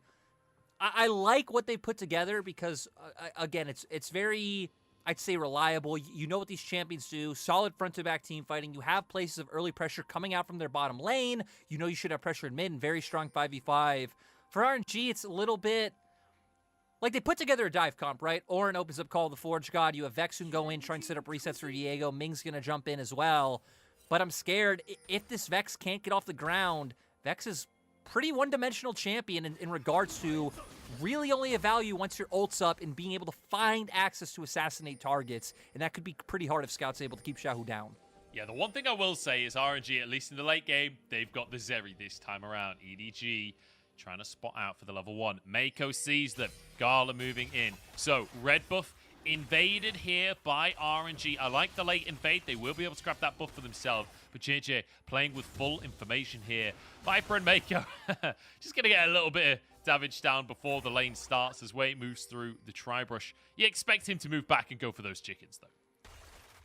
Happy to see that Mako and Viper were showing the respect to still like kind of wait back a second, make sure there's no shenanigans coming out from Wei, because I feel like we've seen invades come level 1 and then bot lane duos still fall prey to a gank from a jungler who is on their side of the jungle, as Flandre quite literally playing with fire. Yeah, I love this matchup as well. I feel like this is the matchup between the 2 tanks that have too much damage in their kit and so become playable in the top side, right, with the Sejuani and the Ornn. Wei, though, does the chicken to moves down as a good route comes out from Ming with the level 2 spike as well. It's just going to be a trade, though, as Viper and Mako doing a surprising amount of damage onto that Leona. For RNG, though, you're fine going with heavy trades because you have more members on the bottom half of the map. But we might actually have to get the observers. Okay, good. Pan up the top side because some pinks did come out. JJ will be spotted by a ward. But yeah, when you have jungle on your side of the map, right, if you lose more health than the enemy, it's kind of fine because you can get in a position where you can either create a dive or get that gank to come through. It's just more advantageous that the enemy health bars are lower as well. So RNG overall trying to look for this, but Scout also very aware, kind of leaning down towards his bottom lane. Yeah, Wei wants to go for a dive here. He's, as you say, Scout leaning down, but he's got a long way to go if he wants to try and make it into the play. Does have TP available, as does Flandre, so keep your eyes on the solo laners, potentially TPing to protect EDG's bottom lane. Wei is spending so much time to try and make this play happen, and Gala just getting chunked out by Viper and Mako. Here goes the dive, though. Flash available for Viper as the stun comes on in. It's 1-0. Wei with first blood, and Gala surviving. The reset for Wei here, as Viper will live on, but it's damage done. And Xiaohu somehow managed to cancel Scout's TP. I mean, you assume his fear was up, but I wonder how he got in range to close that distance to stop it. Scout may be trying in a bit of a sus location because Xiaohu still having flash available means RNG get the dive off, no problem. We're going to see here how it happens. Oh, okay, so does it under his own turret, but still in a place where Xiaohu can easily cancel. Yeah, I think Scout may be underestimating the range that Vex has on that Q, being able to get the fear off. So Xiaohu very casually stopping Scout from getting the TP off and setting his team up for this first blood. Wei getting the ball rolling too. I cannot believe this worked with how low they were and how much HP EDG had. It was just, you know, Ming locking down the Nami. Does have to flash out to not go down to turret, but still enough damage and enough burst was there for them to guarantee one. Kind of insane, honestly, that both Ming and Wei survived that play. Immaculate dive on the bottom side. It's cost Wei a lot in terms of the jungle, though. Look at the difference in CS between JJ and Wei right now. We need to see JJ convert that gold into something. You can see healing reduction already locked in for him as he goes towards that Kempunk Chainsword once more. And that will be the window where JJ will have opportunities to fight, right? Once Kempunk Chainsword is done, because it is a cheaper item, there will be like a small window where you have, you know, stats advantages over your counterpart jungler, and you're going to be really strong looking at those 2v2s or looking at those 3v3s when you're going for these ganks in lane. It doesn't really even matter if RNG look to match. But speaking of lane ganks, JJ this time around going to try and find his. This will be so crucial. This will be massive because remember, this Lucian Nami needs to be ahead. We talked about it when it was RNG trying to pilot. This time it's Viper and Mako. Heavy trade onto Gala. Look at that damage. He kind of fumbles the E and the flash is forced out. That wasn't even anything to do with JJ. That's just Viper and Mako. Viper and Mako knowing how to maneuver these champions. They've been so confident on the Lucian and Nami lane. And now with JJ just sitting right behind them, having no fear, even if Wei made his way down, which obviously they'd vision on him, he was clearing out a ward, but great job to take advantage of that window, and now Ming has to be careful. May just sends him flying, Mako, sorry, sends him flying with the blast cone there, and Viper gets a chance to get on this tower. Importantly as well, worth mentioning that Viper has that first strike, so every time he jumps in and does a big burst like this, not only is it going to do a little bit more damage, it's also going to be a nice little influx of cash, even if they don't finish off a kill. So Viper, expect him to be a very rich man across the course of this game. And he's going to do well to be able to get the Gale Force earlier than Gala could pick up his Mythic and then have opportunities for that all-in window, which, speaking of just making cold hard cash, Flandre doing the same up in that top side. Oh yeah, EDG though, they don't want to lose control of the bottom side of the map here as Drake started by RNG. EDG only 3 strong and Scout still on his way. He's got a long way to go though.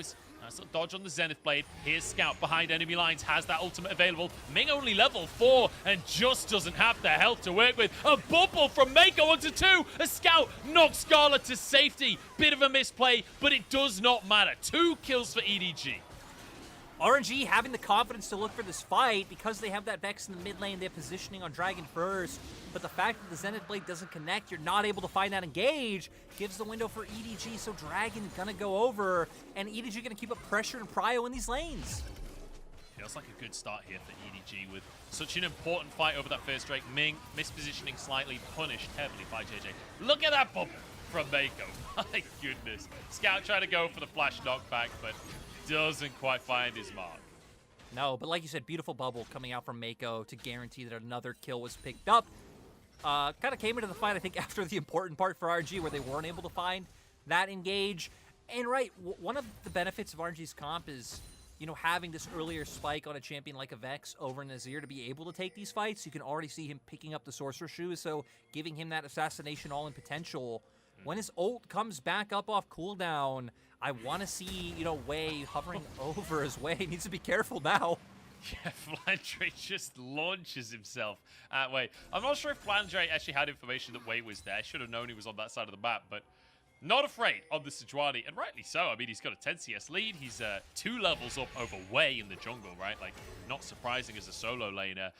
It's going to be Herald started here by RNG, and you can see EDG's bottom lane on the way over, but they are late to the party.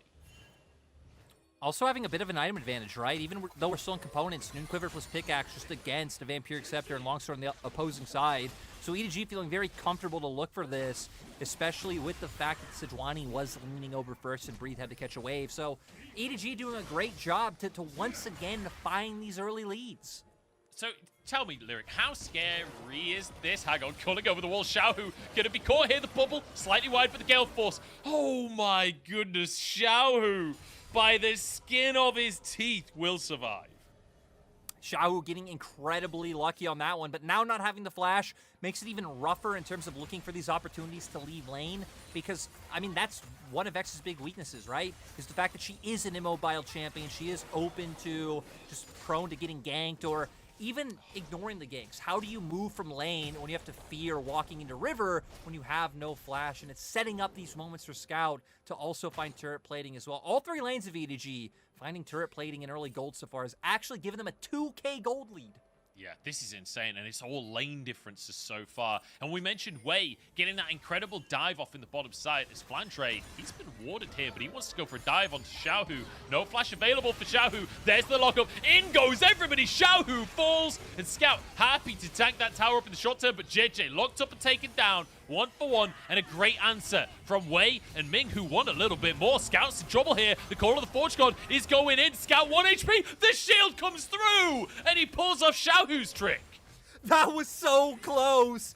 Manages to escape in the end, but RNG committing more members. Ming was already waiting in the wings for the 3v3, and that gave time for Breathe to make the roam.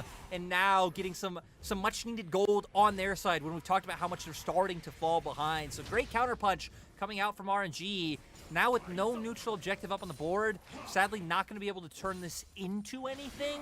But even the cash injection is very needed for RNG. As we see here, Flandre wants to look for the play, but Ming waiting in the wing. Sure, they have the damage and the ability to burst out Xiaohu quick enough, but the lockdown coming out from Ming and then the ult from Wei guarantees that first kill. And this one, so close, they get the stun, Call of the Forge God coming through. Doesn't connect. I mean, that could have been the difference maker right there, and has enough time to be able to get that dash and get that shield up. It's kind of funny to see as well when you consider the fact that the thing we've complimented so much today for EDG is the coordination. The reason the ult misses for Breathe is he's predicting the movements of Scout, and Ming gets the root. So kind of a little bit of miscommunication here from the side of RNG, not having that coordination working for them. I do want to quickly mention, though, the Herald in the pocket of JJ still. Hasn't placed that in any lane just yet. All 3 lanes with 4 plates available. If you can find a pick, that's a first tower wherever you place it. For EDG as well, this is when they're hitting a really big spike because, you know, they had the first strike. We saw Viper getting turret plates. Has already picked up the Gale Force ahead on his mythic compared to Gala. And you can see EDG, they realize that. They know where the potential play is. Already 2 plates down. Everyone coming down to the bot side.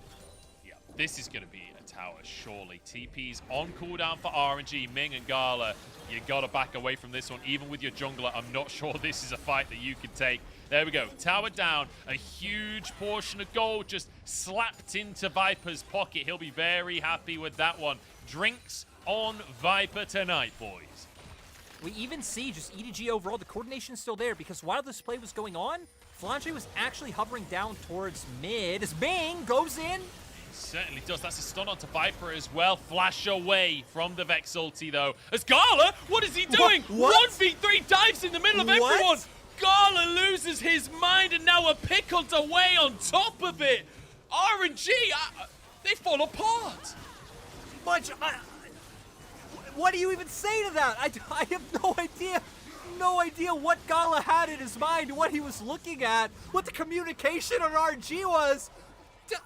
I just don't know. What was that? What is going on? Speechless. I'm near speechless. And I talk for a living. It's not often you get me speechless. So, I mean, aggressive trade hit. Ming going in, you know, fair enough. Like, tries to make the play. Viper survives, dodges.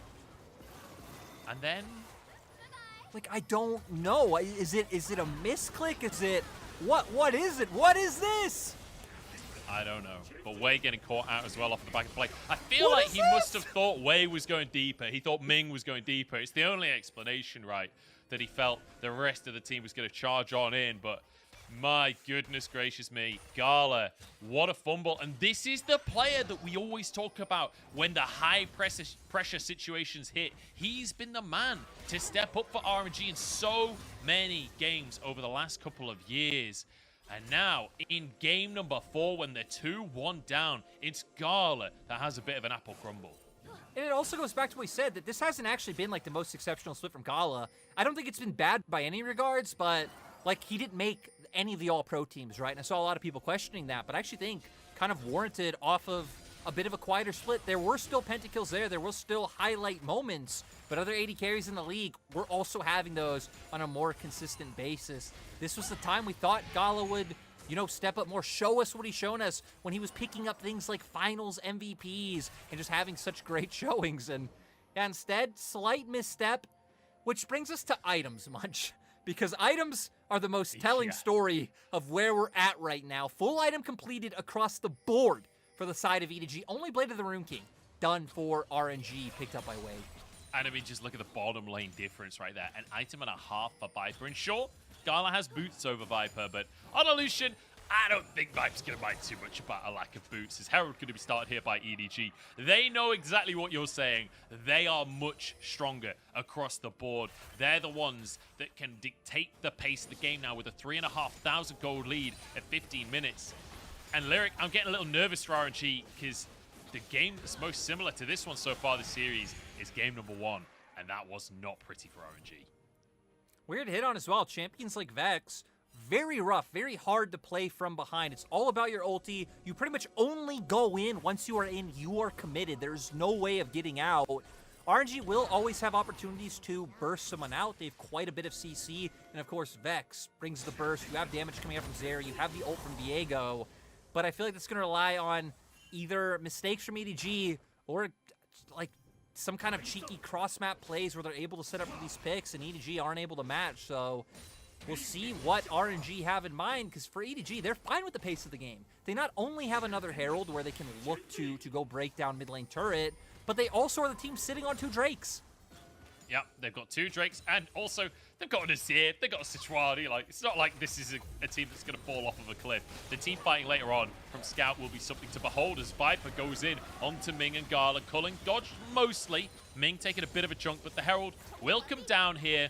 Wei in the wings. Breeze trying to move on over. I think EDG have to respect and back away here. Call of the Forge got dodged by Mako. Still has Flash, and he'll walk away from this one. I feel like the attempted engage from RNG just not going to stick, and EDG move back in to take the tower. Really nicely executed by EDG. EDG realized, I mean, those are the 2 big engaged ultis down. The only other avenue RNG would have is Shahu throwing out his ult. You know, if that lands on someone, you go and you try and find a multi-man fear. But even if that misses, it's just doomed. So I think RNG made the right call. Not count on that to be the window to get them in. Those 2 critical ults are down, just back off. But it does give EDG an even further lead, now up to 4,500, 50 seconds until Drake. And for RNG, I feel like you're in a place where you have to contest, but I also feel like there's no way you win a contest, Munch.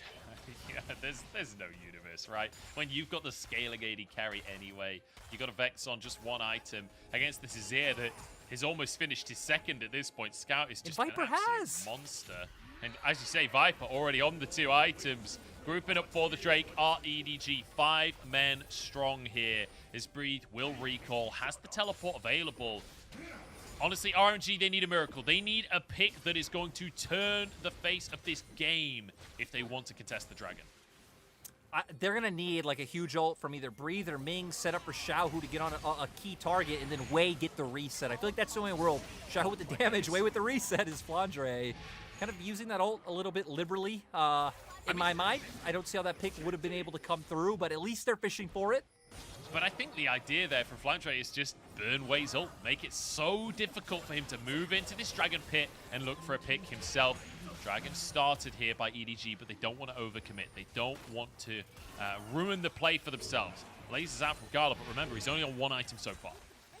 Like we said, for RNG, what we're looking at, if Breathe can find a multi-man knock-up, or Ming can, at the same time, lock numerous people down, it sets up for Xiaohu to find that ult, hopefully onto Scout or Viper. If you can combo that with Wei getting it at the same time to find a reset, that'd be huge. But like you're saying, without Wei having that ultimate, it actually makes it a lot harder for RNG to be able to find that window. But EDG still paying a lot of respect to the side of RNG.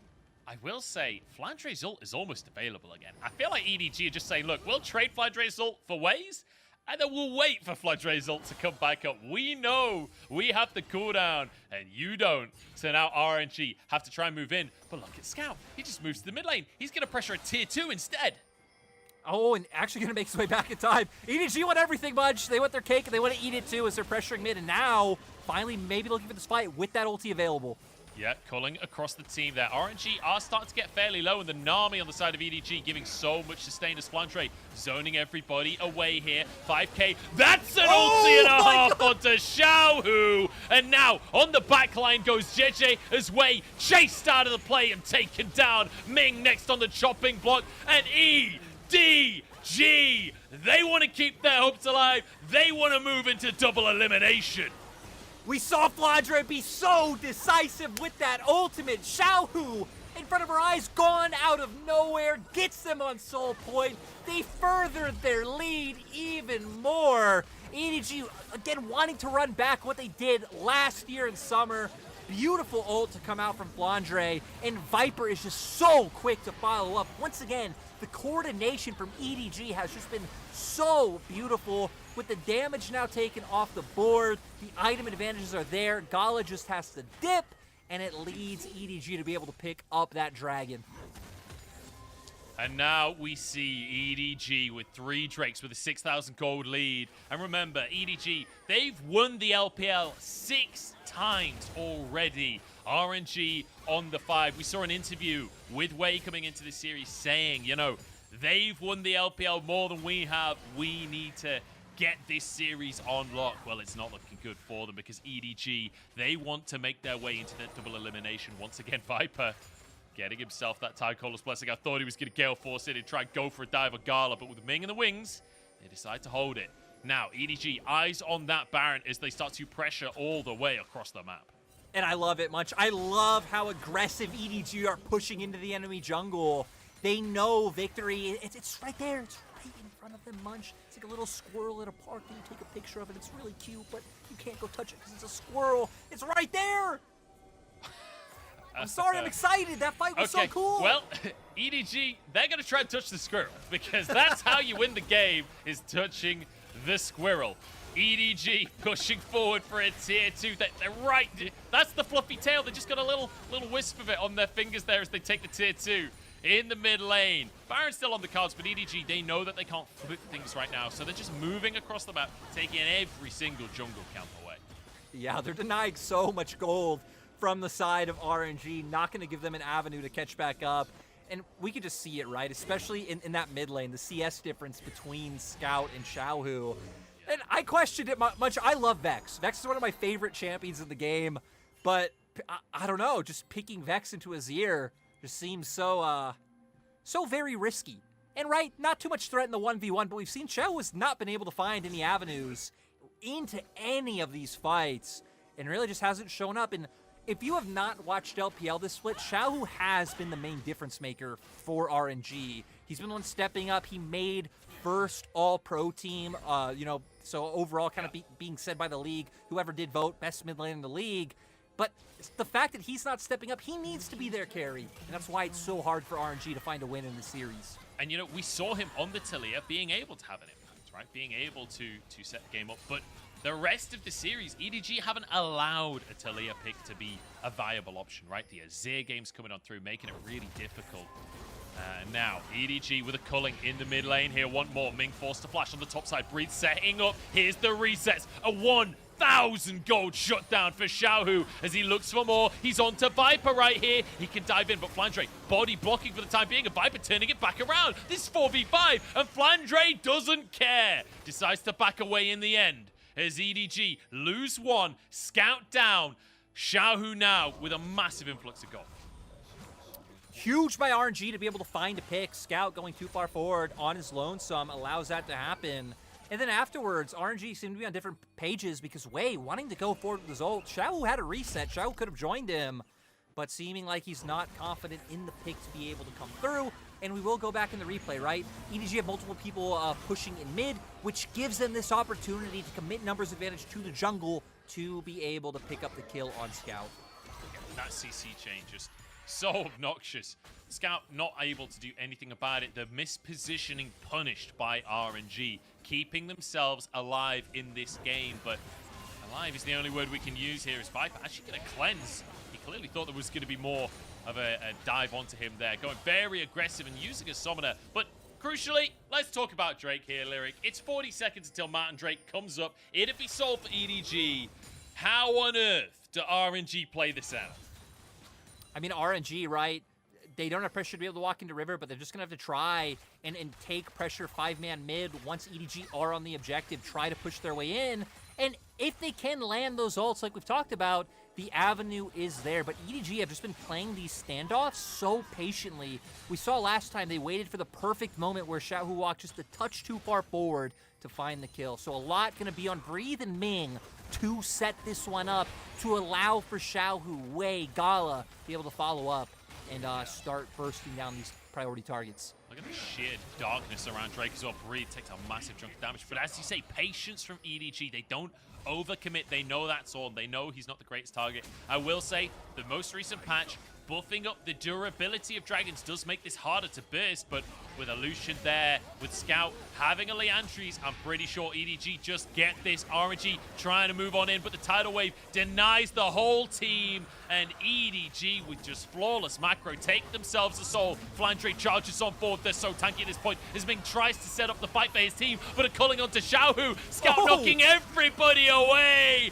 and EDG tearing RNG asunder. They make this series look easy. It's a 3-1 as Viper gets another. And my God, RNG, now they need a miracle. Scout huge with the ultimate. EDG are poised to take down their longtime rivals. They have Soul, they have Baron, and at this point much, it feels like they have the series. EDG reminding RNG who's the team that have the most LPL wins. Who are the reigning world champions? Let's take another look at the engage here from Flandre, denying any kind of follow-up.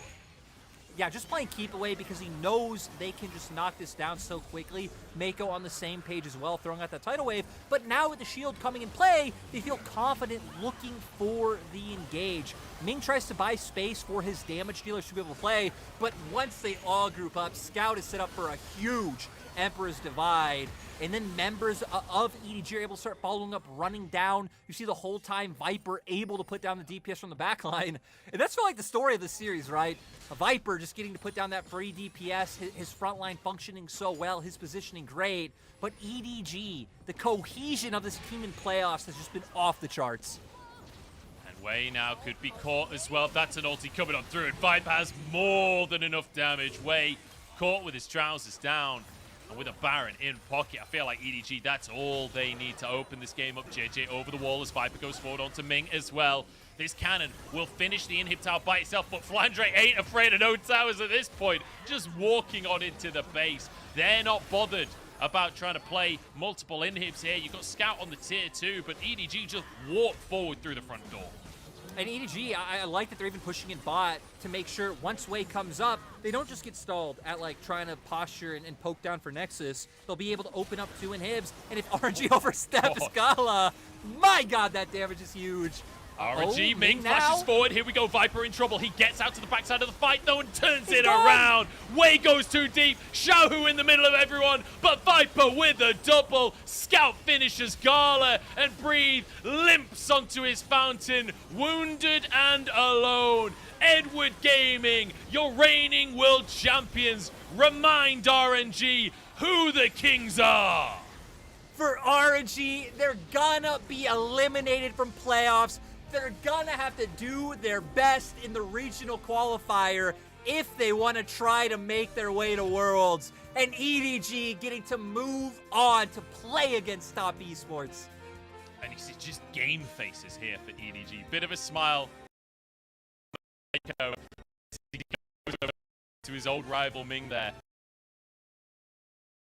Almost a decade at this point, and you can see that mutual respect. But EDG, at the end of the day, comfortably the better team, it has to be said. 3-1 on the scoreboard, and just clean gameplay, right? Just immaculate setups for these objectives, great team fighting. It's difficult to fault what EDG were bringing to the table today. I agree, and you know, I didn't predict EDG to win today. I gotta say though, the league is always better when our teams that have these star-studded rosters that have shown their heights before, the EDGs of the world, the LNG, sadly, you know, the Wavos and BLGs who are eliminated, but when these teams are playing well, it just makes the league so much more exciting. It's so nice to see EDG kind of take that step up into the next year that they took last year, that they took at playoffs. None of us predicted them to win Worlds coming out from, you know, playoffs. None of us predicted them to win the split coming out from the regular season. And it's performances like these where you remember, like, why they were able to do so. And it starts to give you that faith back. And I don't know, man. EDG right now look terrifying. They have huge champion pools. They're able to play down towards that bot side and overwhelm you. Mid-jungle's there. They've won a series with 2 different junglers. Like, I don't know. I don't know what there is to be negative about for EDG. Yeah, and honestly, their next series that they're going to move towards in the bracket now is Top Esports, who, you know, we saw Top Esports kind of trip over a little bit versus V5 at the end of the split. Then V5 going forward to trip over even further than that. So it feels like, honestly, dare I say, maybe EDG could be a favorite moving into that series against Top Esports. I don't know. That's a controversial statement to say the very least, but man, EDG looks scary. Top Esports, at least they will have footage to work with, right? Top Esports can go in very well prepared for what EDG are bringing. I gotta say, though, like, I'm thinking about it, right? We just had Viper versus Gala. Obviously, Gala didn't really have much of an impact today, but still, the matchup was exciting. It was something you get hyped for. Now we get to move on to Viper versus Jackie Love. I am just so ready to see this bracket keep running forward, but EDG, I mean, the biggest highlight for me was the coordination. We talked about it so many times. The way they'd approach fights together, the way they'd get vision, or just try to enclose and capture space as a unit. They always had an idea. The last play when they were zoning them off Dragon, like Flandre throws out his ult first, you wait, you back up, Mako then throws out his ult. Like, everything was just timed so well for them to be able to pretty much do whatever they please. They touched the squirrel, Munch. You usually don't get to touch the squirrel, but they did it. The squirrel came up and ate out of their hands, man, because, my goodness, they made it look easy. They waltzed this one in. 24,000 damage from Viper on the Lucian, and I think he might just look towards another MVP here. And it's hard to say, right, because, you know, Flandre doing a great job at finding these engages. GHA obviously on point with the smites, on point with setting these lanes up early on. Scout Azir, I mean, what needs to be said about Scout Azir, but Viper at the end of the day, the big damage threat, and we said it at the start of the day, I'll say it again now. Viper is one of these AD carries that if you can set up for him, you can guarantee he is going to step up later on in the game. We see it from EDG once again. They herald for him. They set him up in the early game. The rest is history. I even remember, like, coming out of spring, like, going into MSI, me, Ox, and Dagda were talking, and in our mind, like again, Gala's great. Viper was still the best AD carry we had coming out of spring, despite the fact that EDG flopped. Like, he's just this player that he just feels so well-rounded and so consistent. He's not a player that really ever has lows. He always only has high highs. He's a highlight player. He's consistent. He lanes well. He team fights well. His spacing in game 1 on the Zeri, like after Kielts would come out, he knows he can run you down. Just, It's just terrifying. It's just so scary what this player is able to do. The funny thing as well is it's not even like he only plays one style or anything. Like you say, he can dominate in lane.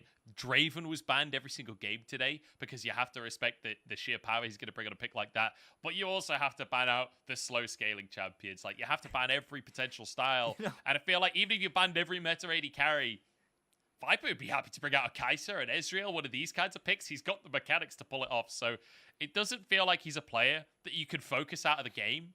But if you can't focus him out of the game, then you lose the game. So where's the counterplay, Lyric? Where's the counterplay to a player like this? You reminded me something when you pointed out the Draven that, remember, Viper didn't even used to really pull out the Draven. Then, I can't remember if it was last summer or this spring, where they played against top esports. Jackie Love absolutely dominated him on Draven. And then after that series, I checked the solo queue. Like, he was spamming Draven every day. And then we got to this split where he just feels comfortable to pull it out whenever. And now FPX and RNG have both consistently banned it. That's how, hardworking, good, talented this guy is. And I don't know. I don't know what else to say. We've praised him on pretty much everything. He's an absolute monster. Yeah, I think the TLDR of this last 3 minutes of Waxing Poetic is Viper's pretty good at League of Legends, as are EDG. 3-1 today. And do you know, I'm feeling a little smug, I have to say, Lyric, on my EDG prediction. I feel like this was a closer prediction than the numbers would suggest, because so many people predicting a 3-2, right? Expecting this to go the distance. But EDG, at the end of the day, just showing up here and clearly prepped for RNG, right? They knew what they were up against. The draft's looking fantastic from EDG. And just, it felt like they suffocated RNG's playstyle from the regular split. They really did. And we saw coming to this game, the interview Breed did, where he's like, yeah, one of the things we've been working on is playing more champions. I mean, we didn't see that today. We saw the same RNG that we've seen every week, which I don't necessarily think is a huge problem, because I believe if you play a style well enough, it just works. Like, think about RNG when Xiaohu was top, right? They did the same thing literally all split long. They were just so good at it, they were able to drive through other teams. Sadly, not exactly the same with this, especially when you have these members not showing up, and you have people like Xiaohu kind of forced onto these niche picks. Though he wasn't really forced, in my opinion. You could have gone towards something like a LeBlanc or anything else. The Vex, I don't know. And then Gala's jump in. Pull up the MVP. We don't need to talk about that. I still don't know what I have to say about Gala in that play. That's okay. We move on. We move on. Scout gets the MVP on his Azir. And honestly, the fight for me that really set this up was when he sort of gets caught out, uses the Zonyas. Everyone from RNG piles on top of him. And they think he's caught in there with them. But actually, they were caught in there with Scout. Just uses the Emperor's Divide to separate the fight and win the game for EDG. Look at his Azir. Once again, no skin coming out from Scout. You know, a disciple of Faker. He was on SKT as a sub way back in the day. Just beautiful team fighting once more. And Scout is a player who is just so phenomenal. It is a player who can play many different styles, like can go on things like Azir, can go on the control mages, but also has these champions like Sylas you need to fear. I remember back in 2020, his Irelia was absolutely insane. Like, this guy can do just about anything, and I feel like a lot of their success today was having that not only champion pool, but prowess in laning and team fighting, that he was really able to shut Xiaohu out of the game. Like, I don't feel like this was a Xiaohu performing terribly today. Scout shut him out. Scout did not let him play. Scout came in prepared. And heck, he was even absorbing bans, right? He was absorbing the Sylas ban. He was absorbing the Azir ban. He was making it so that EDG have an easier time in draft because he doesn't care if those things are banned. He can play anything. Yeah, he's just unbelievable, honestly. Scout, a generational talent in the mid lane. And I feel like not talked about often enough, honestly, when people think of the greatest mid laners of the LPL. Scout very much in that conversation with, especially his recent form after being in the league for so many years and still just being absolutely one of the best. I feel like Scout's very frustrating to watch, though, because he is one of those players that just has, like, times in the split where, let's say, like, just for 2 weeks, it's just like, where is he? He's not playing bad, but he just kind of like farms and doesn't find an impact. And it doesn't feel like other players where they're inconsistent. It actually feels like a flip of a switch of like, oh, we're facing a good team now. This game's like, important? Yeah, Okay. exactly. Like, and that's one of the things that frustrates me about Scout is like when you look at a whole split or a whole year, you do have those moments you remember of like, what happened here? But today, an absolute beast. All right, well, we're going to head over for an interview. We're heading up to the top lane for this one. So let's go and chat with one of our winners. It's Flandre. Hello there, welcome to Post-Game Interview. I'm Christina. We're joined by Flangel, the top laner for EDG. Congratulations on taking down your opponent 3-1. Most of people predict that it will be 5 games against RNG because you are both very strong teams, especially in playoffs. So what was your prediction before today's matchup and how do you feel? 好的，让我们恭喜 EDG 3-1拿下本局比赛。我们邀请到上路的弗兰哲选手，欢迎圣枪哥。那么今天这场比赛呢，你们也是和 RNG 之间的强强对话嘛？很多人在赛前都预测的肯定会打满5局，但是今天整个一个比赛的情况下来看，好像是 EDG 这边确实更胜一筹。那么在今天赛前，你自己对这场比赛是怎么看的呢？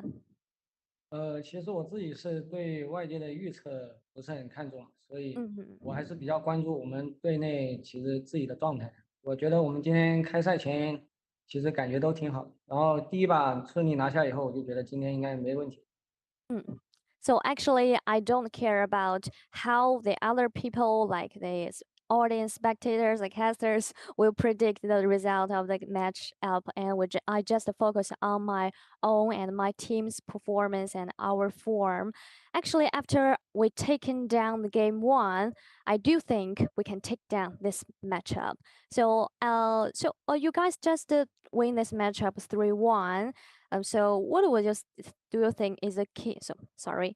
So from your perspective, what was a key for you guys to taking down RNG 3-1?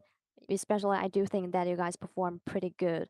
那么接下来就顺着圣枪哥说到嘛，确实今天队伍的状态也很好，虽然说是有一小局可能有小小的失利，但是整体上的其他几局来讲都是一个比较顺利的表现。那么你觉得今天能够在这个 B5当中3-1对手，最主要的原因是什么呢？会是你们的 BP 策略，还是你们的团战，还是其他的什么方面？我觉得今天能3-1拿下，最主要的原因是我们内心都比较有底气吧，因为我们最近训练还是比较不错的。然后我们今天是那种比较放松的心态来打，然后大家发挥的都很好，所以就没有什么问题。So before today's matchup, actually we have been played scrims pretty good, and we did a great job in scrim, so we can take this matchup with a normal and relaxing mentality. Actually, it worked pretty good, and we did it. So I also want to touch on the game 1. You guys totally controlled the whole situation by those early game team fights around the Rift Herald, and your AD carry Zeri farmed pretty good. So what was your team communication for those team fights? 那么说到今天，刚才盛强哥也提了嘛，第一局结束之后，你们就觉得今天能够拿下比赛了。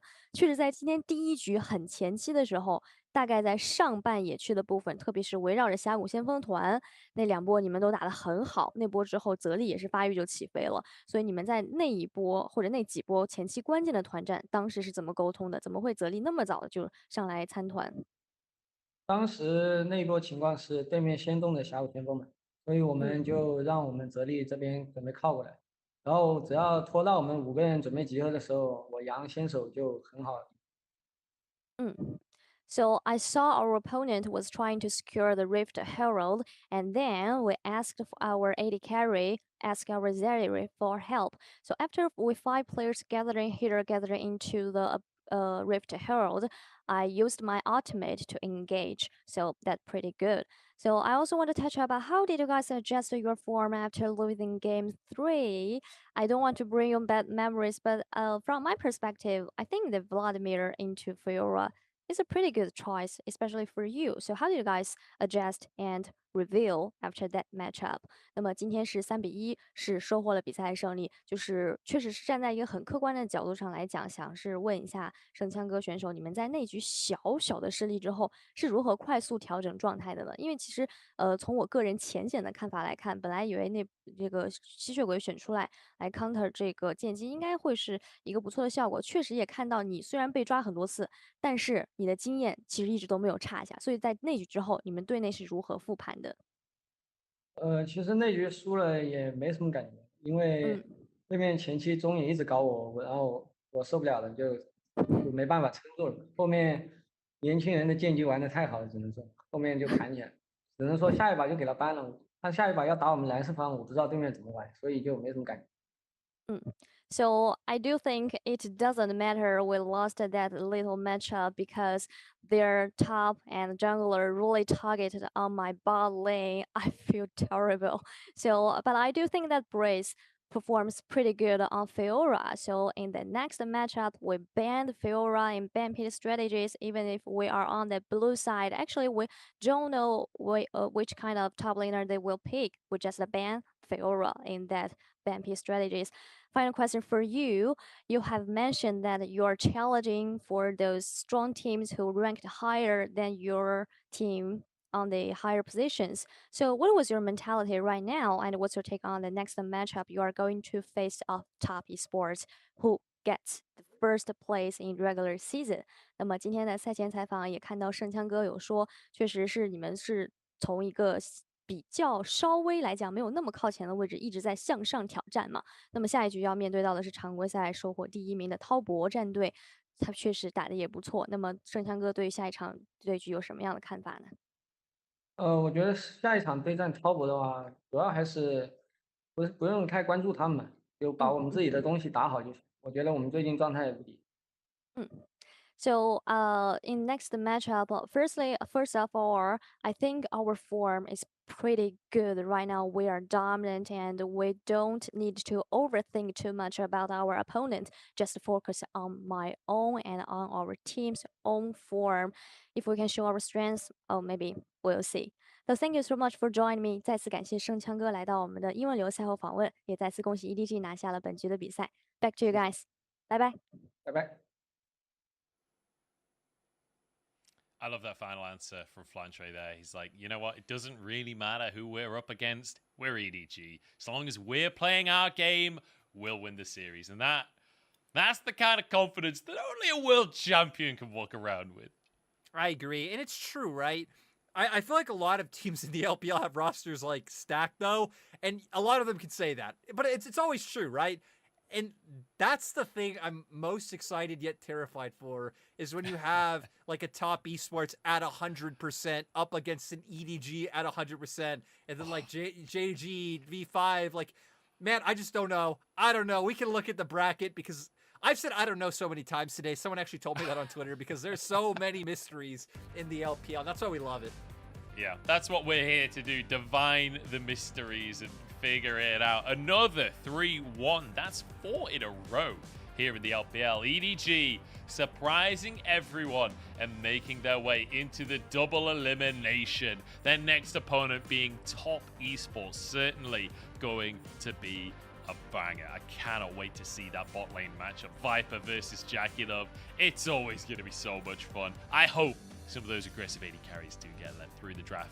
However, tomorrow, we're moving into V5 versus LNG. V5, obviously a heavy favorite coming out from the regular split in terms of standings. But when you look at the run LNG are on, I don't know how much of a favorite V5 are. Yeah, I have no idea. Even now, I'm looking at my prediction for tomorrow, which, yeah, let's say I predicted V5, and I'm like, are they though? Am I just always gonna bet against LNG? Because I did that last year. I remember turning to the team and saying, I cannot predict LNG in good conscience. Like, I just can't see it happening. And they kept winning much. They just kept doing it. I don't know. I said it again. Ah! He's still, Lyric does not know. There are 3 things that are certain in life: death, taxes, and Lyric not knowing. Yeah, I mean, I'm on the same page, right? I was expecting Weibo to be LNG. I was expecting BLG to be LNG. They've made it through so far. We'll see what they've got up their sleeves against V5. Certainly, though, if V5 are on form, I feel like on paper, V5 should win that matchup. Like, the roster is just absurd. But the thing is, at the end of the split, it felt like V5 fell off a little bit. And that's scary, because right before playoffs, it all falling apart a little bit is, I mean, that's what happened to them in spring. Yeah, and I feel like the thing I'm scared of most is for Rich and Xiaolongbao, who've been the 2 like weak links. Xiaolongbao had some great series recently as well, but has been targeted. Tarzan in playoffs, an absolute monster so far. And with Doonby and Tarzan, hard just ganking the Shy in their last series, they can do that against Rich as well. And I feel like it'll work just as successfully as it did up against Weibo. So the difference maker going to have to be Min and Bot coming in for V5. Rookie has to keep doing be under control, and then V5's bot lane has to do the same. Yeah, we'll see. It's going to be a tussle down in that bottom side, that is for sure. I feel like that's kind of the theme of this playoffs, honestly, on both sides of the bracket. That's it from us, though. Lyric, thank you so much for joining me. Thank you for taking over and solo casting while BT tried to sabotage my cast today. Thanks for coming back. Yeah, I made it back. Thanks, production, for running things. We'll see you guys tomorrow in chat for LNG versus V5. But until then, we'll see you in Champ Select.